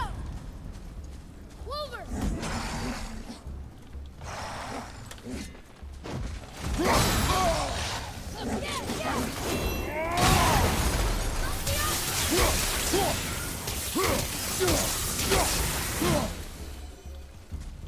Clover! Roma!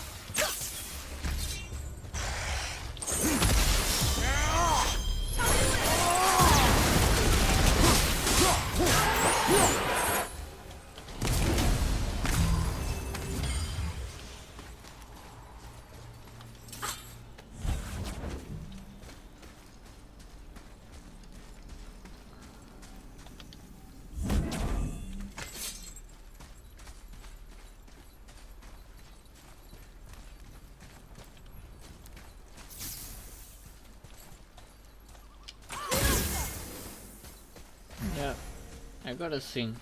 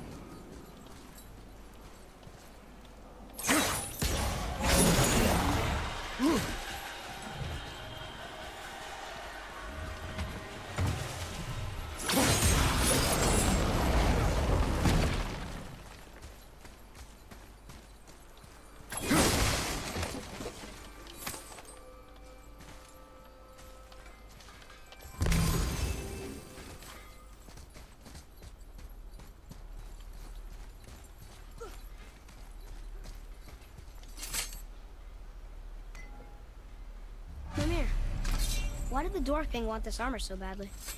What's so special about it? There are many legends behind the Dve Grathikar.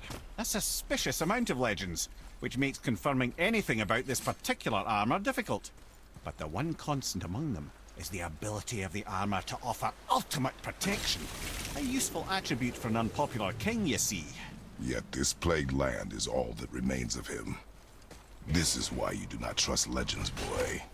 Well, what can you trust? Yourself, your eyes, your instincts. Blind trust in a legend is a gamble, and rarely does it pay off. Gamble. If you say so. Let's go gambling. We're in. Okay. Here we go. Huh. It's kind of run down in here. What did you expect? I don't know. Less ruin, I guess? Maybe the throne room's in better shape.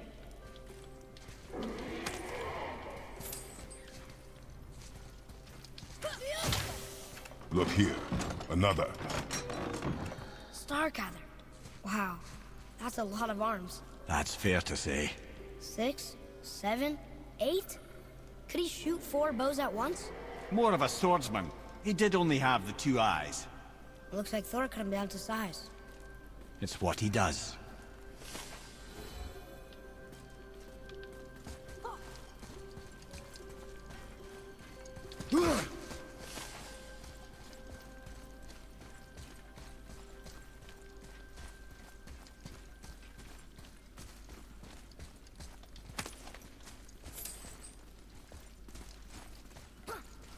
Do you hear that?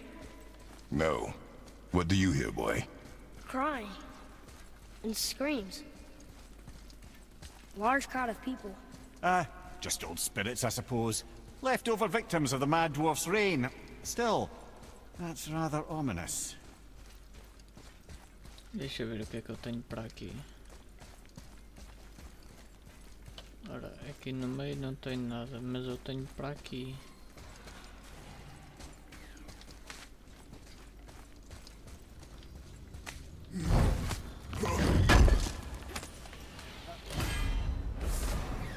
Marca do elemento.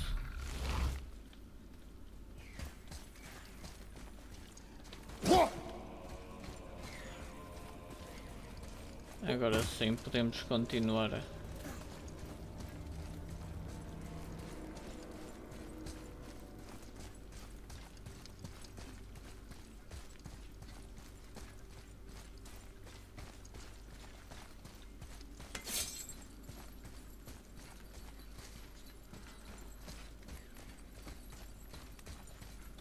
They're getting louder.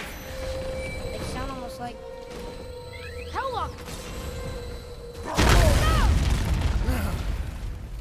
Got it!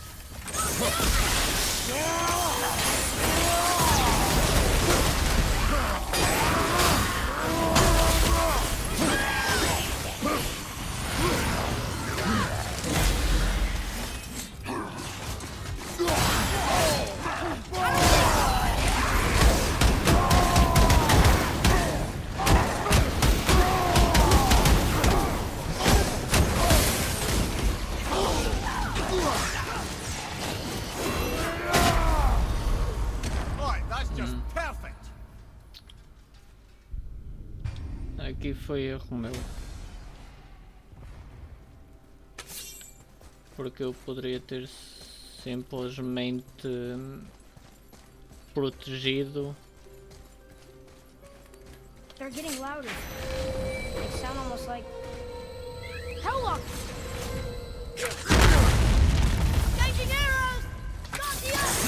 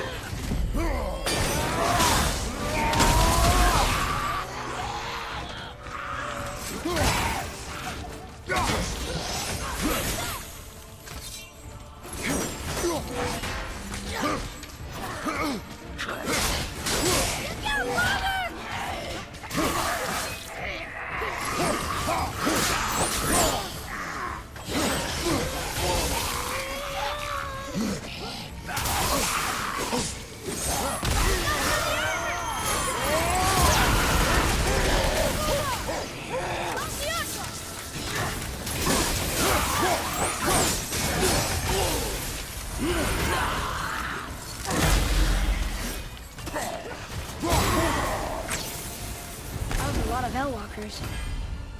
Hey, look at this. A blood trail.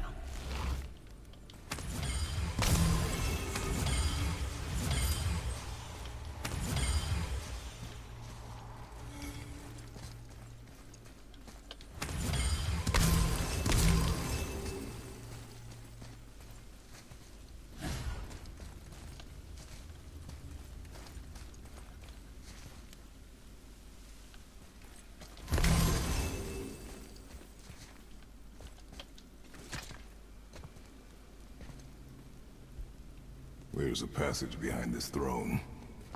A secret passage! Well, wouldn't be a proper throne room without a secret passage.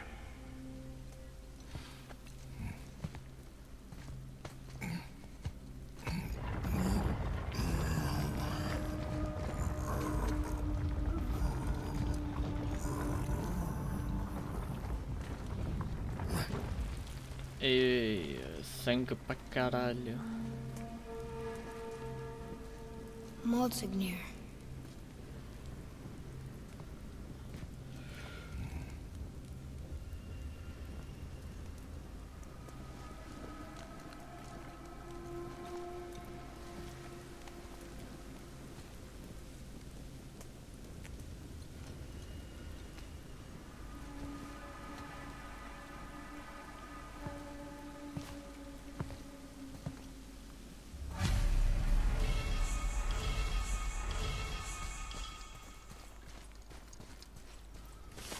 The things you pulled from him.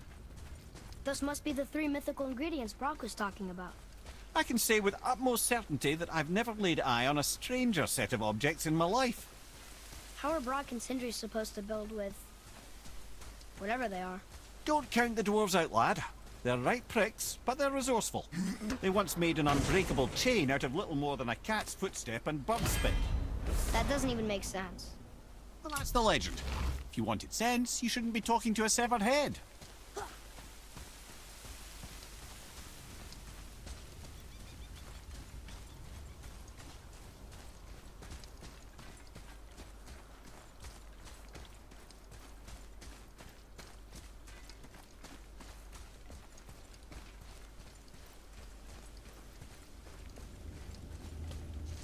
Ok, por aqui.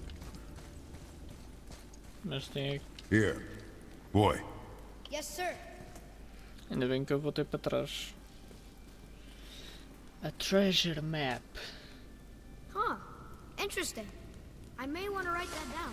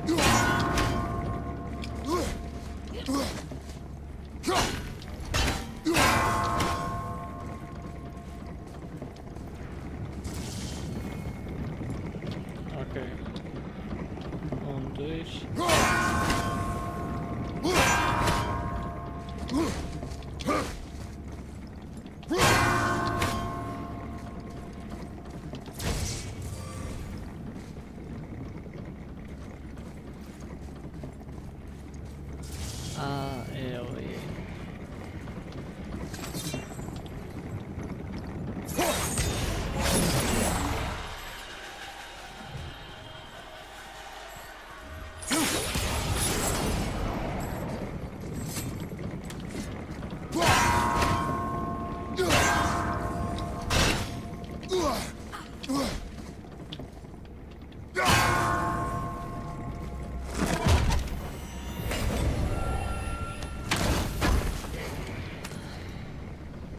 O que é que eu encontrei? 3 de 3. Recolhesse I wonder what 3 this place looked like in better chifres de hidromel de Konungsgard was a sangue. beautiful land in its heyday, before the Dwarf King's obsession poisoned his mind. How could he let that happen? The dwarf blindly trusted in the legend and pursued it without thought to the consequences. This is the result. Trust is a gamble, like you said. And the Dwarf King lost.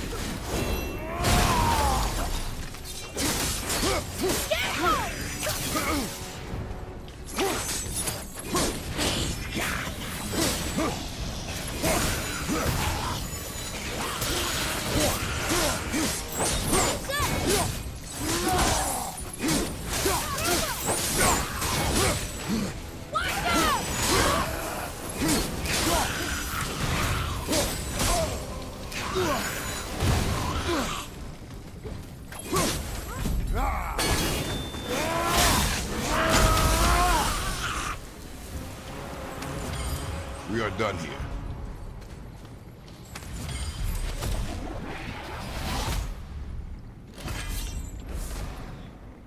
Mais pó dos reinos.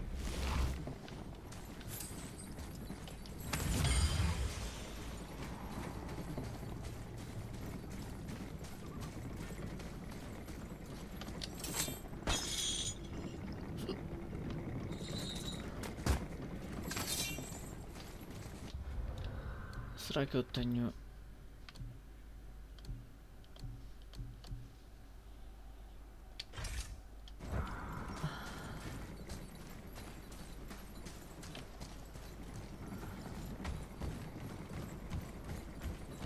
Vamos já que estou aqui, liberto o dragão.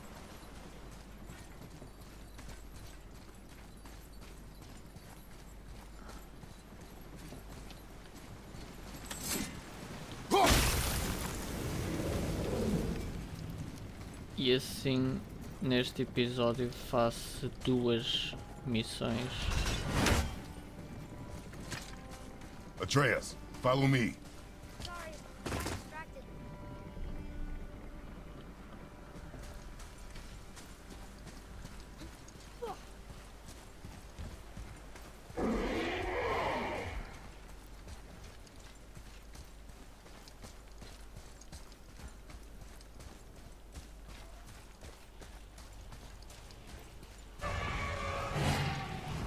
Será em frente? Yeah.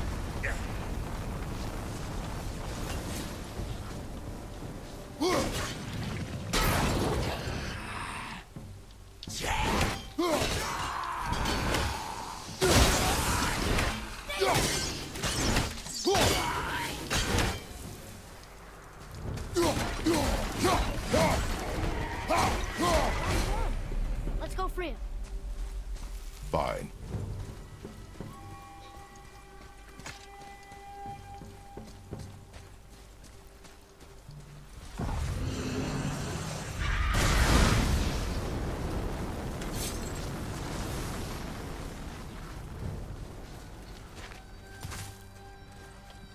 Yes, sir.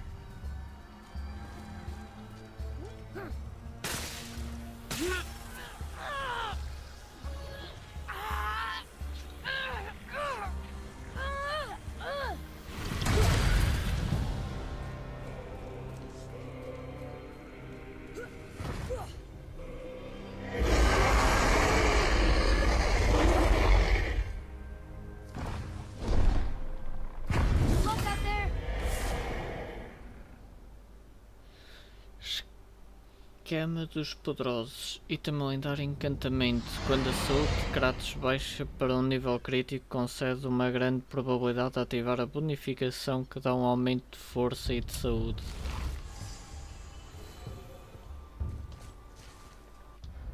Mais uma lágrima do dragão. Agora é só sair daqui.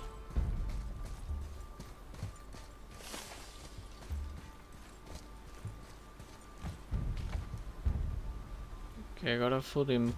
Nossa.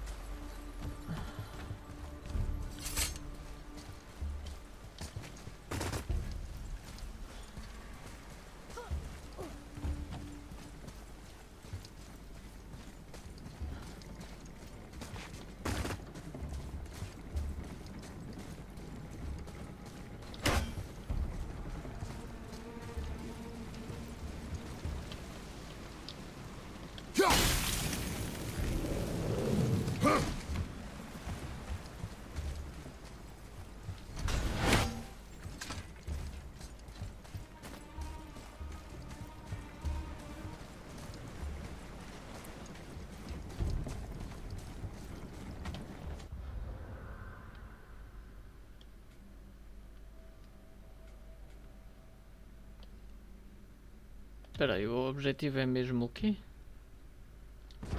Ah, ok.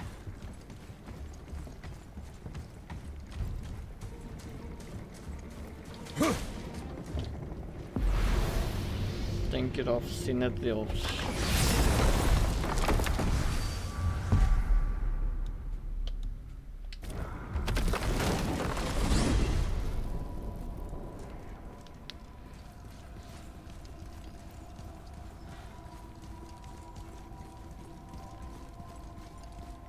O Mimir agora tem estado muito calado.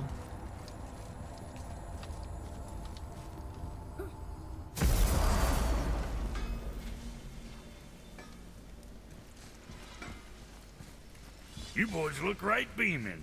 Well, the squirt does. Can't see squat behind that frizzle fuzz you call a beard. We found the materials. But they're so weird. How do you build a piece of armor out of something so... None yet. None ya? None your fucking business. Trade secret. We None got ya. our ways. Oh.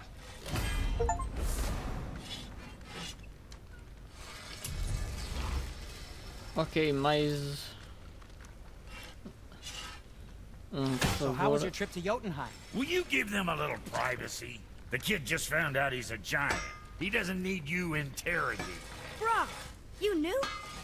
Oh, we knew Faye was the last guardian of the Jotnar left in Midgard. That's why we made her the axe. We hoped it could restore the balance of power. After Thor went all berserk with our hammer. Though in the end it seems she chose another path. She chose, well, you. Both of you. I suppose she figured that was the best chance for the giants to live on.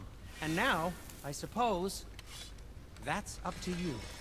How about that? A young Jotun with us the whole time. And the son of Laufey, the just... Oh, I should have seen it before! Something else we can do for you? Nah, just glad you guys worked it out. Ah. Well, I could say the same to you. Ha! I guess I was getting a bit full of myself. Told him what he needed to hear, how's it sounds to me. Just the same. I'm sorry for how I spoke to you, Sindri. You forgive me? Already have.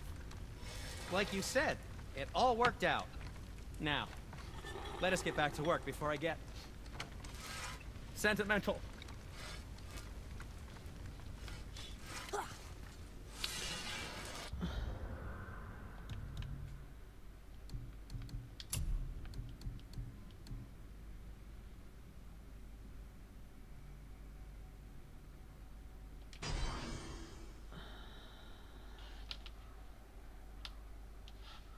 Como é que será este?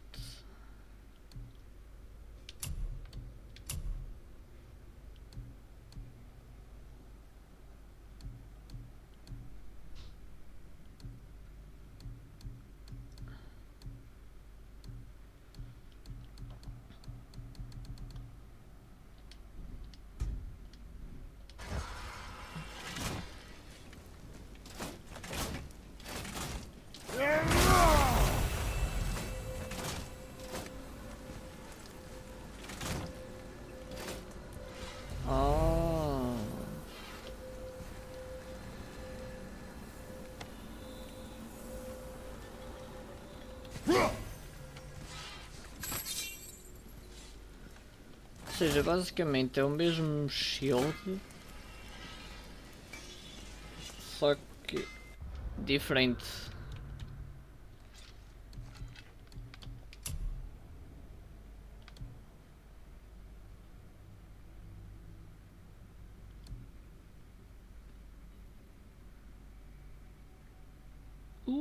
Chama de Prometeu. Prometeu ser... Ok, eu ia dizer uma piada muito má. Chama de Prometeu. Eu estou a tapar. Acho que é mais a chama de Prometeu-vos foder. Ai, é sério. Aqui está o máximo.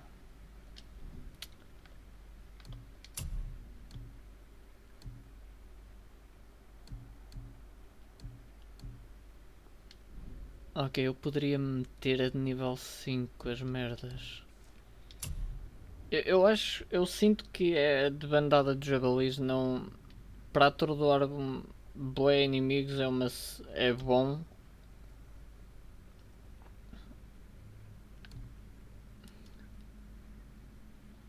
Mergulho dos falcões. Eu posso meter a dos lobos.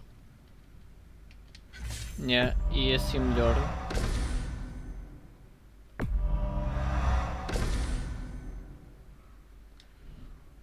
Yeah. E agora aqui vai.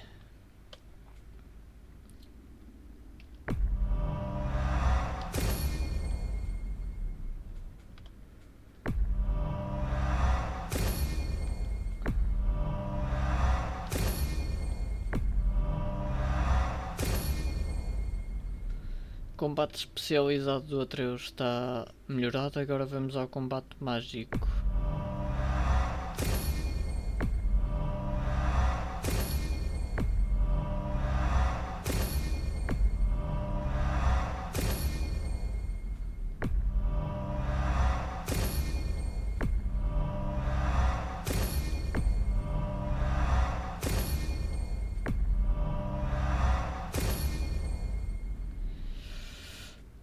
Está tudo. Agora aqui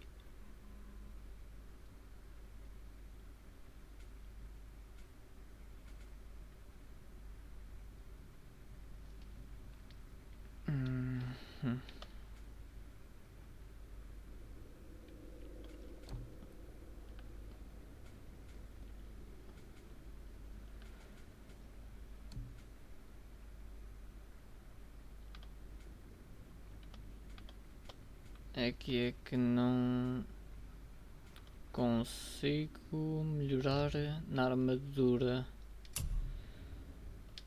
Eu ainda consigo acrescentar mais uma vaga. Posso trocar. Ora, remover.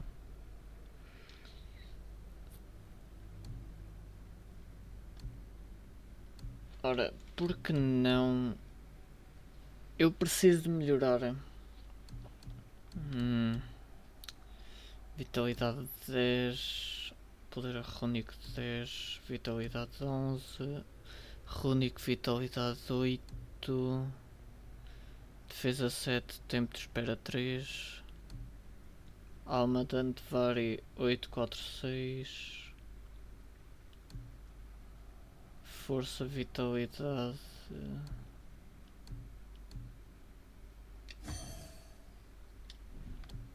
Estou a 5 e agora por que não?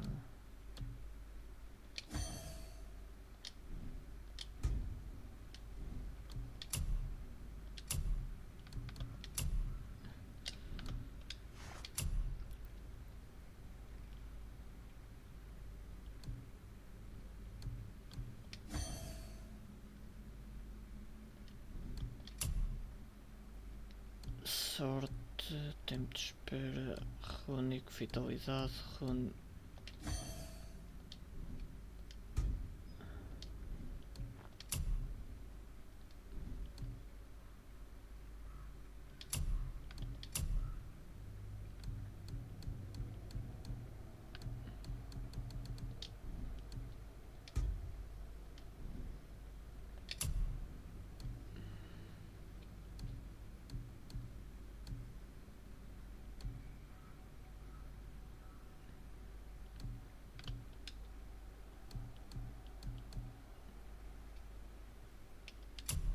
e para as vagas.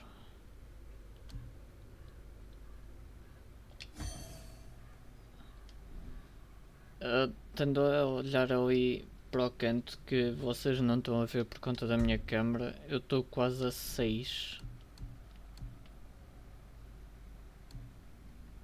Agora, será que eu consigo melhorar alguma coisa? Foda-se, eu preciso de tanta merda. Será que eu consigo melhorar a lâmina do caos? Nope.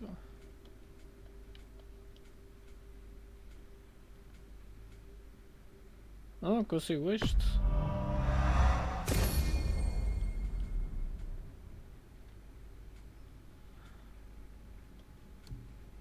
E aqui no escudo 130 e... Preciso tanto de defesa. Puta que pariu lá mais esta merda. Agora vamos aqui aos objetivos. O que é que eu mais tenho que fazer?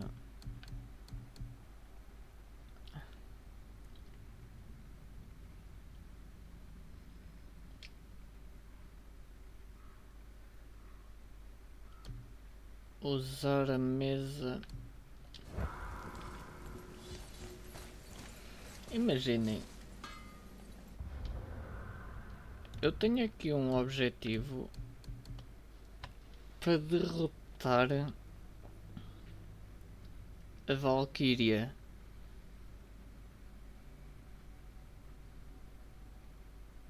Que neste caso eu desbloqueei esta missão quando estava nesta cena na passagem de Odin.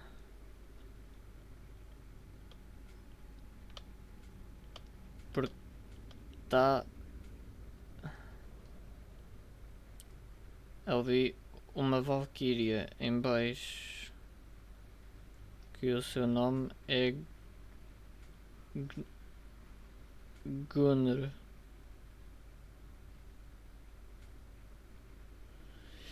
Yeah.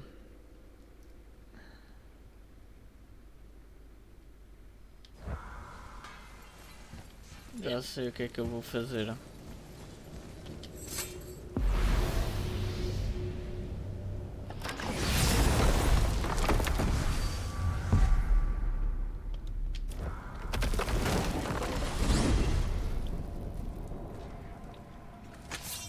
Mimir, what did you call Mother? Laufey the Just? Did you know her? I never had the pleasure. Laufey was a rumour in the halls of Asgard. A giantess warrior who thwarted many an Aesir god's plans, freeing those who they would enslave, feeding those who they would starve, generally making a nuisance of herself in the most noble of ways. Thor was terribly frustrated he could never find her to fight. Once my imprisonment began, I could only wonder what became of her, and who she would turn out to be. Yours is quite a singular lineage, lad.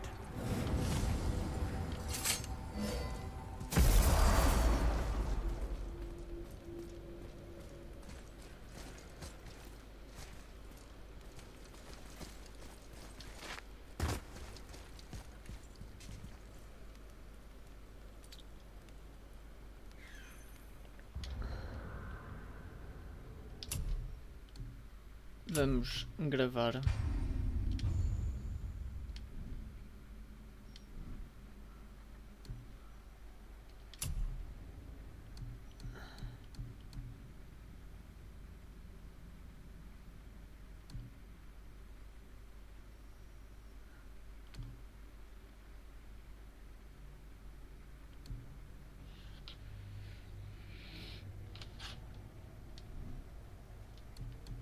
Preparar-me. Eu estou a nível 4.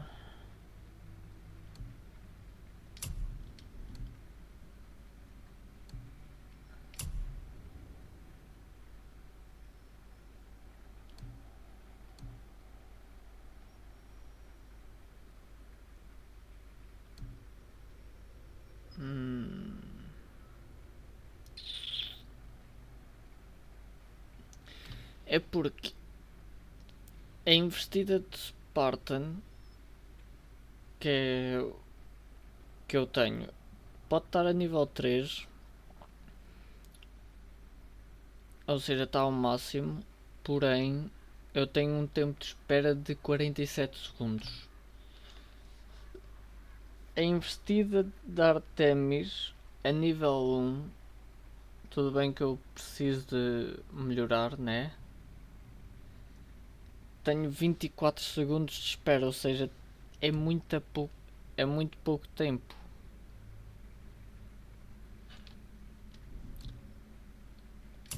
Já aqui 47, 78. Mas é 78 pela que é a chama de Prometeu.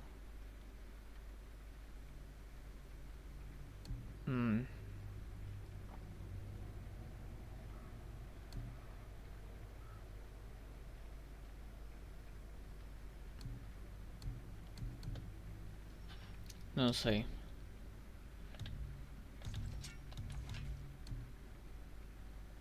Habilidades. Aliás, armas.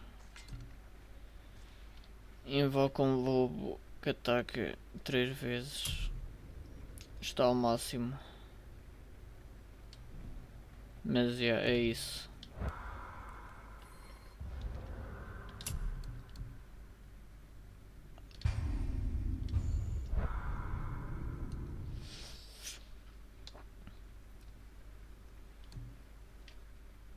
Vamos terminar a nossa sessão de God of War por agora, ou por hoje, não sei. Vai depender muito. Agora, o que eu queria ver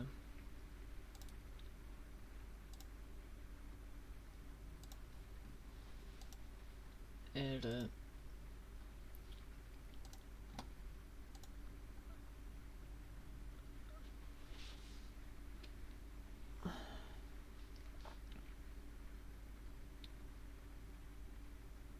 ora, nas cartas colecionáveis da Steam ainda me falta 3,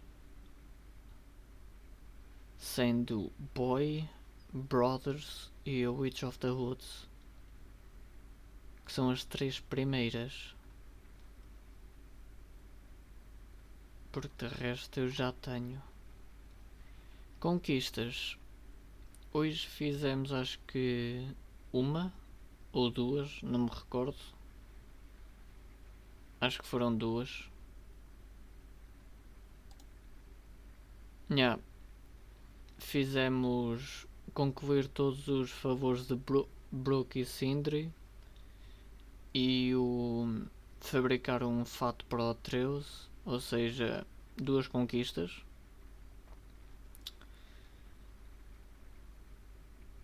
Precisamos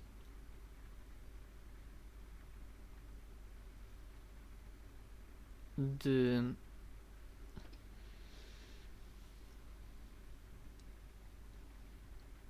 porque tem aqui conquistas em que é ler todos os altares de Jotnar,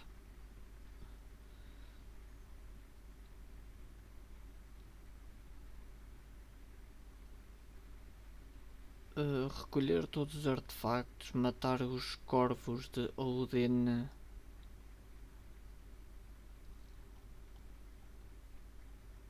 Ou seja, ainda vai ter aqui bastantes episódios de God of War, tanto em stream como fora da stream.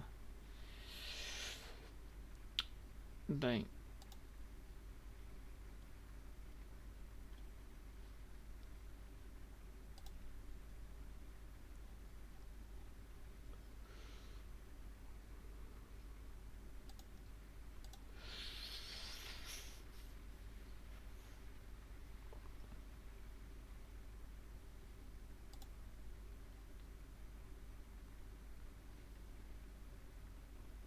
não faço a menor ideia.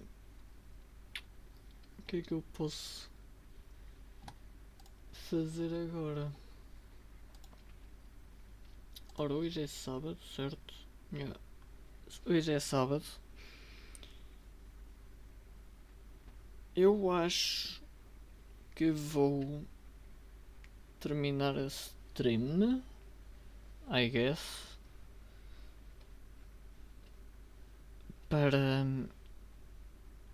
editar o resto dos vídeos que me faltam, pelo menos para esta primeira semana de janeiro, porque depois vou ter de gravar para a segunda semana, mas para a segunda semana até que é pouco os vídeos, então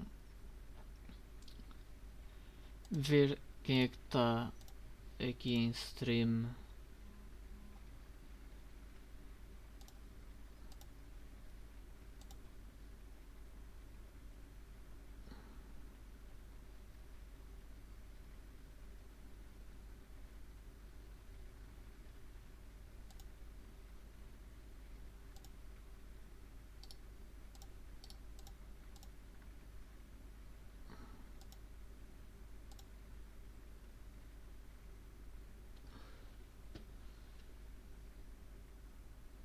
Ora então,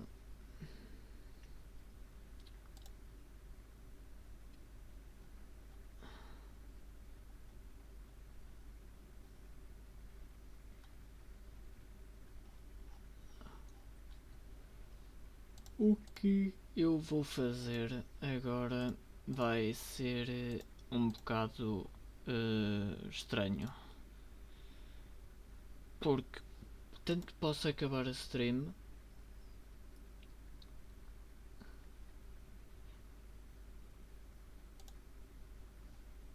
ou então posso simplesmente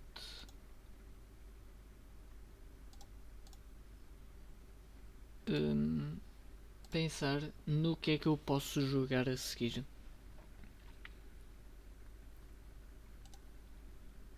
Ora, o que é que eu vou precisar?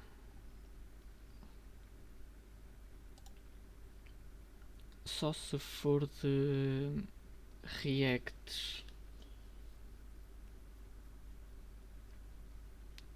Eu estou completamente fodido com o cabelo aqui atrás. Puta que pariu. Mas não sei, eu estou a ver aqui os jogos que eu tenho na Steam.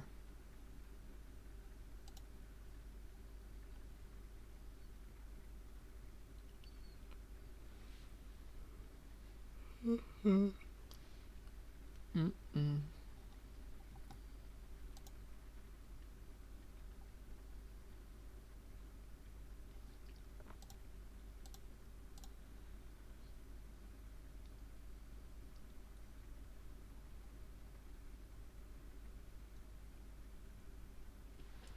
posso.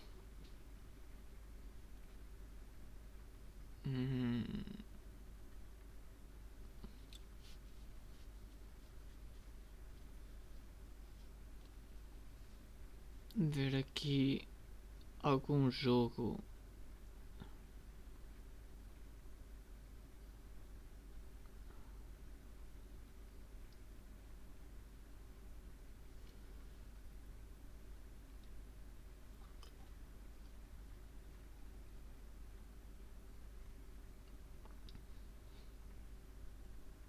Aliás, há aqui um jogo que eu tenho na Steam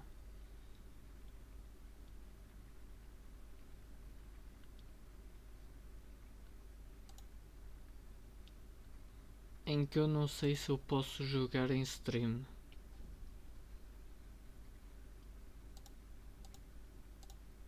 Em que se não puder,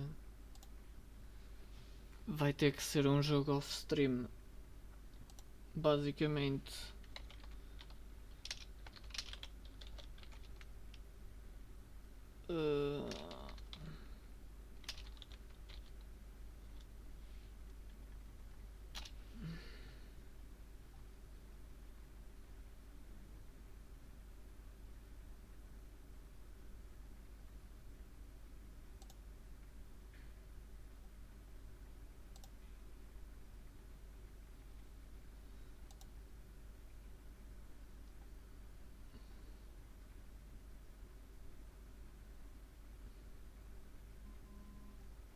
Há pessoas a streamarem isto.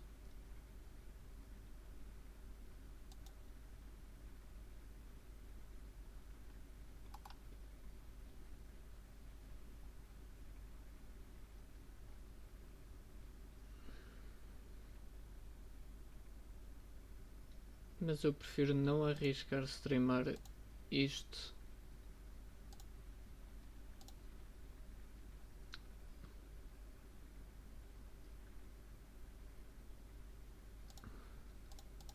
Então o que nós vamos fazer irá ser o quê?